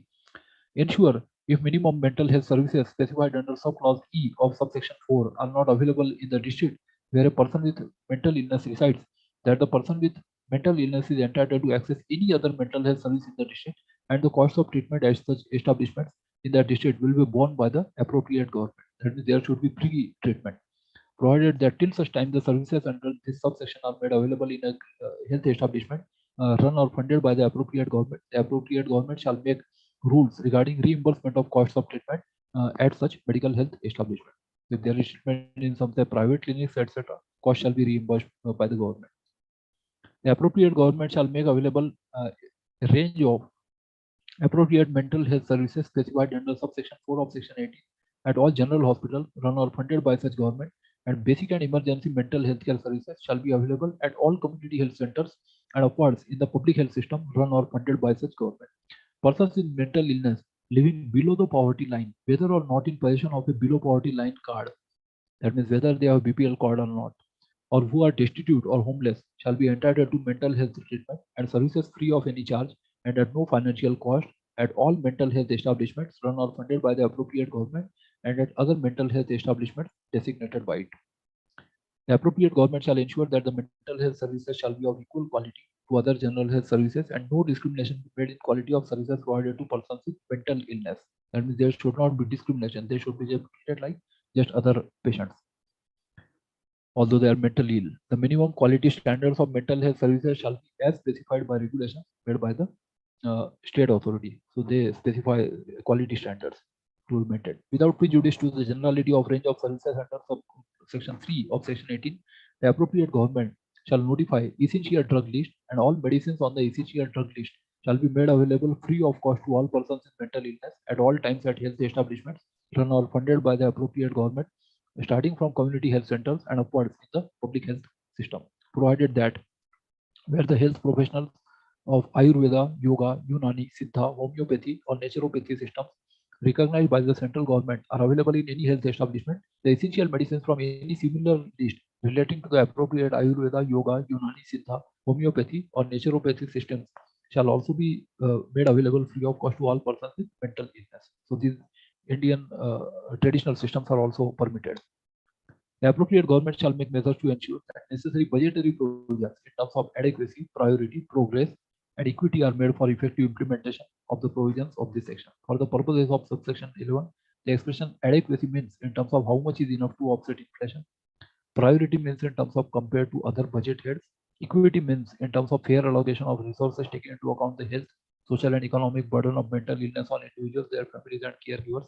And progress means in terms of indicating an improvement in the state's response. So these things will be considered, that is adequacy, priority, equity and progress. Now next important right is right to community living. That is, they should not be kept in isolation forcibly. Every person with mental illness shall have a right to live in, be part of and not be segregated from society, and not continue to remain in a mental health establishment merely because he does not have a family or is not accepted by his family or is homeless or due to absence of community-based facilities. So maybe they can be kept together with say other such patients. They should not be forcibly isolated. So right to community living. Where it is not possible for a mentally ill person to live with his family or relatives, or where a mentally ill person has been abandoned by his family or relatives, the appropriate government shall provide support as appropriate, including legal aid, and to facilitate exercising his right to family home and living in the family home. The appropriate government shall, within a reasonable period, provide for or support the establishment of. So here, government shall provide support, including legal aid, so that he is kept with family and relatives, where family and relatives are available. The appropriate government shall, within a reasonable period, provide for or support the establishment of least restrictive community-based establishments, including halfway home, group homes, and the like for persons who no longer require treatment in more restrictive mental health establishments such as long-stay mental hospitals. Now 20, this is also an important right, right to protection from cruel, inhuman, and degrading environment. That means they shall not be chained, etc., as was the old practice. So every person with mental illness shall have a right to live with dignity. This flows from our constitutional right, Article 19. Every person with mental illness shall be protected from cruel, inhuman, or degrading treatment in any mental health establishment and shall have the following rights, namely to live in safe and hygienic environment, to have adequate sanitary conditions, to have reasonable facilities for leisure, recreation, education, and religious practices, right to privacy, for proper clothing, as to protect such person from exposure of his body to maintain his dignity. So this right to clothing is also legally recognized right now, to not be forced to undertake work in a mental health establishment and to receive appropriate remuneration for work when undertaken. That is right to undertake work and get wages for it, to have adequate provision for preparing for living in the community, to have adequate provision for wholesome food, sanitation, space and access to articles of personal hygiene, in particular women's personal hygiene, be adequately addressed by providing access to items that may be required during menstruation, that is sanitary napkins, etc. To not be subject to compulsory tonsuring, that is shaving of head hair, so compulsory tonsuring shall not be done. To wear own personal clothes if so wished, and to not be forced to wear uniforms provided by the establishment. That means there cannot be, say, there's any say clothing or uniform cannot be compulsorily be say worn by these people. To be protected from all forms of physical, verbal, and emotional and sexual abuse. Now we have next right, that is right to equality and non-discrimination. Every person with mental illness shall be treated as equal to persons with physical illness in the provision of all healthcare. We shall include the following, namely, there shall be no discrimination on any basis, including gender, sex, sexual orientation, religion, culture, caste, social or political beliefs, class or disability. Emergency facilities and emergency services for mental illness shall be of the same quality and availability as those provided to persons with physical illness. Persons with mental illness shall be entitled to the use of ambulance services in the same manner, standard and quality as provided to persons with physical illness. So this right to ambulance is also a legal right now. Living conditions in health establishment shall be of the same manner, standard and quality as provided to persons with physical illness, and any other health services provided to persons with physical illness shall be provided in same manner, standard and quality to persons with mental illness. That means we can say here a attempt is made to bring parity between physical illness and mental illness. So this is the right to equality and non-discrimination. A child under the age of 3 years of a woman receiving care, treatment or rehabilitation at a mental health establishment shall ordinarily not be separated from her during her stay in such establishment. So child below 3 years cannot be separated from mother.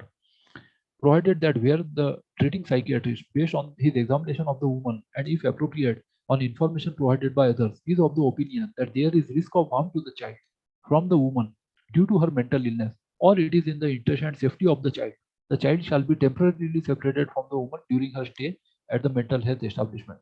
Provided further that the woman shall continue to have access to the child under such supervision of the staff of the establishment or her family as may be appropriate during the period of separation. That means it shall not be a long or forcible separation, but it will be under supervision.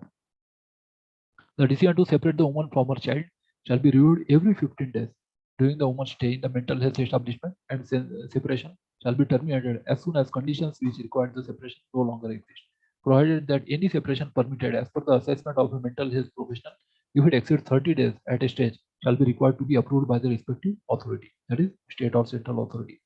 Every insurer shall make provision for medical insurance for treatment of mental illnesses on the same basis as is available for treatment of physical illness. So this is the provision for insurance, that is subsection 4 of section 21. The right to information. A person with mental illness and his nominated representative shall have the right to the following rights to the following information, namely the provision of this act or any other law for the time in force under which he has been admitted, if he is being admitted, and the criteria for admission under that provision, of his right to make an application to the concerned board for a review of the admission, the nature of the person's mental illness and the proposed treatment plan, which includes information about treatment proposed and the known side effects of the proposed treatment. Receive the information in a language and form that such person receiving the information can understand. In case complete information cannot be given to the person with mental illness at the time of the admission or the start of treatment, it shall be the duty of the medical officer or psychiatrist in charge of the person's care to ensure that full information is provided promptly when the individual is in a position to receive it. Provided that where the information has not been given to the person with mental illness at the time of the admission or the start of treatment, the medical officer or psychiatrist in charge of the person's care shall give the information to the nominated representative immediately. So if it is not given to the person, at least his nominated representative shall be informed. The right to confidentiality. Just like in case of say AIDS victims, or say in case of say offense against women, we keep the names confidential. So here also there is right to confidentiality. A person with mental illness shall have the right to confidentiality in respect of his mental health care, treatment, and physical health care. All health professionals providing care or treatment to a person with mental illness shall have a duty to keep all such information confidential which has been obtained during care or treatment, with the following exception, namely that means it is actually earlier it was included under ethics, just like doctors and lawyers keep this say confidential about their patients or clients, similar to that. So the exceptions are given here. Release of information to the nominated representative to enable him to fulfill his duties under this act, and release of information to other mental health professionals and other health professionals to enable them to provide care and treatment to the person with mental illness. That means among that specific group who is giving care, healthcare professionals can exchange that information. Release of information if it is necessary to protect any other person from harm or violence, so that they can protect themselves. Only such information that is necessary to protect against the harm identified shall be released. That is so what we call need to know basis in military language. Release only such information as is necessary to prevent threat to life. Release of information upon an order by concerned board or the central authority or High Court or Supreme Court or any other statutory authority competent to do so, and release of information in the interest of public safety and security. That is if the person has escaped, etc. These are the circumstances. Now, restriction on release of information in respect of mental illness. So, no photograph or any other information relating to a person with mental illness undergoing treatment at a mental health establishment shall be released to the media without the consent of the person with mental illness. The right to confidentiality of person with mental illness shall also apply to all information stored in electronic or digital format in real or virtual space. That means it could be documentary or electronic. Another important right is right to access medical records. So all persons with mental illness shall have right to access their basic medical records as may be prescribed. The mental health professional in charge of such records may withhold specific information in the medical record if disclosure would result in serious mental harm to the person with mental illness or likelihood of harm to other persons. When any information in the medical records is withheld from the person, the mental health professional shall inform the person with medical illness of his right to apply to the concerned board for an order to release such information. So then he may apply to the board and the board may take decision. The right to personal contacts and communication. That means this right to communication is also very important because it also has a healing effect. A person with mental illness admitted to a mental health establishment shall have the right to refuse or receive visitors and to refuse or receive and make telephone or mobile phone calls at reasonable time subject to the norms of such mental health establishment. Also, we also have become so much addicted to social media. Now, to some it may not be an addiction, it is also a necessity because when we are living alone, we need to communicate with our family, with our relatives, with our friends, and instead of traveling, that is replaced by electronic media. That's why so many people need social media nowadays. It is also a necessity, although it may turn to addiction. So a person with mental illness admitted to in a mental health establishment may send and receive mail through electronic mode, including through email. That means they shall not be treated like say prisoners. Where a person with mental illness informs a medical officer or mental health professional in charge of the medical health establishment that he does not want to receive mail or email from any named person in the community, that is right to block, we may say. The medical officer or mental health professional in charge may restrict such communication by the named person with the person with mental illness. This is right to block. Nothing contained in subsection 1 to 3 shall apply to visits from telephone calls to and from mail or email to and from individuals specified under clause A to F under any circumstances, namely any judge or officer authorized by a competent court. That is, they always have the right. Members of the concerned board or the local central authority or state authority, any member of the parliament or a member of state legislature, nominated representative, lawyer or legal representative of the person, medical practitioner in charge of the person's treatment, and any other person authorized by the appropriate government. So these people have the right to contact and communication. The right to legal aid. A person with mental illness shall be entitled to receive free legal services to exercise any of his rights under this Act. So there is already, we have this legal services authorities at 1987. So it shall be the duty of magistrate, police officer, person in charge of such custodial institution as may be prescribed, or medical officer or mental health professional in charge of mental health establishment to inform the person with mental illness that he is entitled to free legal services under the legal services authorities at 1987 or as other relevant laws or under any order of the court if so ordered, and provide the contact details of the availability of services. So this right to legal aid should also be the informed to the person. The right to make complaints about deficiencies in provision of services. This is also a legal right.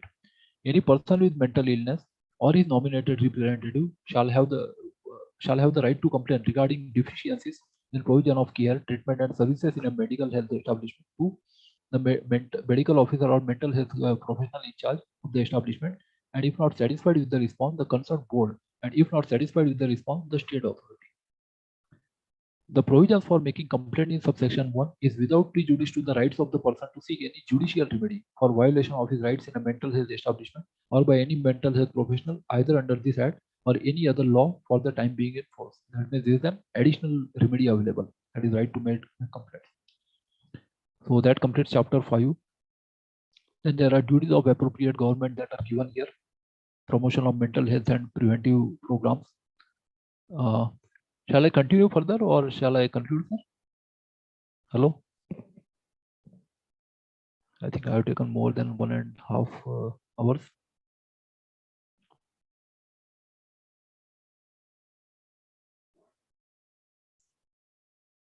Okay, I'll continue this chapter. So promotion of mental health and preventive programs. The appropriate government, that is the central or the state government, shall have a duty to plan, design, and implement programs for the promotion of mental health and prevention of mental illness in the country, without prejudice to the generality of the provisions contained in subsection 1. The appropriate government shall, in particular, plan, design, and implement public health programs to reduce suicides and attempted suicides in the country. Now, this is, we can say, a positive say departure from the earlier approach that was of criminality under IPC 309. That means they will take these positive steps to reduce suicides and attempted suicides.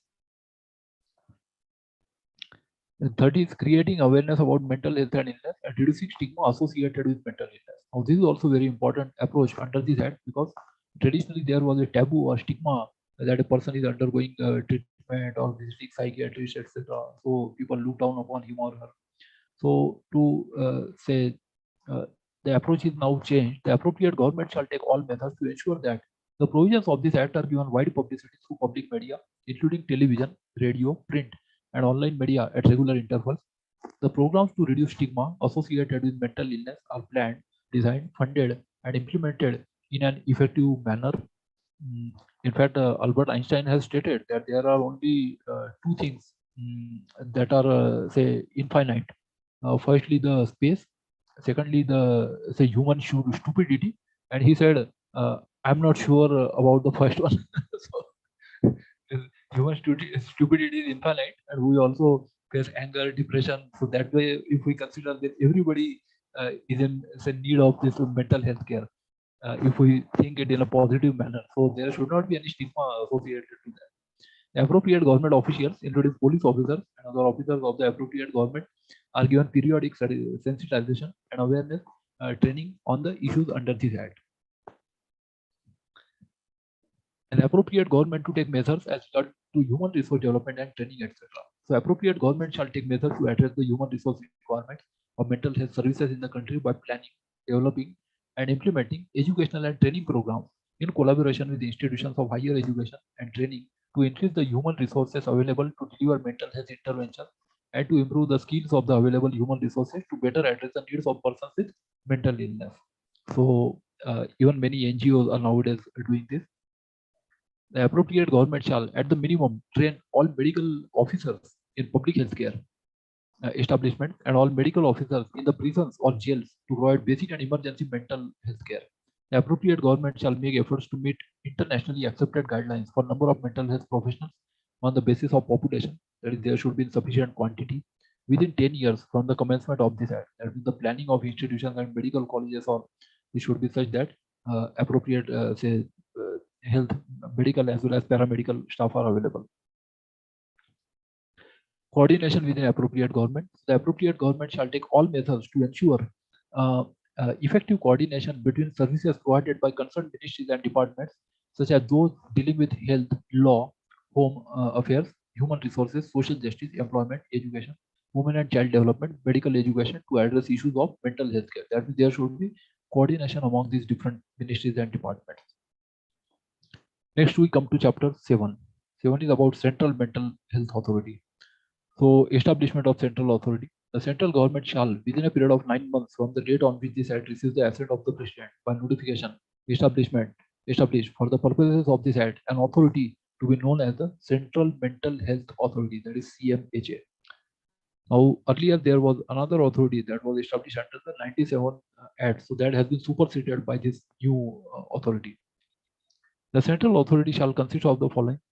There is the composition. Namely, Secretary or Additional Secretary to the Government of India in the Department of Health and Family Welfare, Chairperson ex officio, that is by virtue of his office. The meaning is, as soon as he ceases to be Secretary or Additional Secretary, the new Secretary shall automatically become the Chairman. That is ex officio. It is a Latin word.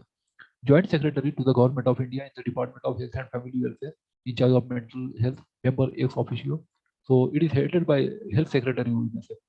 Joint Secretary to the Government of India in the Department of Ayurveda, Yoga and Naturopathy, Unani, Siddha and Homeopathy, member ex officio. Director General of Health Services, member ex officio. Joint Secretary to the Government of India in the Department of Disability Affairs of the Ministry of Social Justice and Empowerment, member ex officio. Joint Secretary to the Government of India in the Ministry of Women and Child Development, member ex officio. because they represent different interests. Directors of the central institutions for mental health, members ex officio, such other ex officio representatives from the relevant central government ministries or departments. One mental health professional as defined in item 3 of clause R of subsection 1 of section 2 having at least 15 years experience in the field to be nominated by the central government member. One psychiatric social worker having at least 15 years experience in the field to be nominated by the central government as member, and one clinical psychologist having at least 15 years experience in the field to be nominated by the central government member. These are the nominated members. So all the earlier up to G were the ex officio members, and these are the nominated members which are nominated for a particular duration. Then one mental health nurse having at least 15 years experience in the field of mental health to be nominated by the central government. Two persons representing persons who have had had mental illness to be nominated by the central government as members. That is, we may say patients or ex-patients. Two persons representing caregivers of persons with mental illness or organizations representing caregivers to be nominated by the central government as members. Two persons representing non-governmental organizations which provide services to persons with mental illness to be nominated by the central government as members, and two persons representing areas relevant to mental health if considered necessary.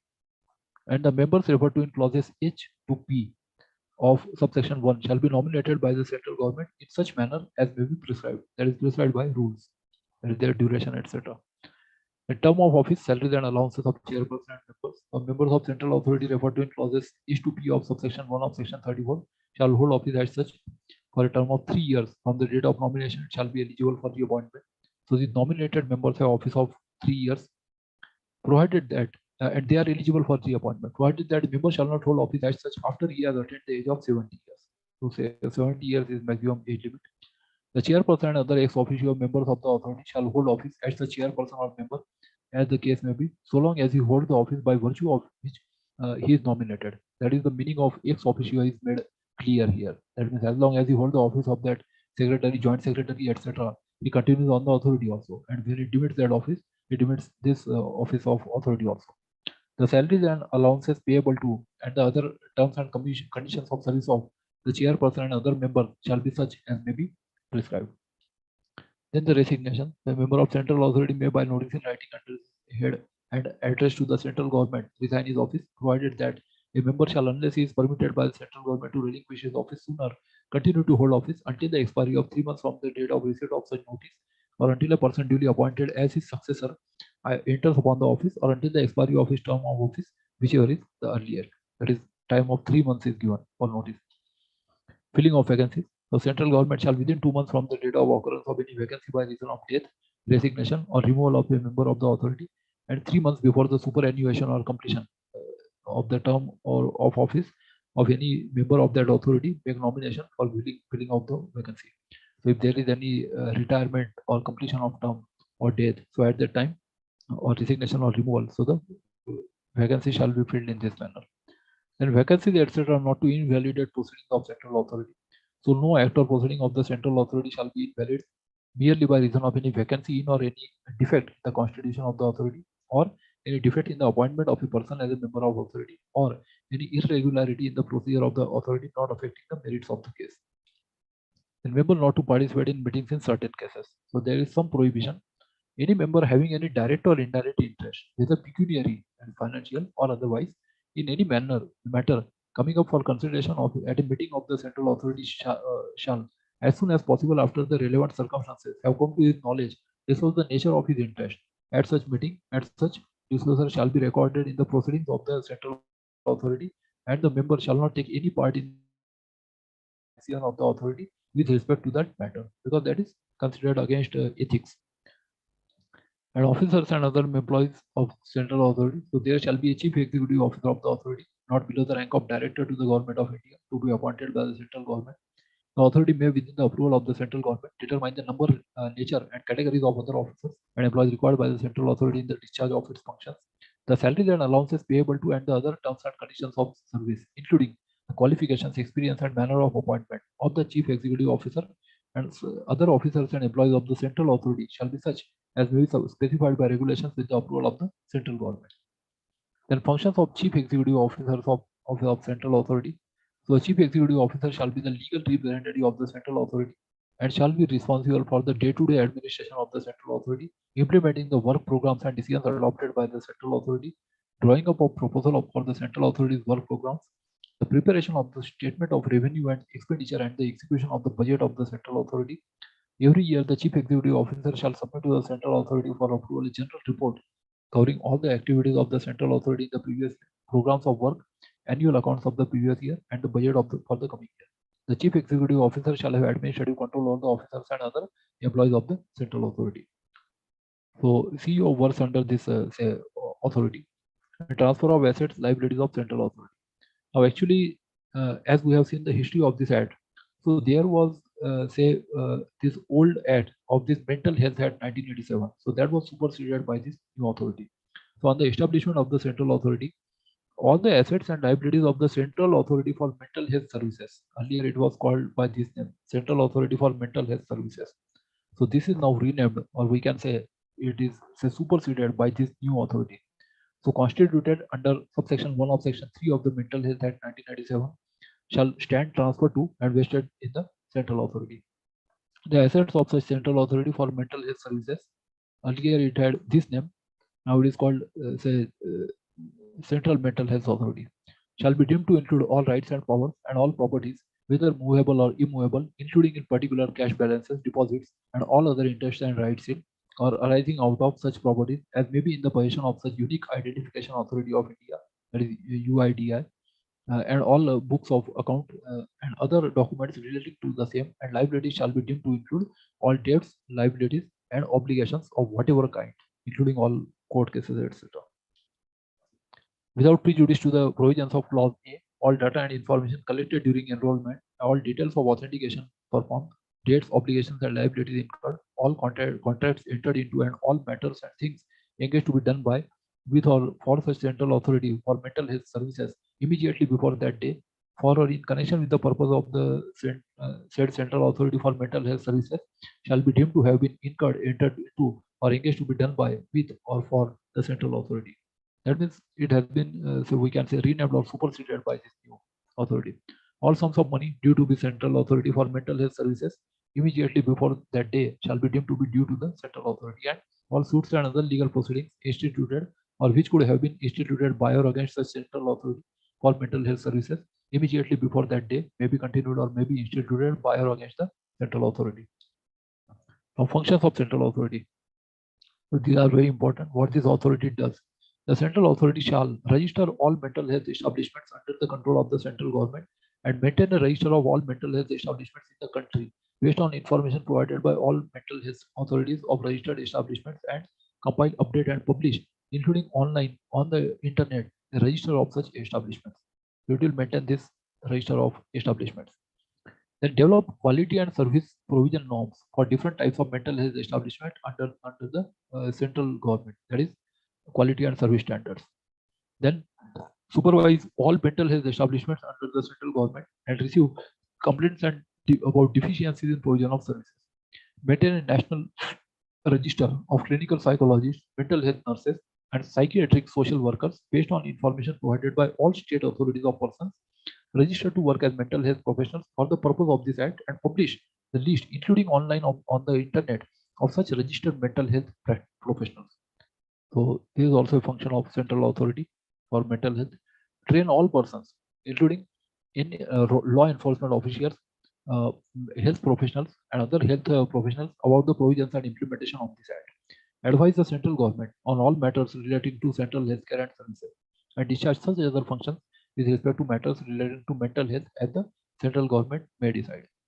Provided that the mental health establishment under the control of the central government before the commencement of this act, registered under the Mental Health Act 1997 or any other law for the time being in force, shall be deemed to have been registered under the provisions of this act, and copy of such registration shall be furnished to the central authority. That means automatically all these registrations are transferred to the new authority. The procedure for registration, including the fees to be levied for such registration of the mental health establishment under this section, shall be such as may be prescribed by the central government.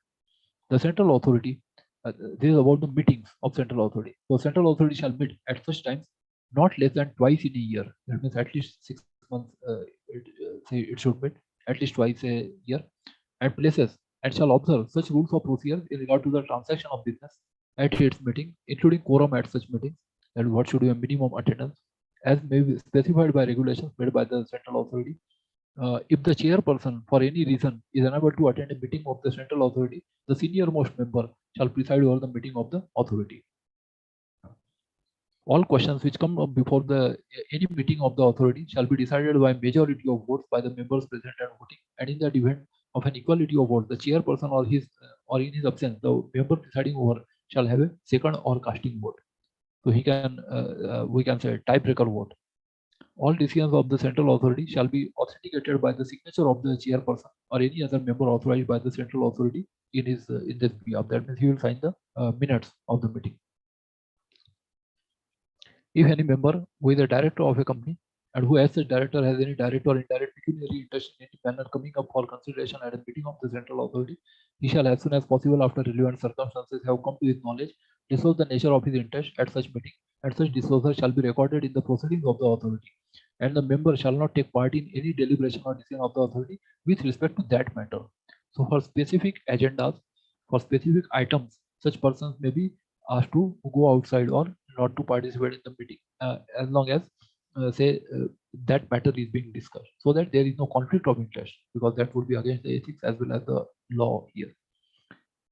Then similar to chapter 7, there is chapter 8, that is state mental health authority. So at state level, we have every state government shall within a period of 9 months from the date on which this act receives the assent of the president, by notification established for the purposes of this act, an authority to be known as the state mental health authority. Health is actually a state subject, so there is more as a role. Now the composition is similar to that.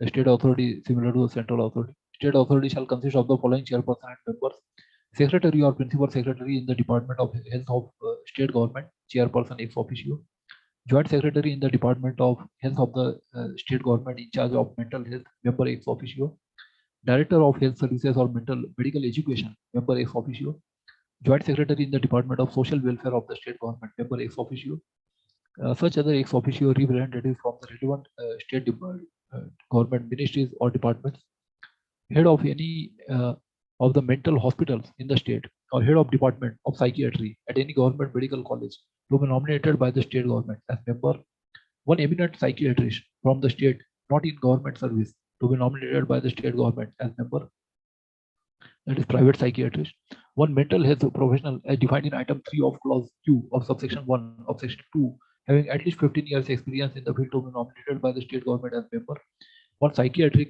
social worker having at least 15 years experience in the field to be nominated by the state government as member; one clinical psychologist having at least 15 years experience in the field to be nominated by the state government as member; one mental health nurse having at least 15 years experience in the field of mental health to be nominated by the state.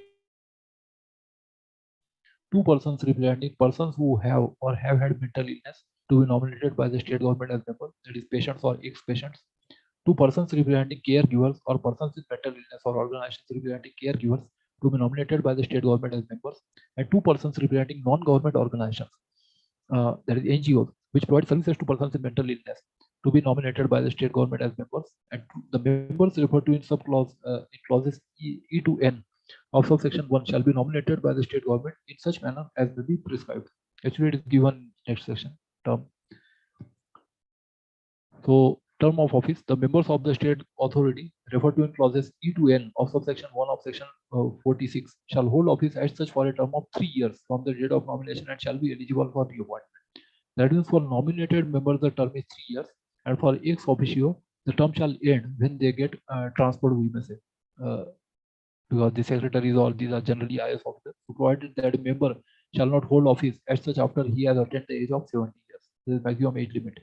The chairperson and other ex officio members of the state authority shall hold office as the chairperson or member as the case may be, so long as he holds the office by virtue of his which he is nominated.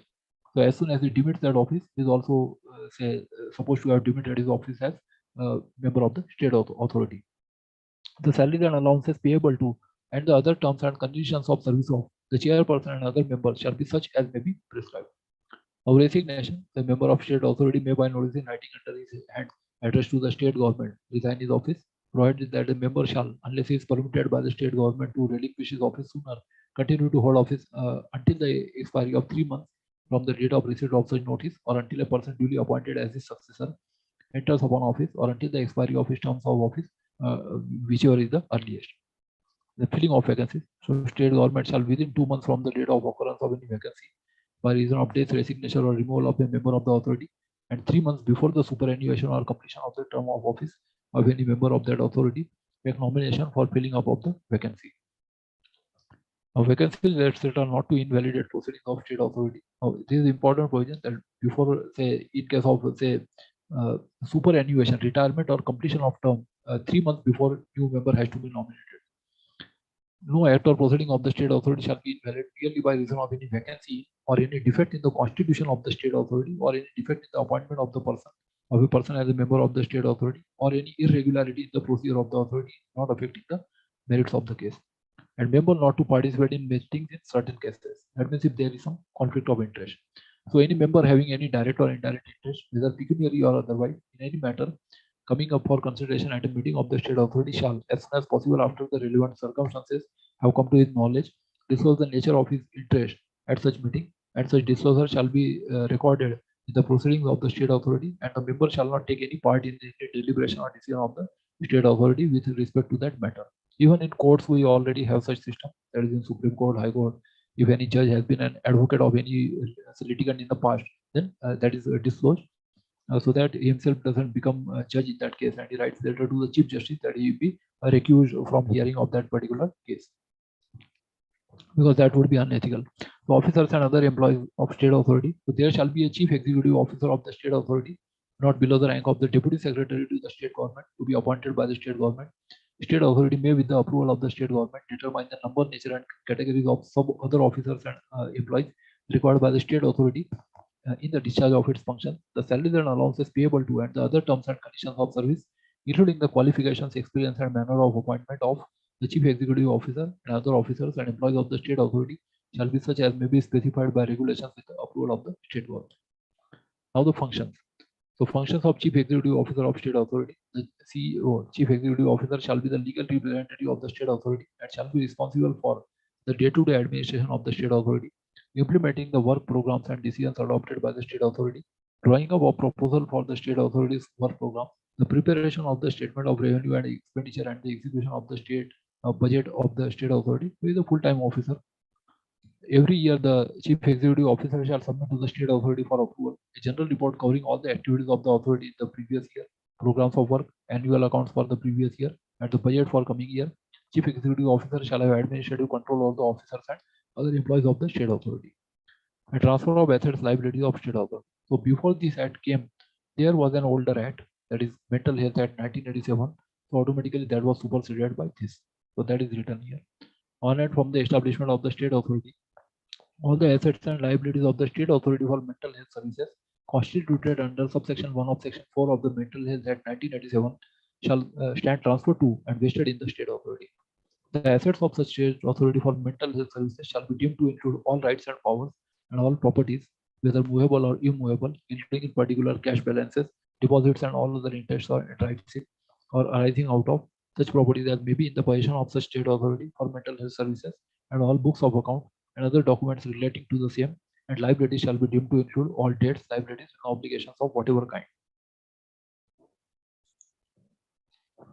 Then, without prejudice to the provisions of clause A, all data and transfer information collected during enrollment, all details of authentication performed, debts, obligations, and liabilities incurred, all contracts entered into, and all matters and things engaged to be done by or with or for such state authority for mental health services, that is the older authority, immediately before that day, for or in connection with the purposes of the state authority for mental health services, shall be deemed to have been incurred, entered into, or engaged to be done by, with, or for the state authority.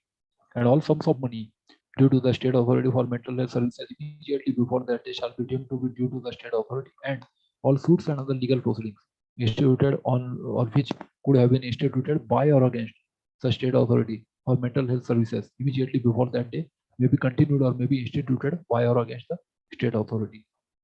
So all the money and legal rights are also transferred. And functions of state authority.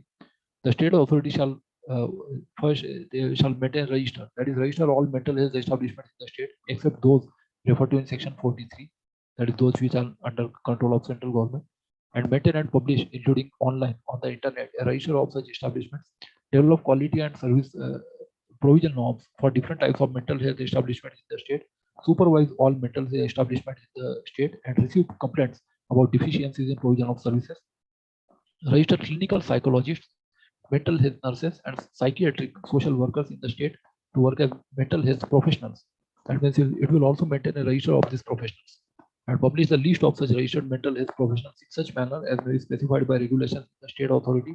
Train all relevant persons, including law enforcement officials, mental health professionals, and other health professionals about the provisions and implementation of this act, and discharge such other functions with respect to matters relating to mental health as the state government may decide, provided that mental health establishments in the state, except those referred to in section 43, registered before the commencement of this act under the Mental Health Act 1987 or any other law for the time being in force, shall be deemed to have been registered under the provisions of this act, and copy of such registration shall be furnished to the state authority. That means they will not have to apply de novo automatically. That registration shall be re-registered by this the older documents shall be furnished to the state authority. The procedure for registration, including the fees to be levied for such registration of the mental health establishments under that section and under this section, shall be such as may be prescribed by the state government. And then the meetings. So the state authority shall meet at such times not less than 4 times in a year. So for central authority it was 2 times a year. For state it is at least 4 times a year. And places, and shall observe such rules of procedure in regard to the transaction of business at its meeting, including quorum at such meetings, as may be specified by regulations made by the state authority. If the chairperson for any reason is unable to attend a meeting of the state authority, the senior most member shall preside over the meetings of the authority. All questions which come up before any meeting of the state authority shall be decided by majority of votes by the members present and voting, and in the event of an equality of votes, the chairperson or in his absence, the member presiding over shall have a second or casting vote. That is because decisions are taken by majority, so tie-breaking vote. All decisions of the state authority shall be authenticated by the signature of the chairperson or any other member authorized by the state authority in this behalf. That is, he will sign the minutes. If any member who is a director of a company and who as such director has any direct or indirect pecuniary interest in any manner coming for consultation at a meeting of the state authority, he shall as soon as possible after relevant circumstances have come to his knowledge disclose the nature of his interest at such meeting, and such disclosure shall be recorded in the proceedings of the authority, and the member shall not take part in any deliberation or decision of the state authority with respect to that matter. So that completes 8 chapters of this act. Chapter 9 is about finance, accounts, and audit. It's already 4:42. Shall I continue, or we can stop here, sir? You can conclude in 5-10 minutes. Okay. So I'll take up this one chapter. Okay. Chapter 9 is about finance, accounts, and audit.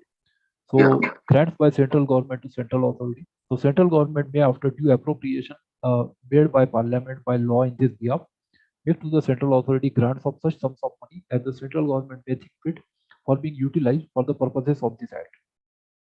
So central government shall give grants to the central authority. Similarly, there are provisions of accounting and audit also. So central mental health authority fund, this fund is established. There shall be constituted a fund to be called the central mental health authority fund, and there shall be credited thereto any grants and loans made to the authority by the central government, all fees and charges received by the authority under this act, and all sums received by the authority from such other sources as may be decided upon by the central government. That is, it may also receive some fees, etc., from this health establishments, etc.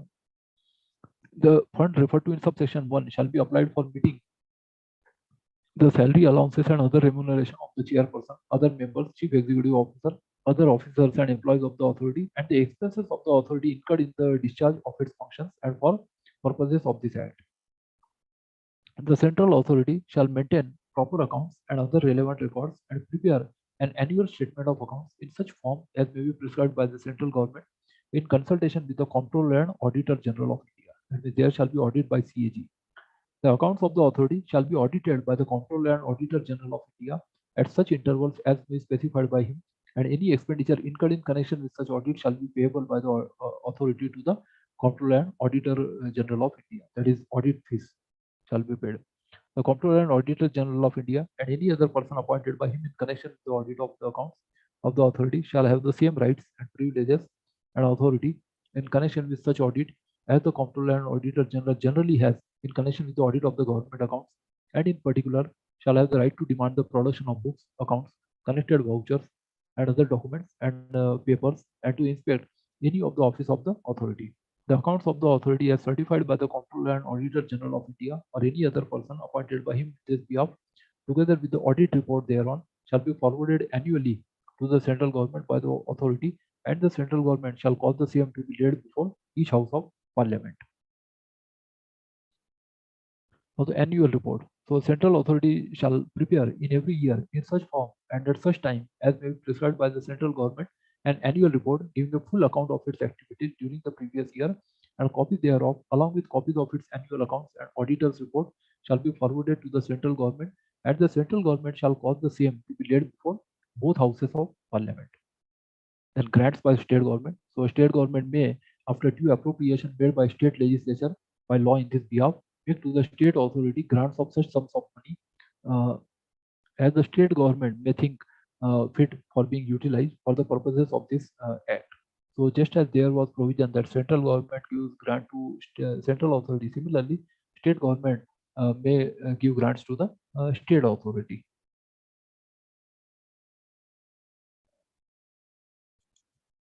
Then we come to 62, that is State Mental Health Authority Fund. So there shall be constituted a fund to be called the State Mental Health Authority Fund, and there shall be credited thereto any grants and loans paid to the state authority by the state government, all fees and charges received by the authority under this act, and all sums received by the state authority from such other sources as may be decided upon by the state government.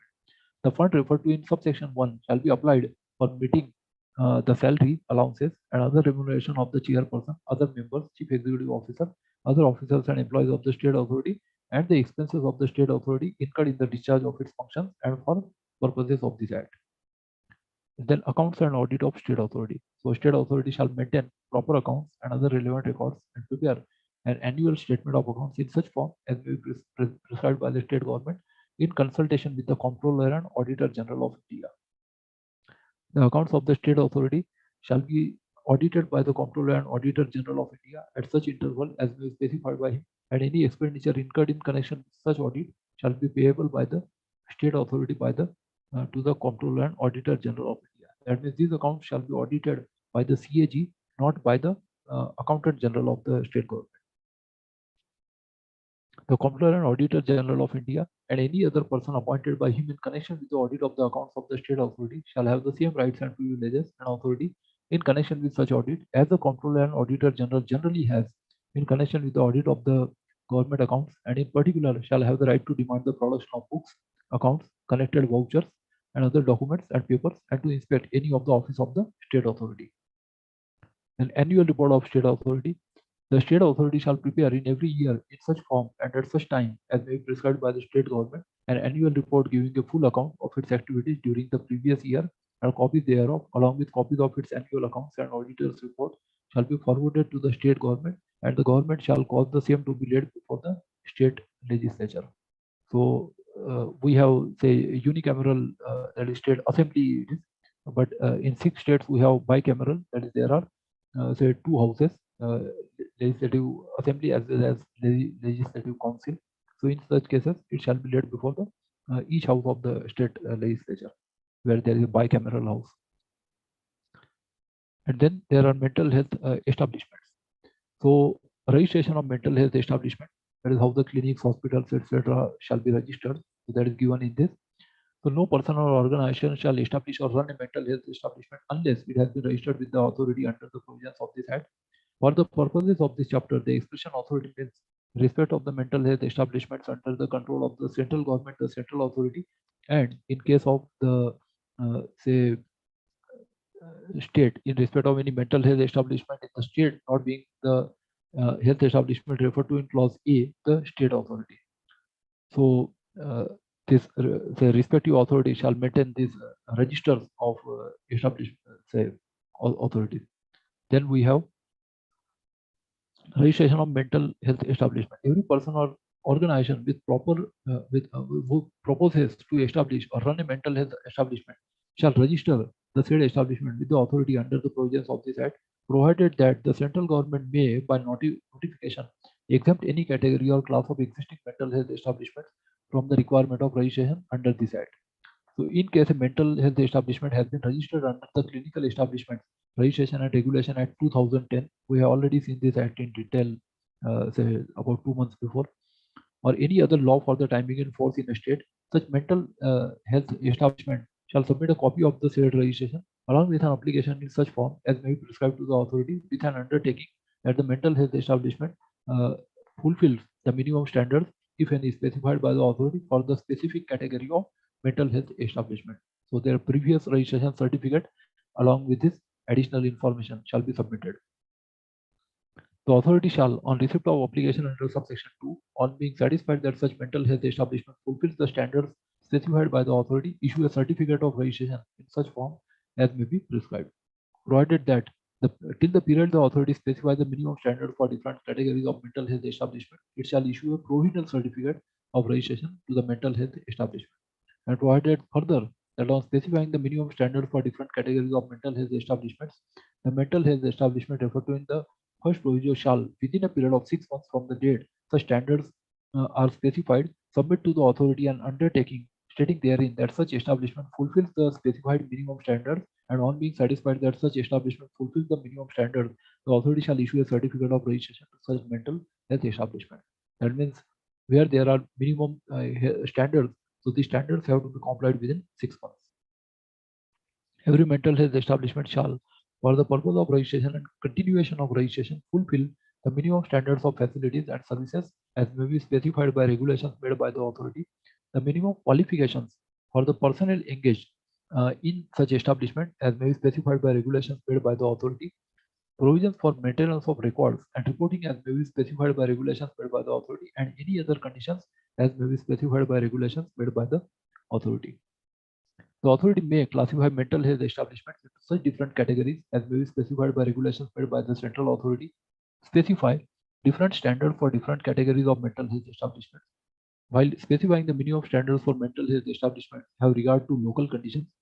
Notwithstanding anything in this section, the authority shall, within a period of 18 months from the commencement of this Act, by notification specify the minimum standards for different categories of mental health establishments.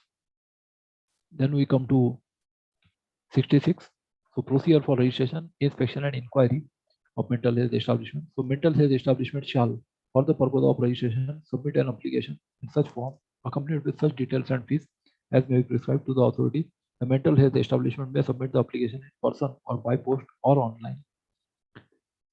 Every mental health establishment existing on the date of commencement of this Act shall, within a period of 6 months from the date of constitution of the authority, submit an application for its provisional registration to the authority. So 6 months time is given to them.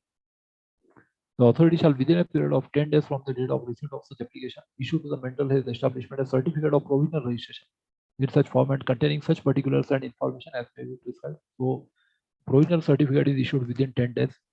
The authority shall not be required to conduct any inquiry prior to the issue of provisional registration. The authority shall, within a period of 45 days from the date of provisional registration, publish in print and in digital form online all particulars of the mental health establishment. A provisional registration shall be valid for a period of 12 months from the date of its issue and be renewable. Where standards for particular categories of mental health establishments have been specified under this Act, the mental health establishments in that category shall, within a period of 6 months from date of notifying such standards, apply for that category and obtain permanent registration. So once it is satisfied that all the standards are complied with, the provisional registration will be converted into permanent registration. The authority shall publish the standards in print and online in digital format. So the standards shall be public. Until standards for particular categories of mental health establishments are specified under this Act, every mental health establishment shall, within 30 days before the expiry of the validity of certificate of provisional registration, apply for a renewal of provisional registration. So provisional registration can be renewed beyond 1 year. If the application is made after the expiry of provisional registration, the authority shall allow renewal of registration on payment of such fees as may be prescribed. That means some late fees have to be paid as a type of penalty, we may say. So this late fees shall be paid. A mental health establishment shall make an application for permanent registration to the authority in such form and accompanied with such fees as may be specified by regulations. The mental health establishment shall submit evidence that the establishment has complied with the specified minimum standards in such manner as may be specified by regulations by the authority. And as soon as the mental health establishment submits the required evidence of the mental health establishment having complied with the specified minimum standards, the authority shall give public notice and display the same on its website for a period of 30 days for filing objections, if any, in such manner as may be specified by regulations. That means the objection shall be invited for 1 month. The authority shall communicate the objections, if any, received within the period referred to in subsection 14 to the mental health establishment for response within such period as the authority may determine. So there will be, it will be given an opportunity for, meeting those objections. The mental health establishment shall submit evidence of compliance with the standards with reference to the objections communicated to such establishment under subsection 15 to the authority within the specified period.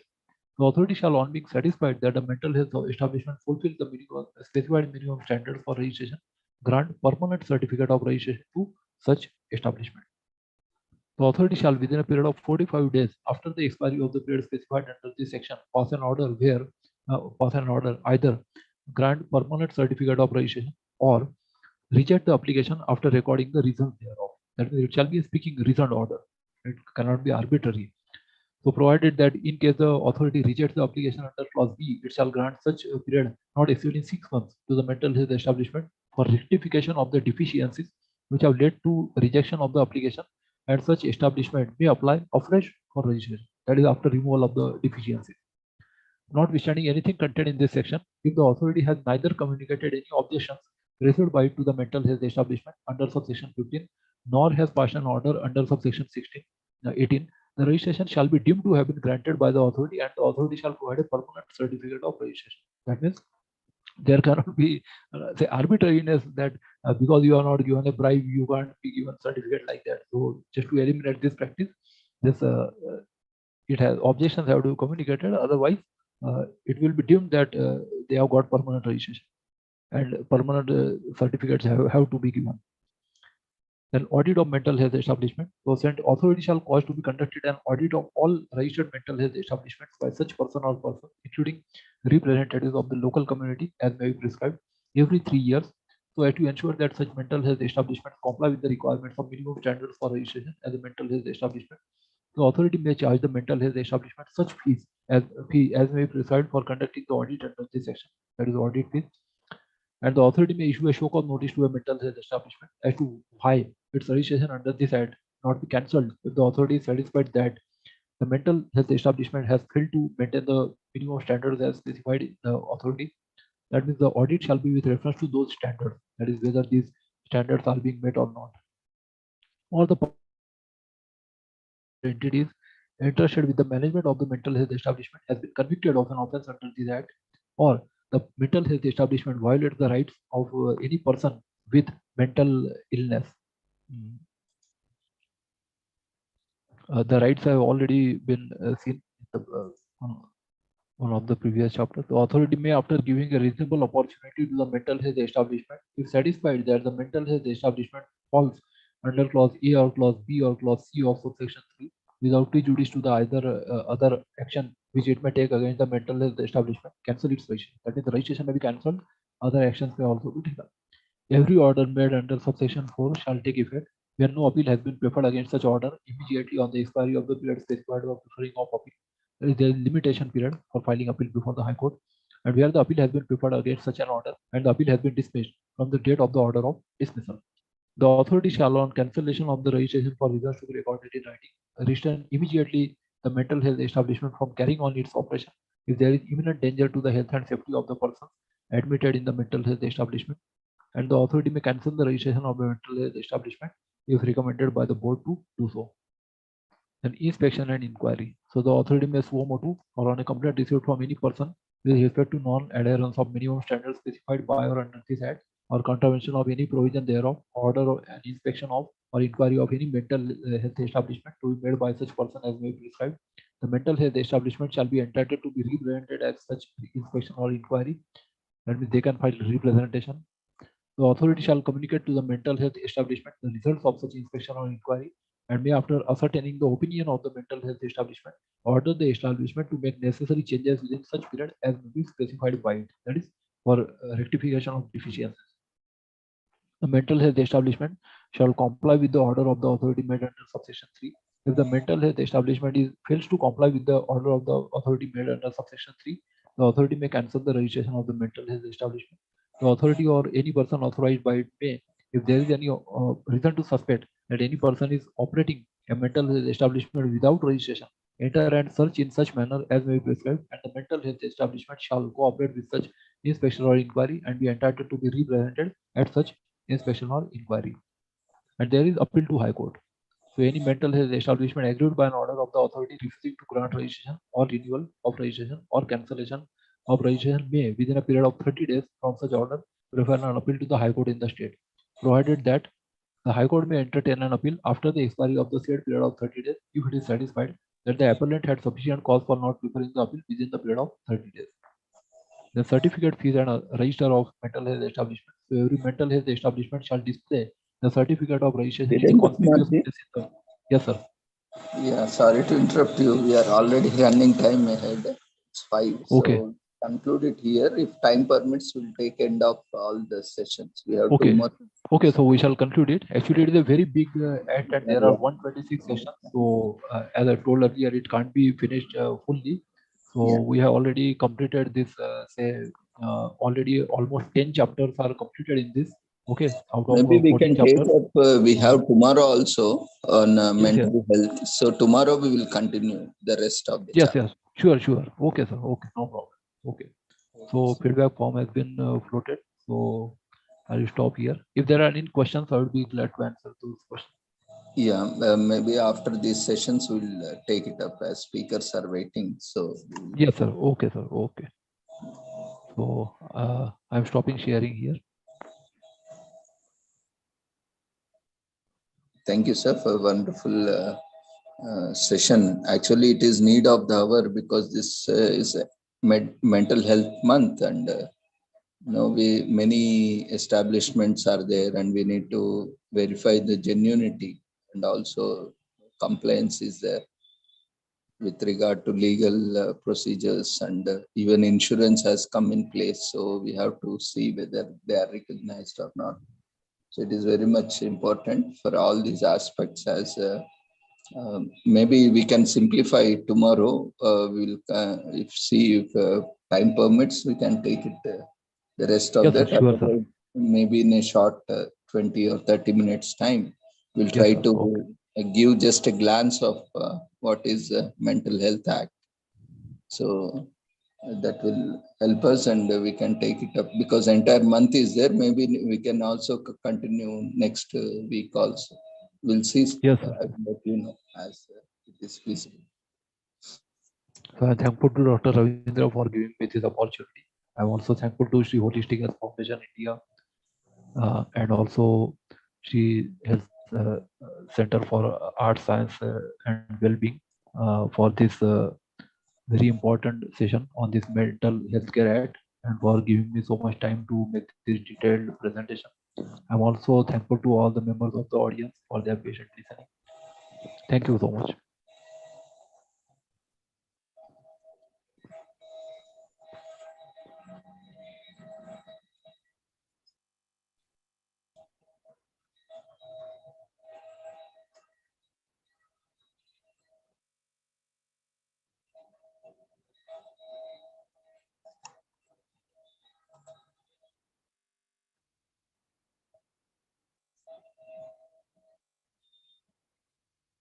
Thank you, Virendra Kumarji, for your wonderful session once again. And, the feedback form may be floated so that all may answer it. Feedback form has already been shared for session 4.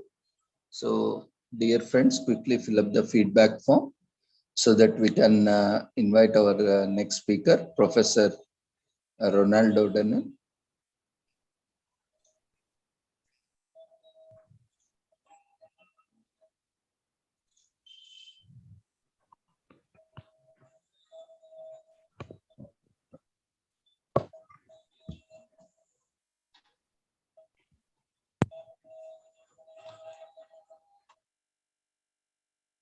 So quickly fill up the feedback form so that we can invite our next speaker.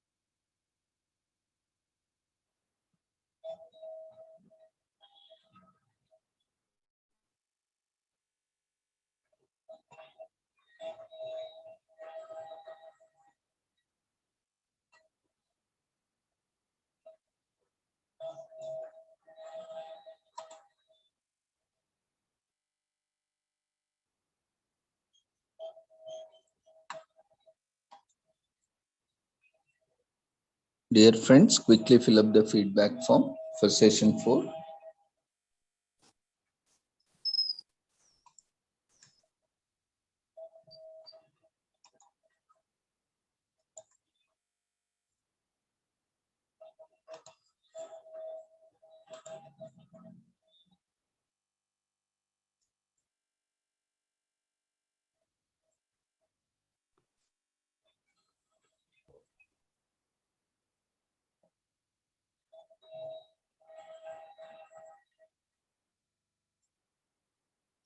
Today we have for our next session, Professor Ronald R. O'Donnell, Clinical Professor, Program Manager, International Programs, Senior Global Future Scientist, Julian Wrigley Global Futures Laboratory, and Arizona State University College of Health Solutions, USA. And Dr. O'Donnell is a clinical professor, psychologist, and founding director of the Doctor of Behavioral Health Program in the Arizona State University, USA. He is a senior global future scientist, Julian Wrigley Global Futures Laboratory, and has been providing lectures, consultation, and training on integrated care in China, Southeast Asia, over 10 years, and now in Bangladesh and India. He is principal investigator on research grants studying integrated health in Thailand, Vietnam, and Cambodia, and a social worker training program in Arizona.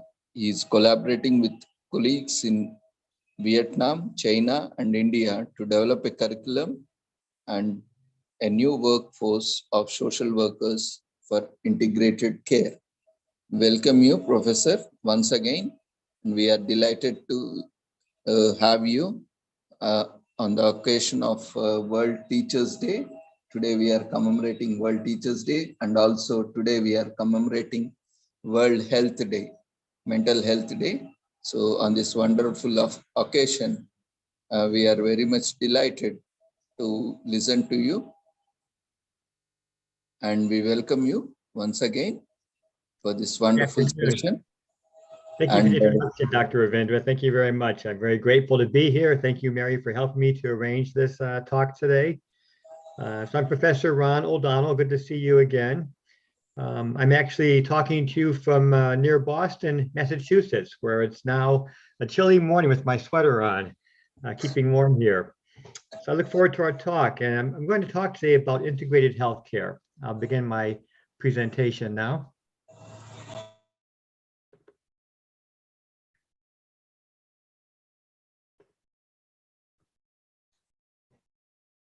I always encourage people I talk to contact me. So if you want to contact me, please feel free to use my email or my WhatsApp line. So I work with Arizona State University in the Doctor of Behavioral Health program, and our focus is integrated healthcare. How do you treat physical health and mental health at the same time to coordinate care? Especially important on Mental Health Day today, World Mental Health Day. We want to make better access to people that have mental health problems. One way in the United States we're doing this is to add a behavioral health consultant expert like a psychologist or social worker into the primary care clinic. So when the family doctor sees a patient that has depression, alcohol problems, they can refer them right in the same clinic to an expert to help them work on addressing those mental health problems, as well as any kind of lifestyle problems that cause disease like overeating, eating unhealthy foods, lack of physical activity, and obesity, which all lead to type 2 diabetes, hypertension, and other chronic illness. I've extended my work in Arizona to Asia over the last 10 years. I've been doing consulting and training in China since 2010, in Vietnam more recently, other countries also, and I've had my students have traveled globally and done research on my behalf in different countries. So my focus for this talk is on integrated healthcare for nurses. Most of my recent work has been training integrated healthcare for social workers. I have developed a new curriculum and writing a book on that topic for social workers in Vietnam, and now I'm working with universities in India and Bangladesh to bring that same curriculum to social workers in your countries. These are the current partners I'm working with globally.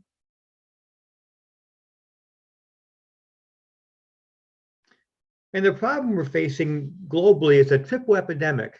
Of course, we're still reeling from COVID-19, which continues with different variants across the globe to cause many problems.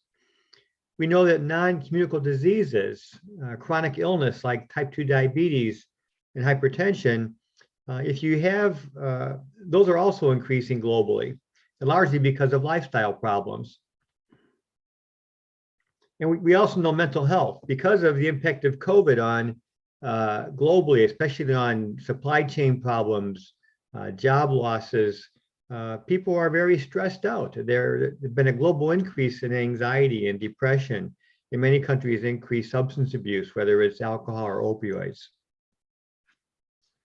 We know if you have any kind of chronic disease and you are infected with COVID, you have much greater risk of poor outcomes, including more severe illness with COVID and or death, higher mortality for those who are infected with COVID and then also have a chronic disease.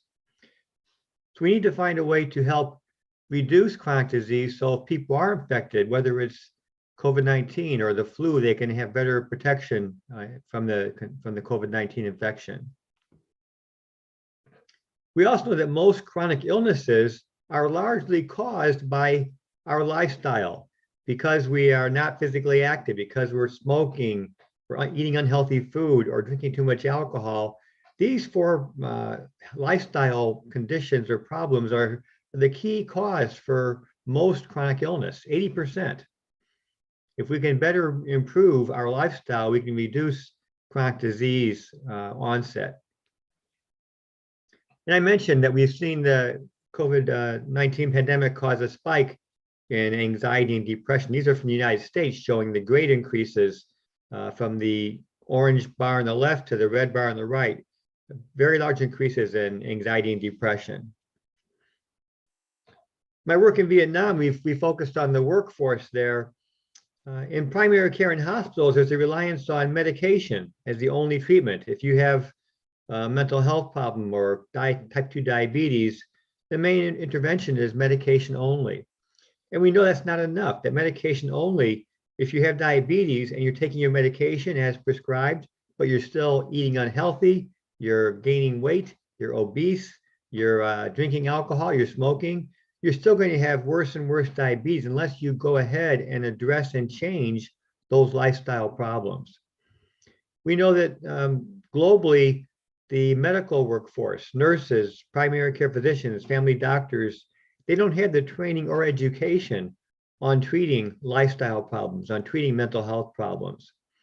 In India, Bangladesh, Vietnam, there is no workforce of behavioral health experts. We call them behavioral health consultants because they consult with the doctors and they also see the patients and provide brief behavioral interventions. But there is no workforce. So we need to help create a workforce to help address these problems. And there are two ways of doing that. One is to train existing professionals in Bangladesh, such as nurses who are already in hospitals. The second is to create a new workforce and add them. I've talked before and given this presentation about social work. My focus today, though, is on nurses. We already have many nurses doing great work, but their work is mostly medically focused.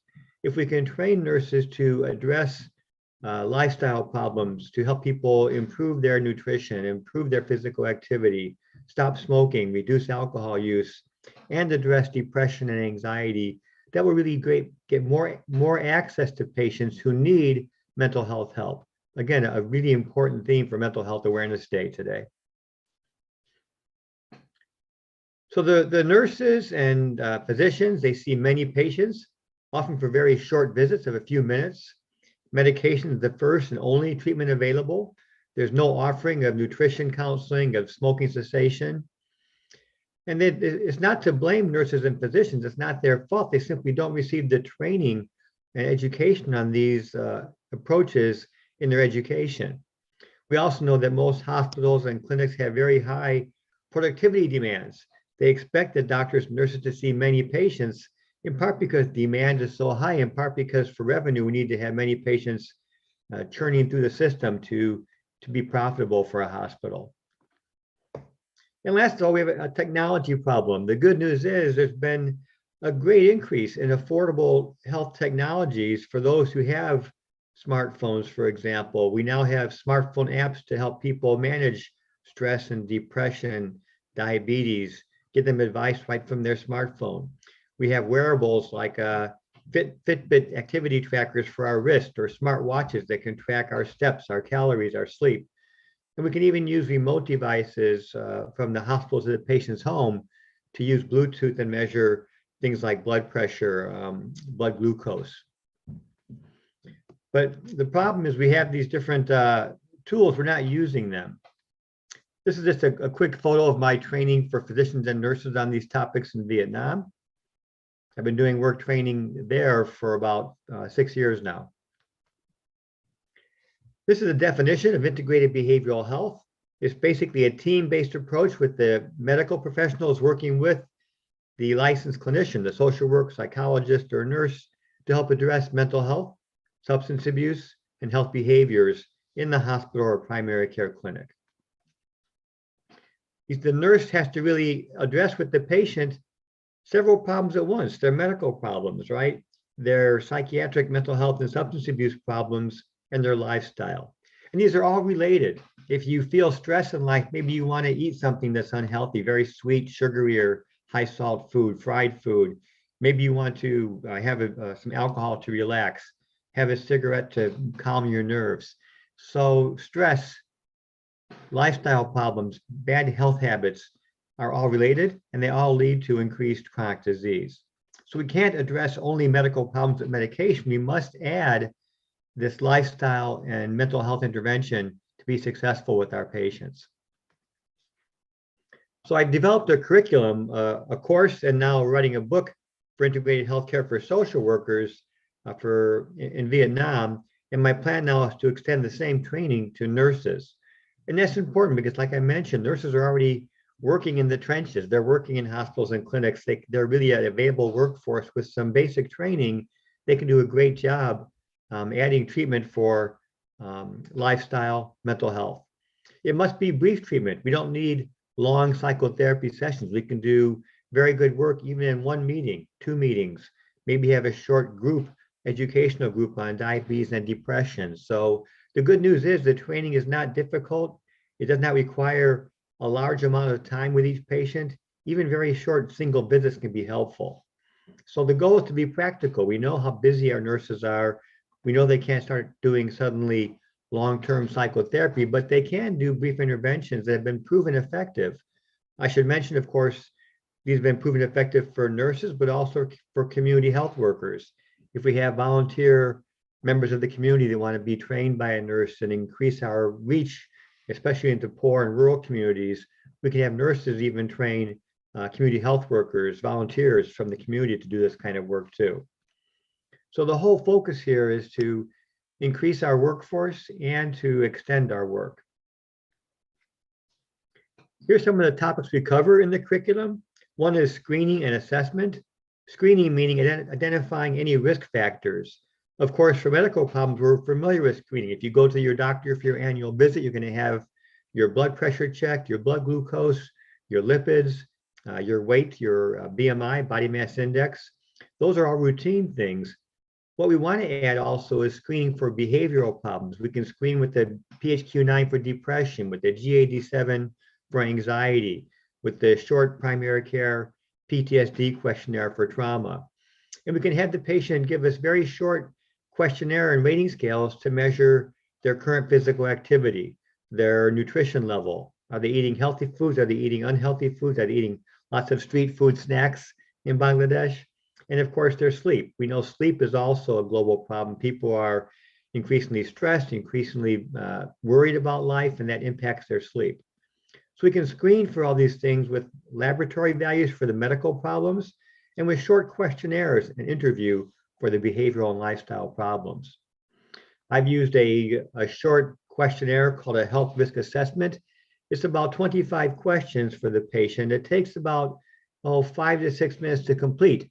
And then the patient has all this information for the nurse or social worker to view on one little page. You can score it quickly and see, oh, this patient has problems with hypertension and obesity. They're also drinking too much alcohol, and they're not physically active.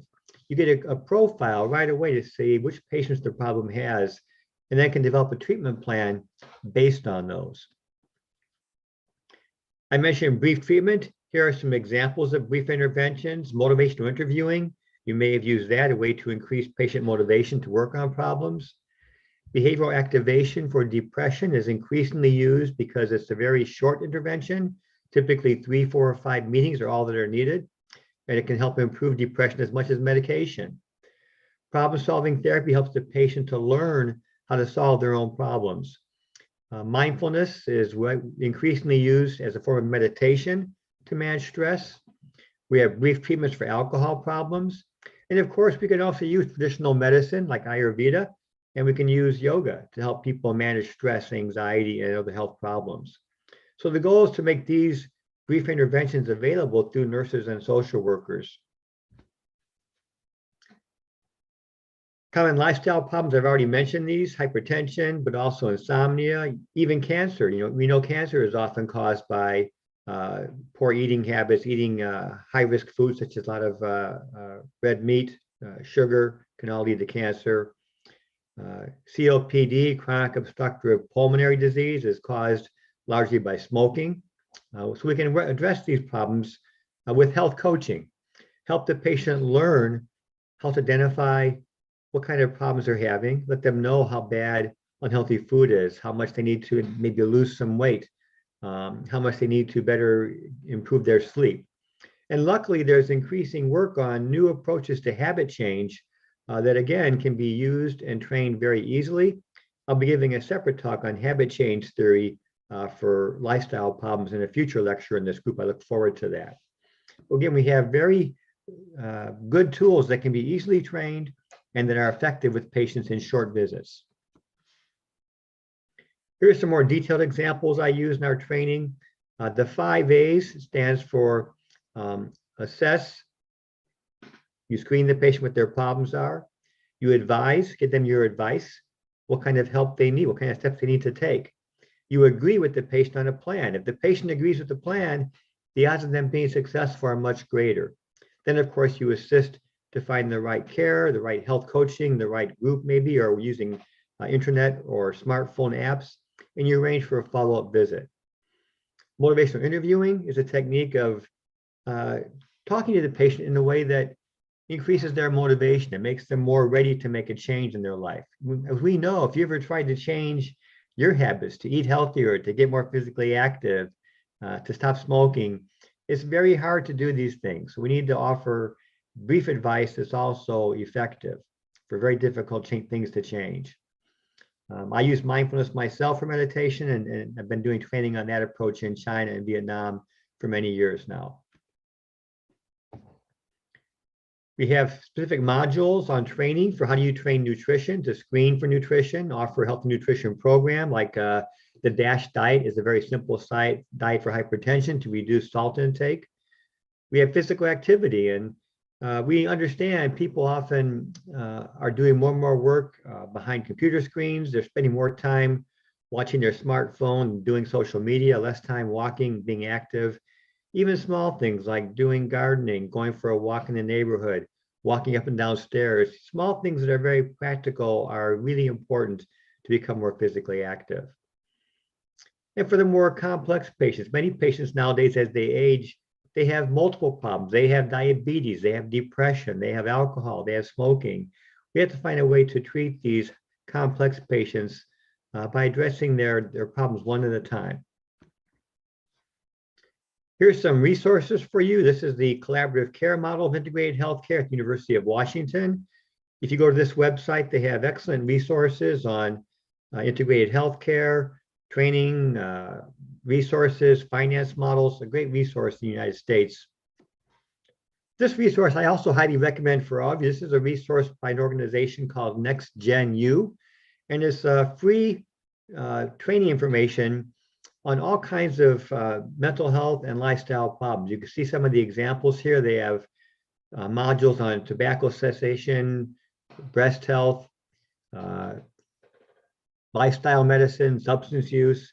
These are all developed by researchers in India and Africa, so they're really well suited for your country.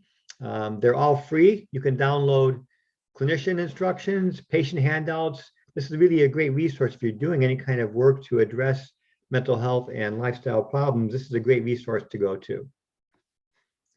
So in summary, we're facing a triple epidemic now with COVID-19, chronic illness, and mental health and alcohol problems all increasing globally.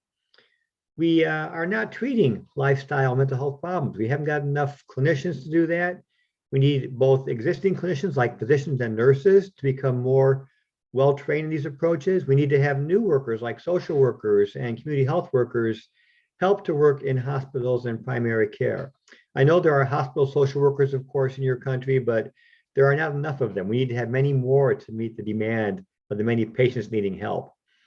We must help physicians and nurses to have at least basic skills in these areas. And nurses are really ideally suited. They're already very well versed on medical problems. We can easily train them on how to help patients improve their lifestyle and mental health problems.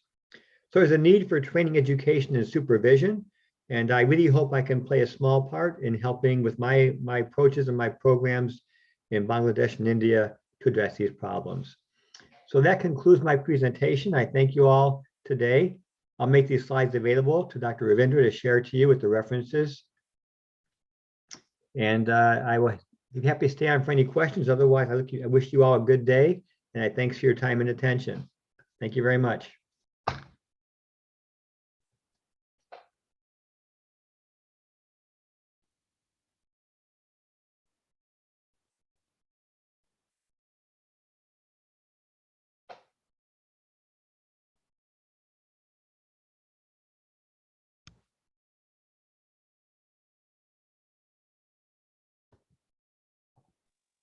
Thank you, Professor, for giving us insights into various programs that is being carried out in capacity building and also in human resource development in health profession and allied, even medical health. So the wonderful way you are supporting and training health professionals in various walks of life. Really a commendable work from you and university. You're welcome, Dr. Ravindra. Thank you for the opportunity. I look forward to seeing you again next time.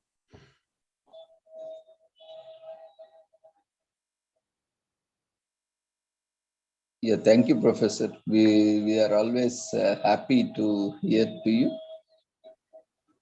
Yeah, participants, if you have any queries, we can quickly take up. You can share your comments, observations.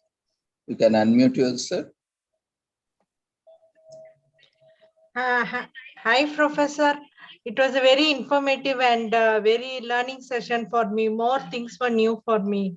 So it was more a learning session for Every time you come and give excellent session. PPT is excellent.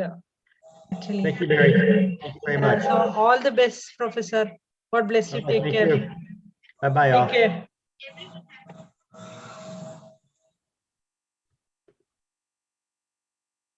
Happy weekend, Professor. We wish you all the success in all your future endeavors and look forward for more sessions.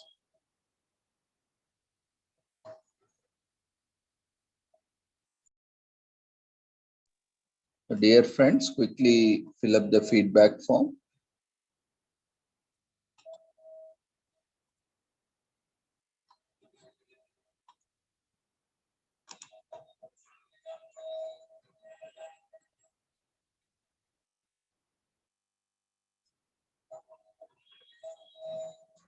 We have 5 minutes to complete the feedback form. It is adequate time. So immediately start attending to the feedback form so that we can save some time.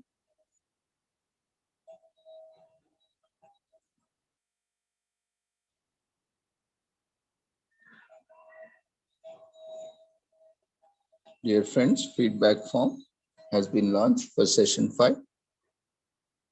Quickly attend to feedback form.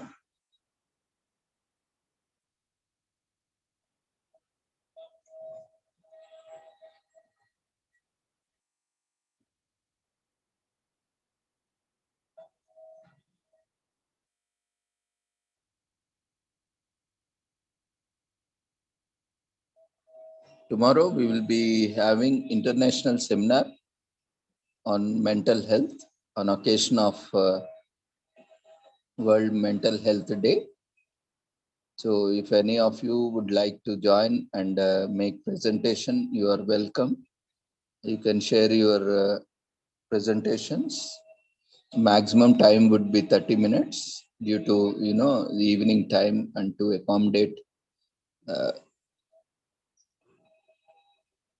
good number of sessions. So we'll be starting at 6 o'clock and we will conclude at 9 o'clock. So Indian time, 6 to 9. Registration form will be shared on the website and also in the WhatsApp group and Telegram channel and Facebook group after the conference. So kindly share with your circles, and if you have any topic that can be presented tomorrow, contact me after this conference.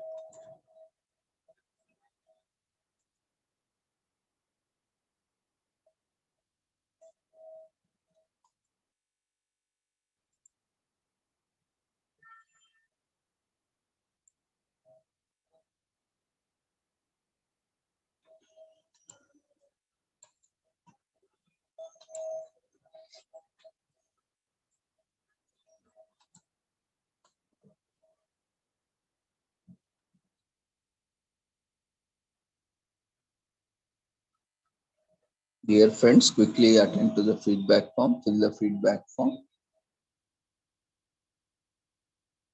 In the meanwhile, while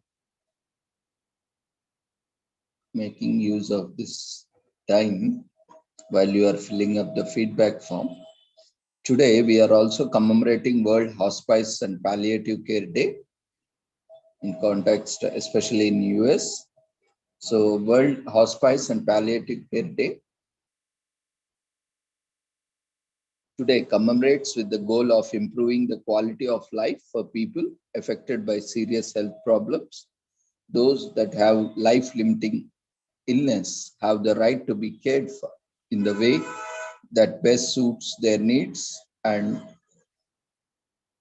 this day emphasizes that it draws attention to that belief in a myriad of ways, one of which is every second year, a wave of concerts known as Voices for Hospices takes place to entertain and spread joy.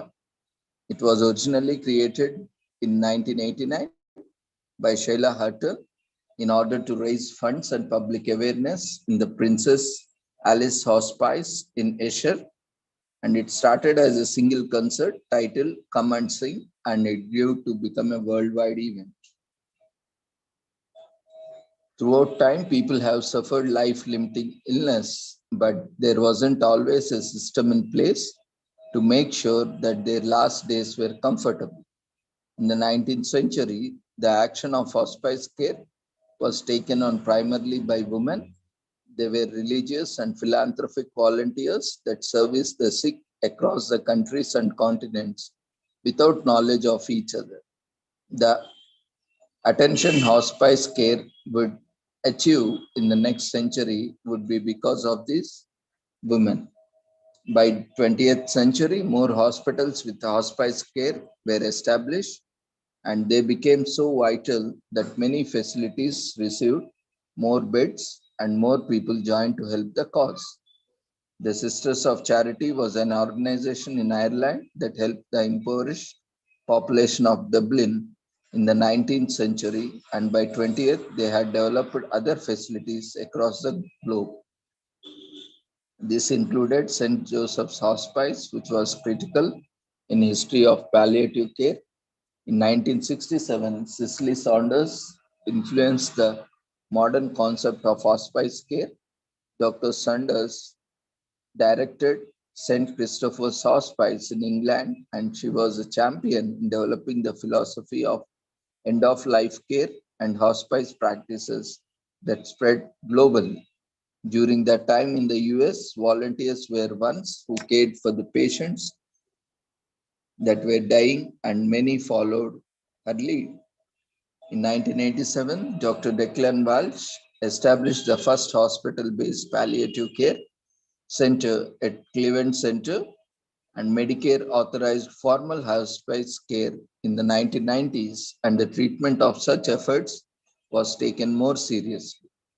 Today, there are thousands of hospice agencies across the globe, and it continues to grow. The first World Hospice and Palliative Care Day was held in 2005, and it's been growing strong ever since.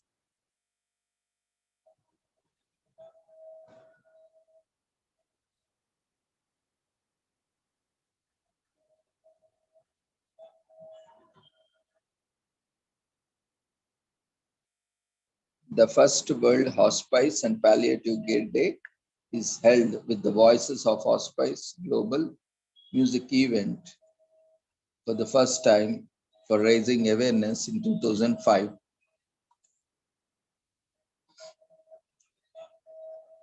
So we have four major types of palliative care, or four main options for end-of-life care: residential palliative care, nursing in a care home, home or hospice, and a daycare at hospice. So this day is organized by World Health Palliative Care Committee,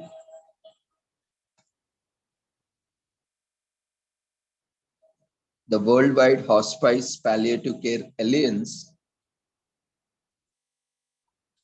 which is regularly organizing every year World Hospice and Palliative Care Day.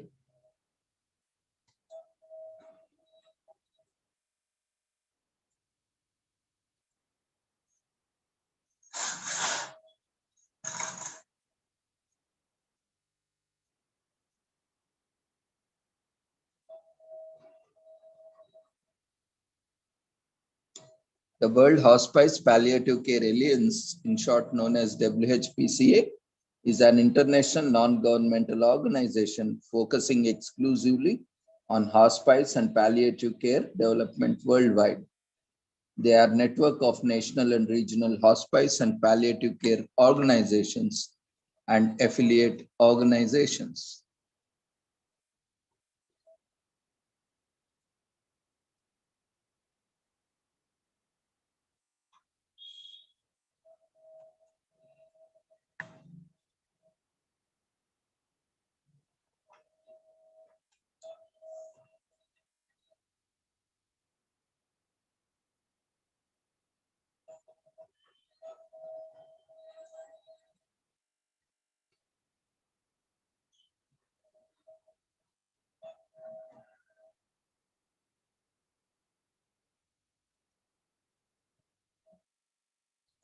And the network consists of more than 350 organizational members in over 100 countries, and they provide a global voice on hospice and palliative care. With the mission to bring together the global palliative care community to improve well-being and reduce unnecessary suffering for those in need of palliative care in collaboration with the regional and national hospice and palliative care organizations and other partners. So with the vision is a world with universal access to hospice and palliative care. The mission is to foster, promote, influence the delivery of affordable quality palliative care. And WHPCA is registered in the UK, where secretariat staff are currently based.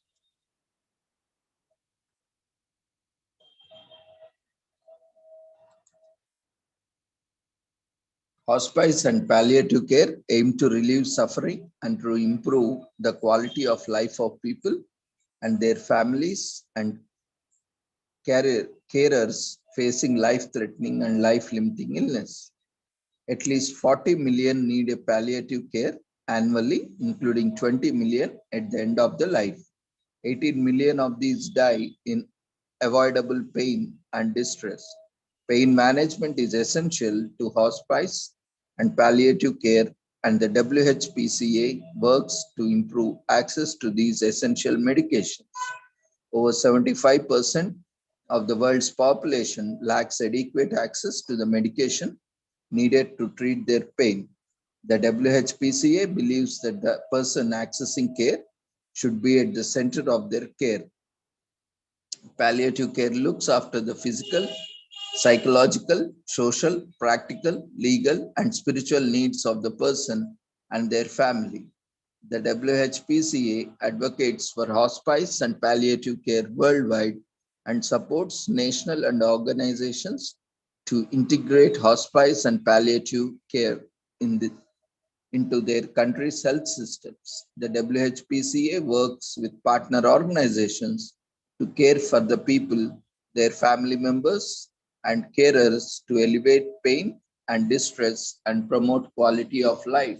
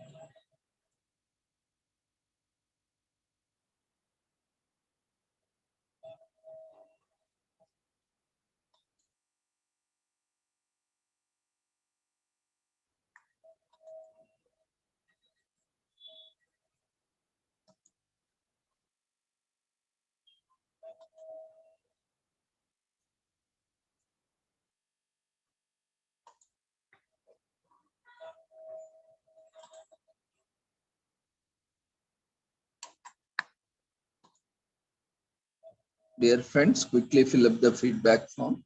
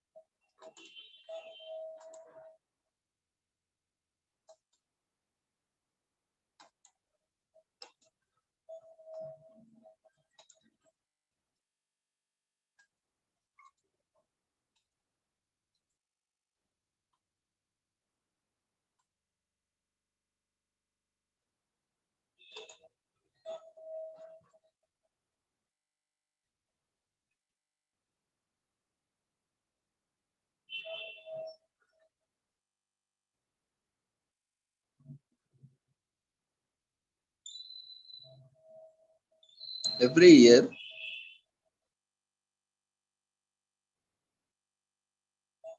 the commemoration has a different theme for the event relating to hospice and palliative care.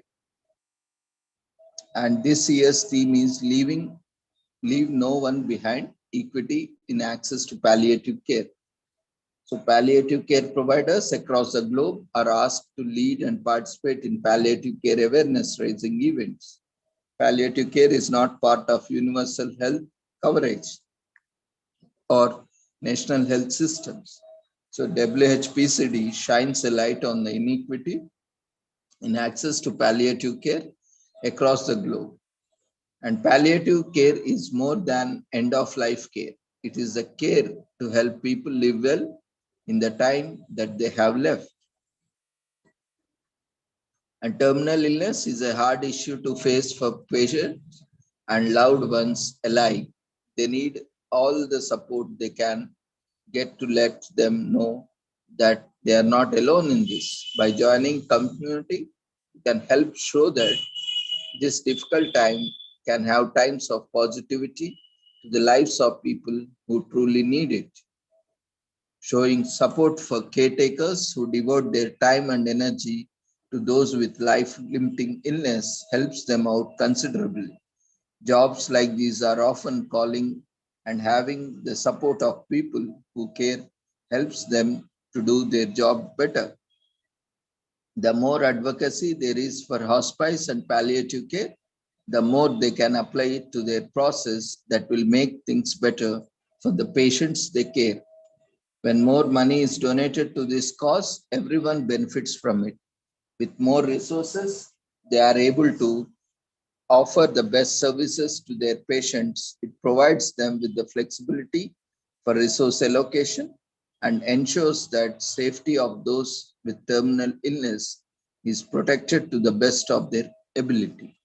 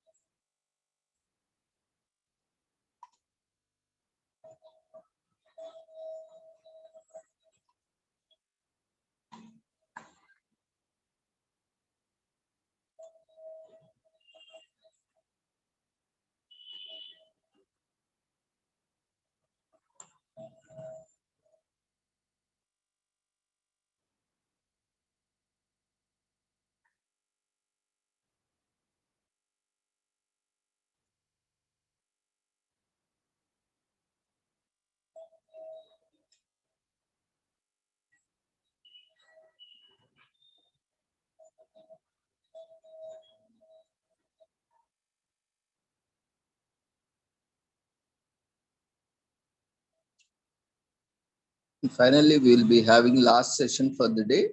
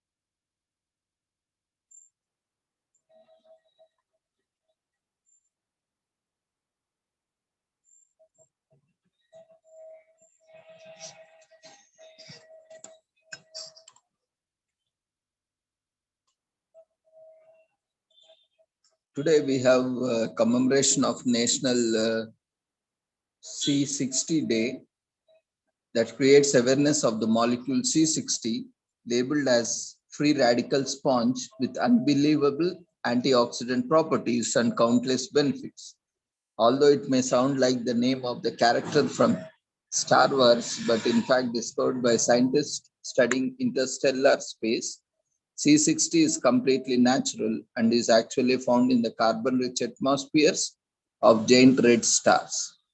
C60's antioxidant power is several hundred times higher than that of conventional antioxidants, which is what sets it apart. It works at the cellular level to lift the oxidative burden and enhances mitochondrial function. What sets C60 manufacturers apart is how they purify C60. C60 purified through sublimation versus the commonly used oven-baked method, which involves solvents, is recommended. And although it's a little pricier than other C60 products, you'll definitely get what you pay for, a cleaner product with absolutely no solvents used during the purification process. And you get your hands on 99.99% pure sublimated C60 through C60 Purple Pub. And C60 supports your wellness at the cellular level. C60 neutralizes free radicals. C60 lifts the oxidative burden. C60 optimizes mitochondrial function. So carbon is the basis of life, and despite it being a common element, it is one of the most complex and most studied. C60 or carbon C60 is a fullerene uniquely made up of 60 carbon atoms that naturally occur, resembling a tiny hollow soccer ball. The proper scientific term for C60 is Buckminster fullerene, named after the revolutionary theorist, inventor, and futurist Buckminster Fuller. He was the first to hypothesize the existence of the molecule in 1979 and predicted that the carbon molecule would be widely used in medicine in future. In 1985, Sir Harold Walton, Proto of the University of Sussex, along with Richard Smalley and Bob Cull of Rice University, conducted experiments to determine the molecule responsible for observing infrared light in outer space. Spectrometry evidence showed the formation of C60 atoms with this periodical geometry. Their serendipitous findings result in the discovery of C60. The molecule was named Buckminster fullerene in honor of Buckminster Fuller. The three scientists were awarded Nobel Prize for discovering C60 on October 9, 1996. Every year on this date, National C60 Day is celebrated. Not only is C60 found in nature, but it is very likely predates life on Earth. It is produced by dying stars called red giants, and it can be found in meteor impacts, lightning strikes, and a very tiny amounts can be found in the burnt wicks of candles. The incredible versatility and resilience of C60 have led some to suggest that C60 may have played a part in the formation of life itself.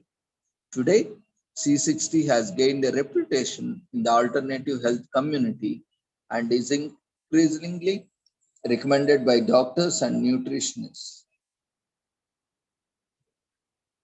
And C60 Purple Power starts offering C60 for pets as a C60 product line formulated to support the health of the animals in 2019.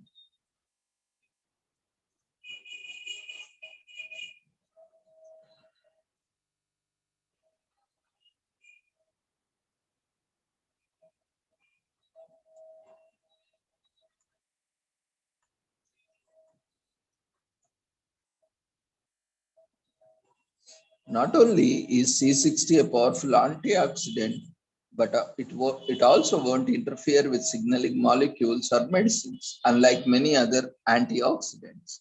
C60 only responds to highly charged oxidative radicals such as hydroxyl radicals and superoxide.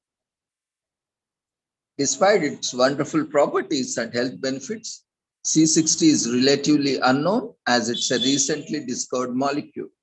There is also resistance to trying C60 and making it staple in our lives. Most of this is due to lack of awareness about the benefits, as well as misconceptions and misinformation surrounding the research about C60. National C60 Day informs everyone about the amazing discovery of C60 and its potential benefits. A 2007 study found that C60 in human mast cells lessened allergic reactions and related inflammation. A 2009 human study found that C60 could promote hair growth by combating oxidative damage around the hair follicles. In a 2010 human study, C60 was found to protect human skin cells against ultraviolet damage.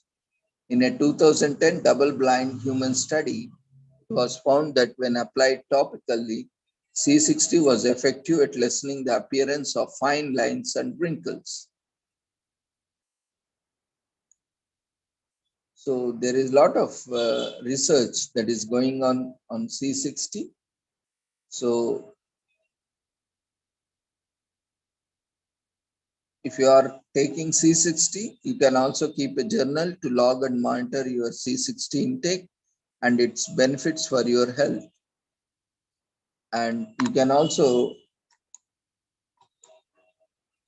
try C60 in your favorite healthy recipes into your morning routine by adding C60 to your favorite beverage, smoothie, coffee, or tea by enjoying healthy C60 recipes. And if you have been successful results with C60, post your before and after results on social media. But you have to consume with medical advice on, because otherwise, consuming too much antioxidants can also cause unregulated issues.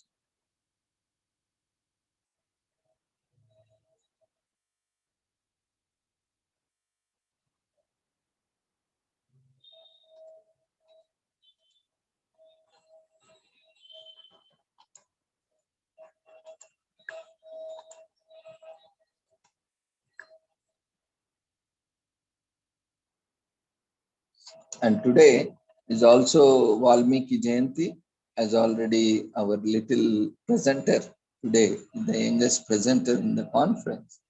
has spoken about Valmiki Jayanti is celebrated on full moon night.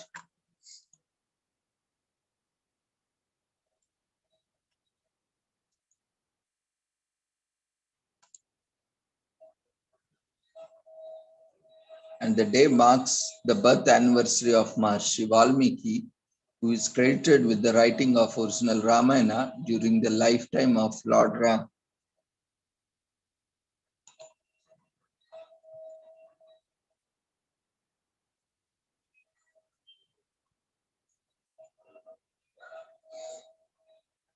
The celebrations mark the streets of the nation today, and especially the Uttar Pradesh government will celebrate the birth anniversary of Sage Valmiki in a grand manner. The state and various events are planned, across the nation, including continuous recital of Ramayana at all temples of Lord Rama and Hanuman, as well at all places associated with the epic, along with the lighting of lamps or deepam or deepdan, and preparations are made at the development block level in pursuance of the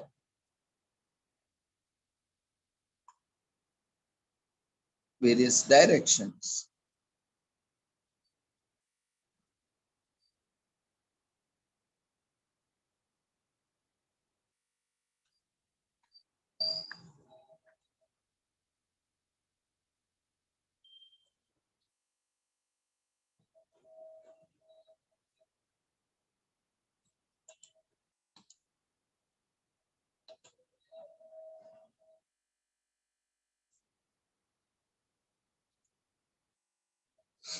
And Valmiki is revered as the first poet of Sanskrit literature.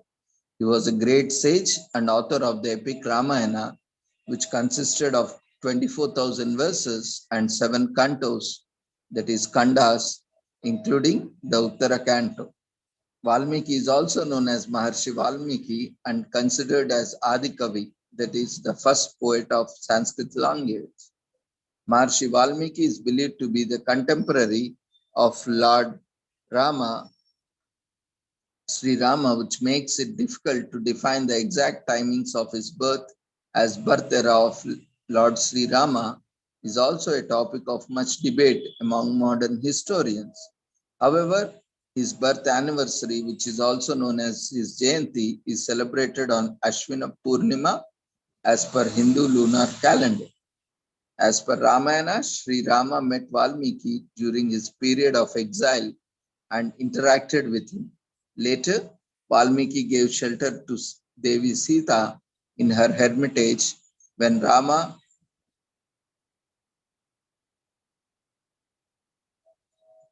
has left her in the ashramam. Kusha and Lava, the twin sons of Sri Rama, were born in this hermitage, and Valmiki taught Ramayana to both the twins. Maharishi Valmiki in his early life was a highway dacoit named Ratnakar, who used to rob people after killing them. It is believed that the sage Narada Muni transformed Ratnakar into a great devotee of Lord Rama. On the advice of Narada Muni, Ratnakar performed great penance by reciting great mantra of Ramanama. After years of meditation, a divine voice declared his penance successful and bestowed him with the new name Valmiki, the one who born out of ant hills.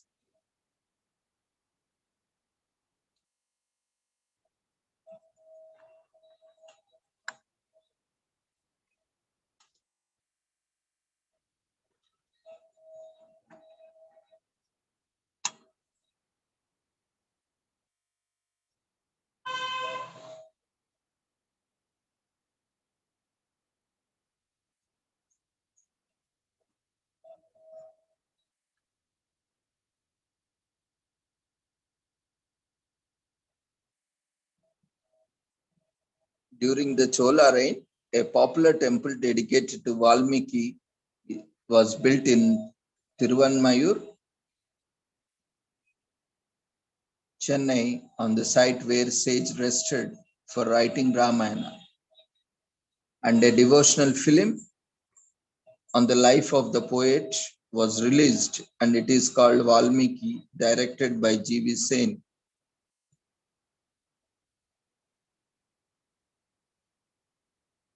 And while performing penance by chanting Lord Rama's name, ants created an ant hill around the sage. Hence, the monk Narada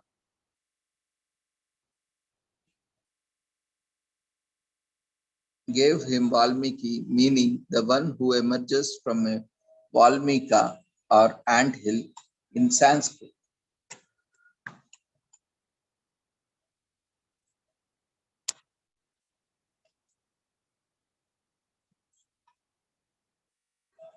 On this day, Shobha Yatras processions are carried out across the nation at many locations by devotees and followers of Valmiki sect, with the portrait of sage in the center, and devotees are immersed in singing devotional hymns or songs extolling the sage's virtues, and it's an amazing spectacle.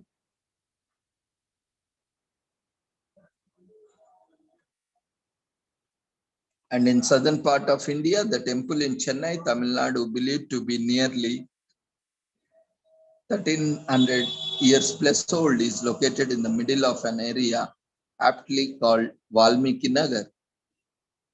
And one can visit this temple to witness the glorious celebrations marking the sage birth. At many temples of Lord Rama across India and the world, recitals of epic are held on this day.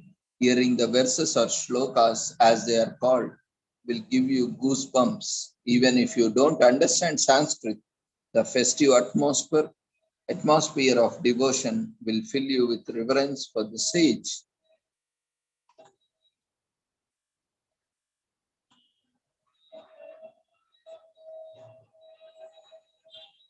And the title Maharshi, meaning great sage in Sanskrit, is reserved for revered saints in Hindu custom. According to one belief, before becoming a saint, Valmiki was a highway robber named Ratnakara, who turned to the righteous path after an interaction with the monk Narada. And sage Valmiki was conferred with this title as first poet to write in Sanskrit language. And the scriptures also say that sage Valmiki was born in a Brahmin household as Agni Sharma. And members of Valmiki sect refer sage Valmiki as Balasha, meaning patron saint. And Shobha Yatra and Ramayana recitals fill the air with devotion and spirituality. It relaxes the mind and soul and temporarily frees us from the clutches of materiality. The ephemeral experience has the effect of relaxing and de-stressing our anxious minds, and it's a great spiritual experience.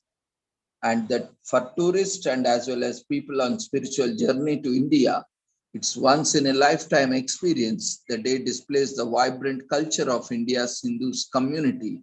It gives visitors a glimpse into why the country is a prime spiritual destination. The celebrations and festivities on this day stroke curiosity. It's an excellent opportunity to introduce the subject of God and religion to children. Grown-ups can explain the significance of epic Ramayana and the greatness of Lord Rama.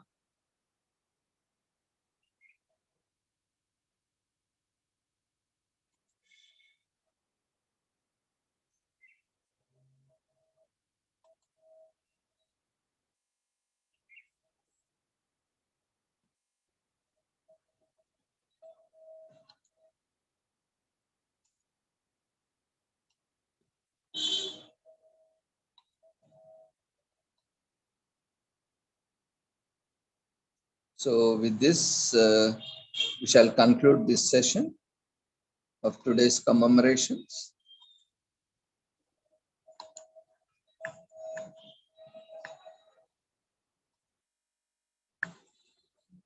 Today is also World Postal Day.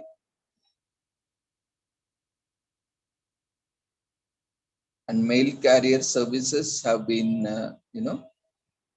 in existence since ancient times, and even though we can communicate almost anything literally at the touch of a button nowadays, there is no denying the importance of our postal services or excitement of a receiving package in the mail. World Post Day marks the anniversary of the establishment of Universal Postal Union, and it's from humble wellspring that a global communications revolution started and continues to this day.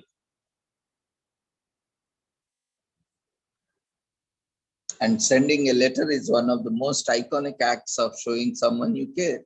While we may not pay much attention to the process or regulations that go into zipping our mail around the globe after we lick the stamp, and it takes an international team to get birthday cards and online shopping from point A to B. Origins of what we know now as the Postal Service date to ancient Egypt circa 2500 BC, while the oldest post office is found to be in 550 BC, Iran.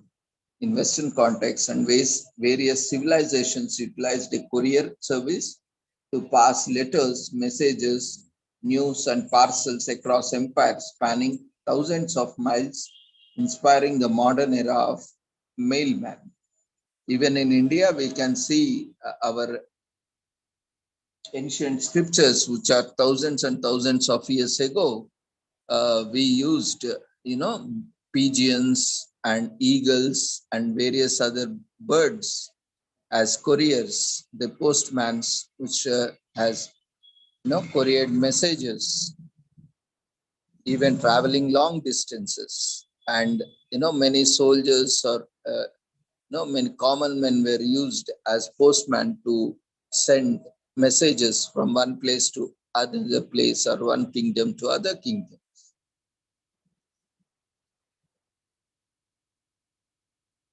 On October 9, 1874, the Universal Postal Union was established as a means of cooperation, regulation amongst its member state mail services.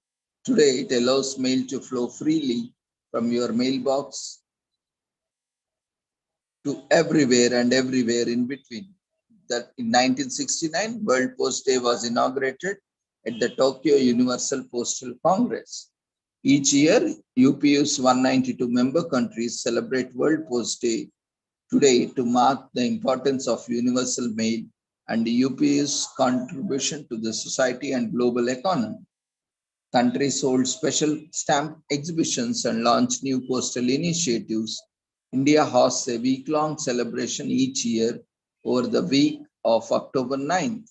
As a testament of bringing people together, the UPU hosts an international letter writing competition for children up to the age of 15. Winners are selected from each country, and the world champion is selected by a UPU panel. Not only does this program promote literacy, but it keeps the excitement of waiting for the mail alive and well.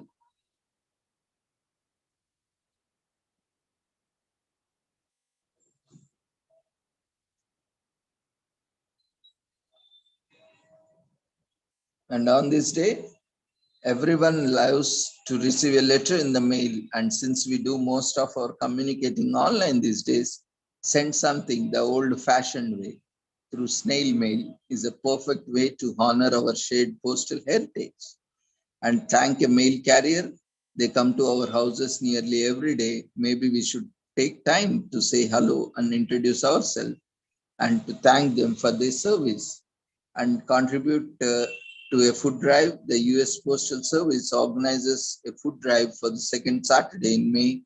Help out to less fortunate by contributing. The USPS says they delivered more than 1.6 billion pounds of food through this program.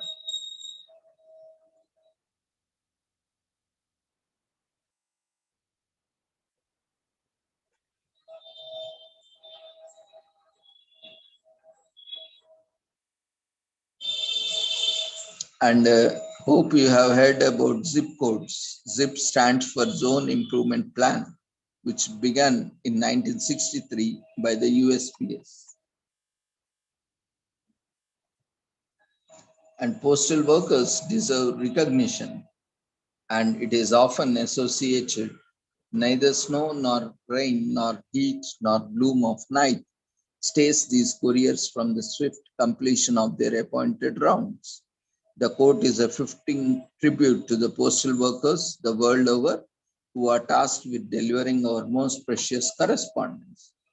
And sure, most of us communicate via internet these days, but there's just something extra special about opening the mailbox to find a handwritten note from someone far away.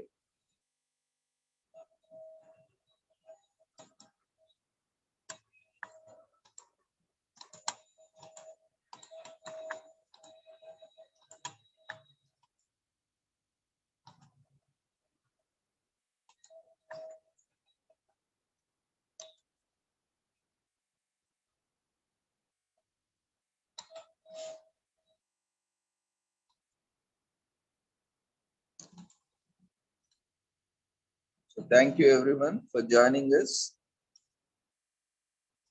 So it's already 6, so we have already excluded our time. So we will meet tomorrow. Tomorrow we have international seminar on mental health day. The forms, registration forms will be circulated in the Facebook group as well as in WhatsApp group and Telegram channels. You can join it. So otherwise also you can join directly, same link every day. You can join at 6 o'clock directly, and we will be sharing registration link anyway in the chat box. So you can fill up the registration form even tomorrow also. Today also we'll share. Those who haven't joined our Facebook group or Telegram channel, kindly join. So kindly fill up the overall feedback form.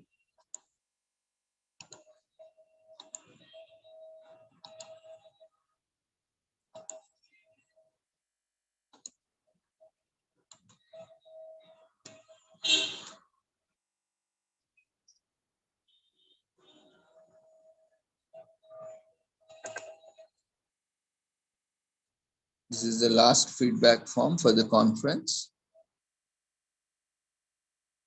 Kindly fill all the fields. Do not leave anything. It is mandatory for receiving certificate. Incomplete, invalid forms or invalid data in the forms are not considered.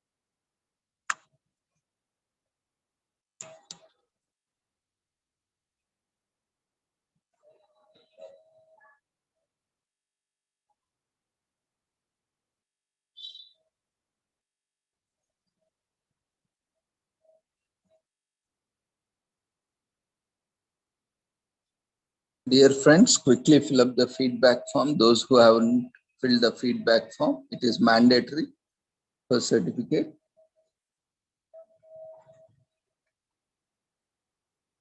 And we thank everyone for joining us.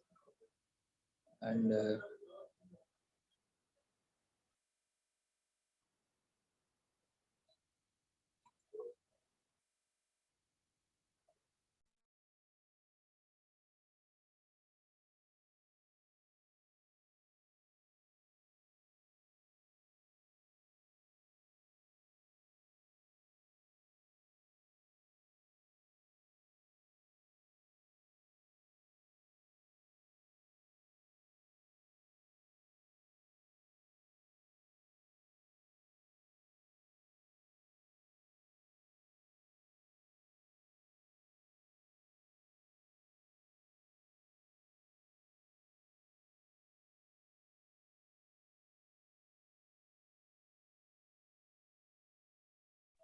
quickly fill up the feedback form so that we can go for vote of thanks. Manasa, be prepared for the vote of thanks.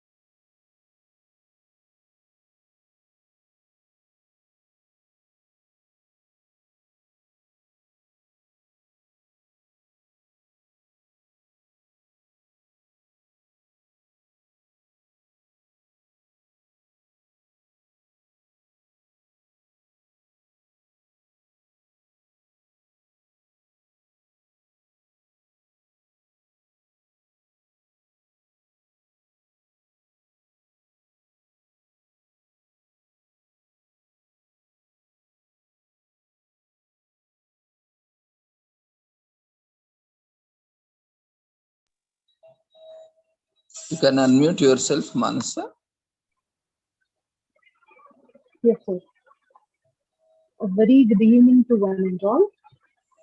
I, Manasa, thank Dr. Ravindran, sir, moderator and coordinator, for giving me this wonderful opportunity to propose out of time and also to express my gratitude.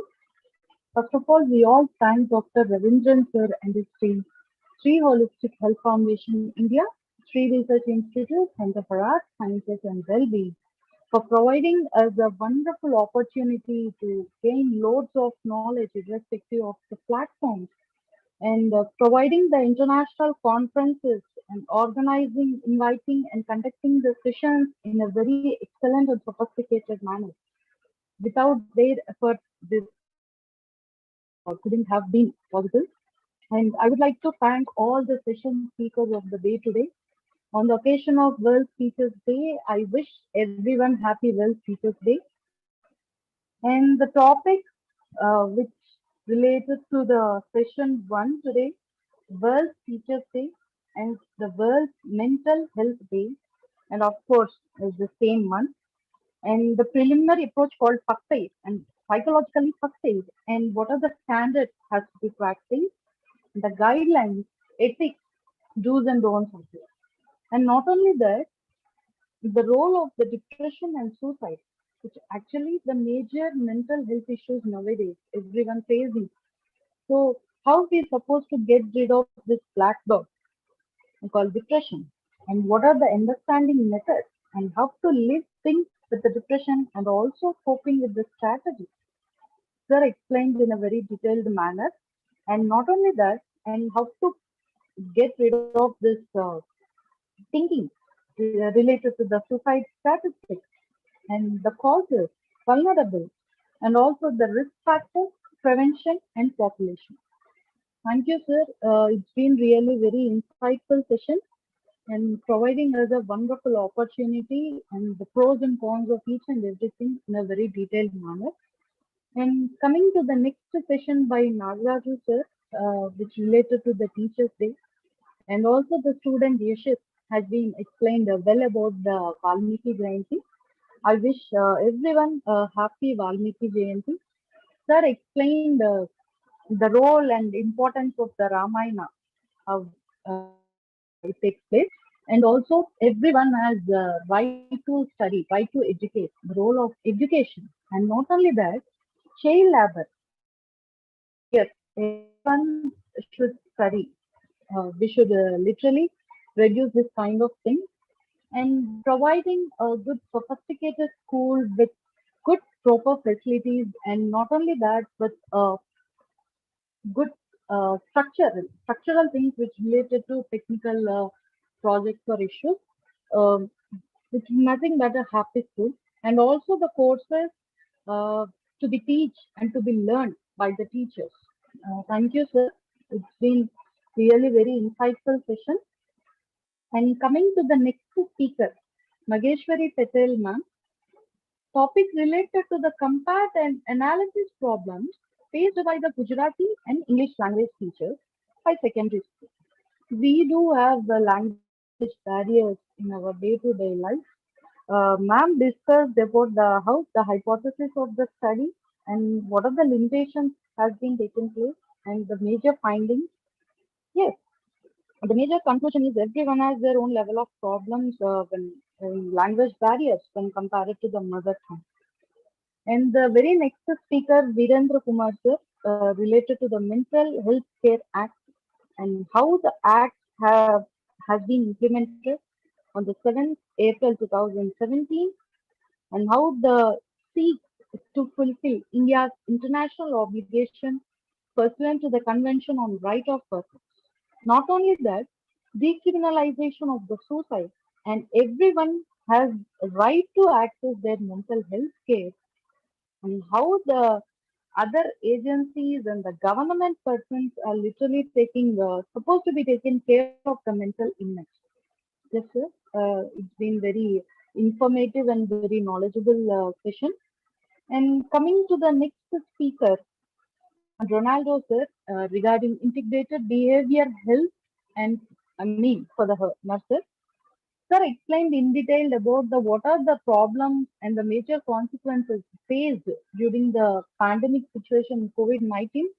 And not only that, due to the lack of education and nursing treatment, how the nurses has been troubled, and the pharmacotherapy out of many disciplines plays a major role on the first line of treatment.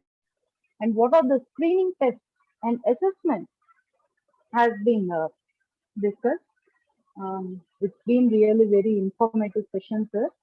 Thank you so much. And once again, I thank Dr. Ravindran, sir, and his team, Sri Holistic Health Foundation India and Sri Research Institute and Center for Arts, Sciences, Wellbeing for providing this wonderful opportunity to propose vote of thanks and also to be a part of Azadi Ka Amrit Mahotsav celebration and international conference. Thank you.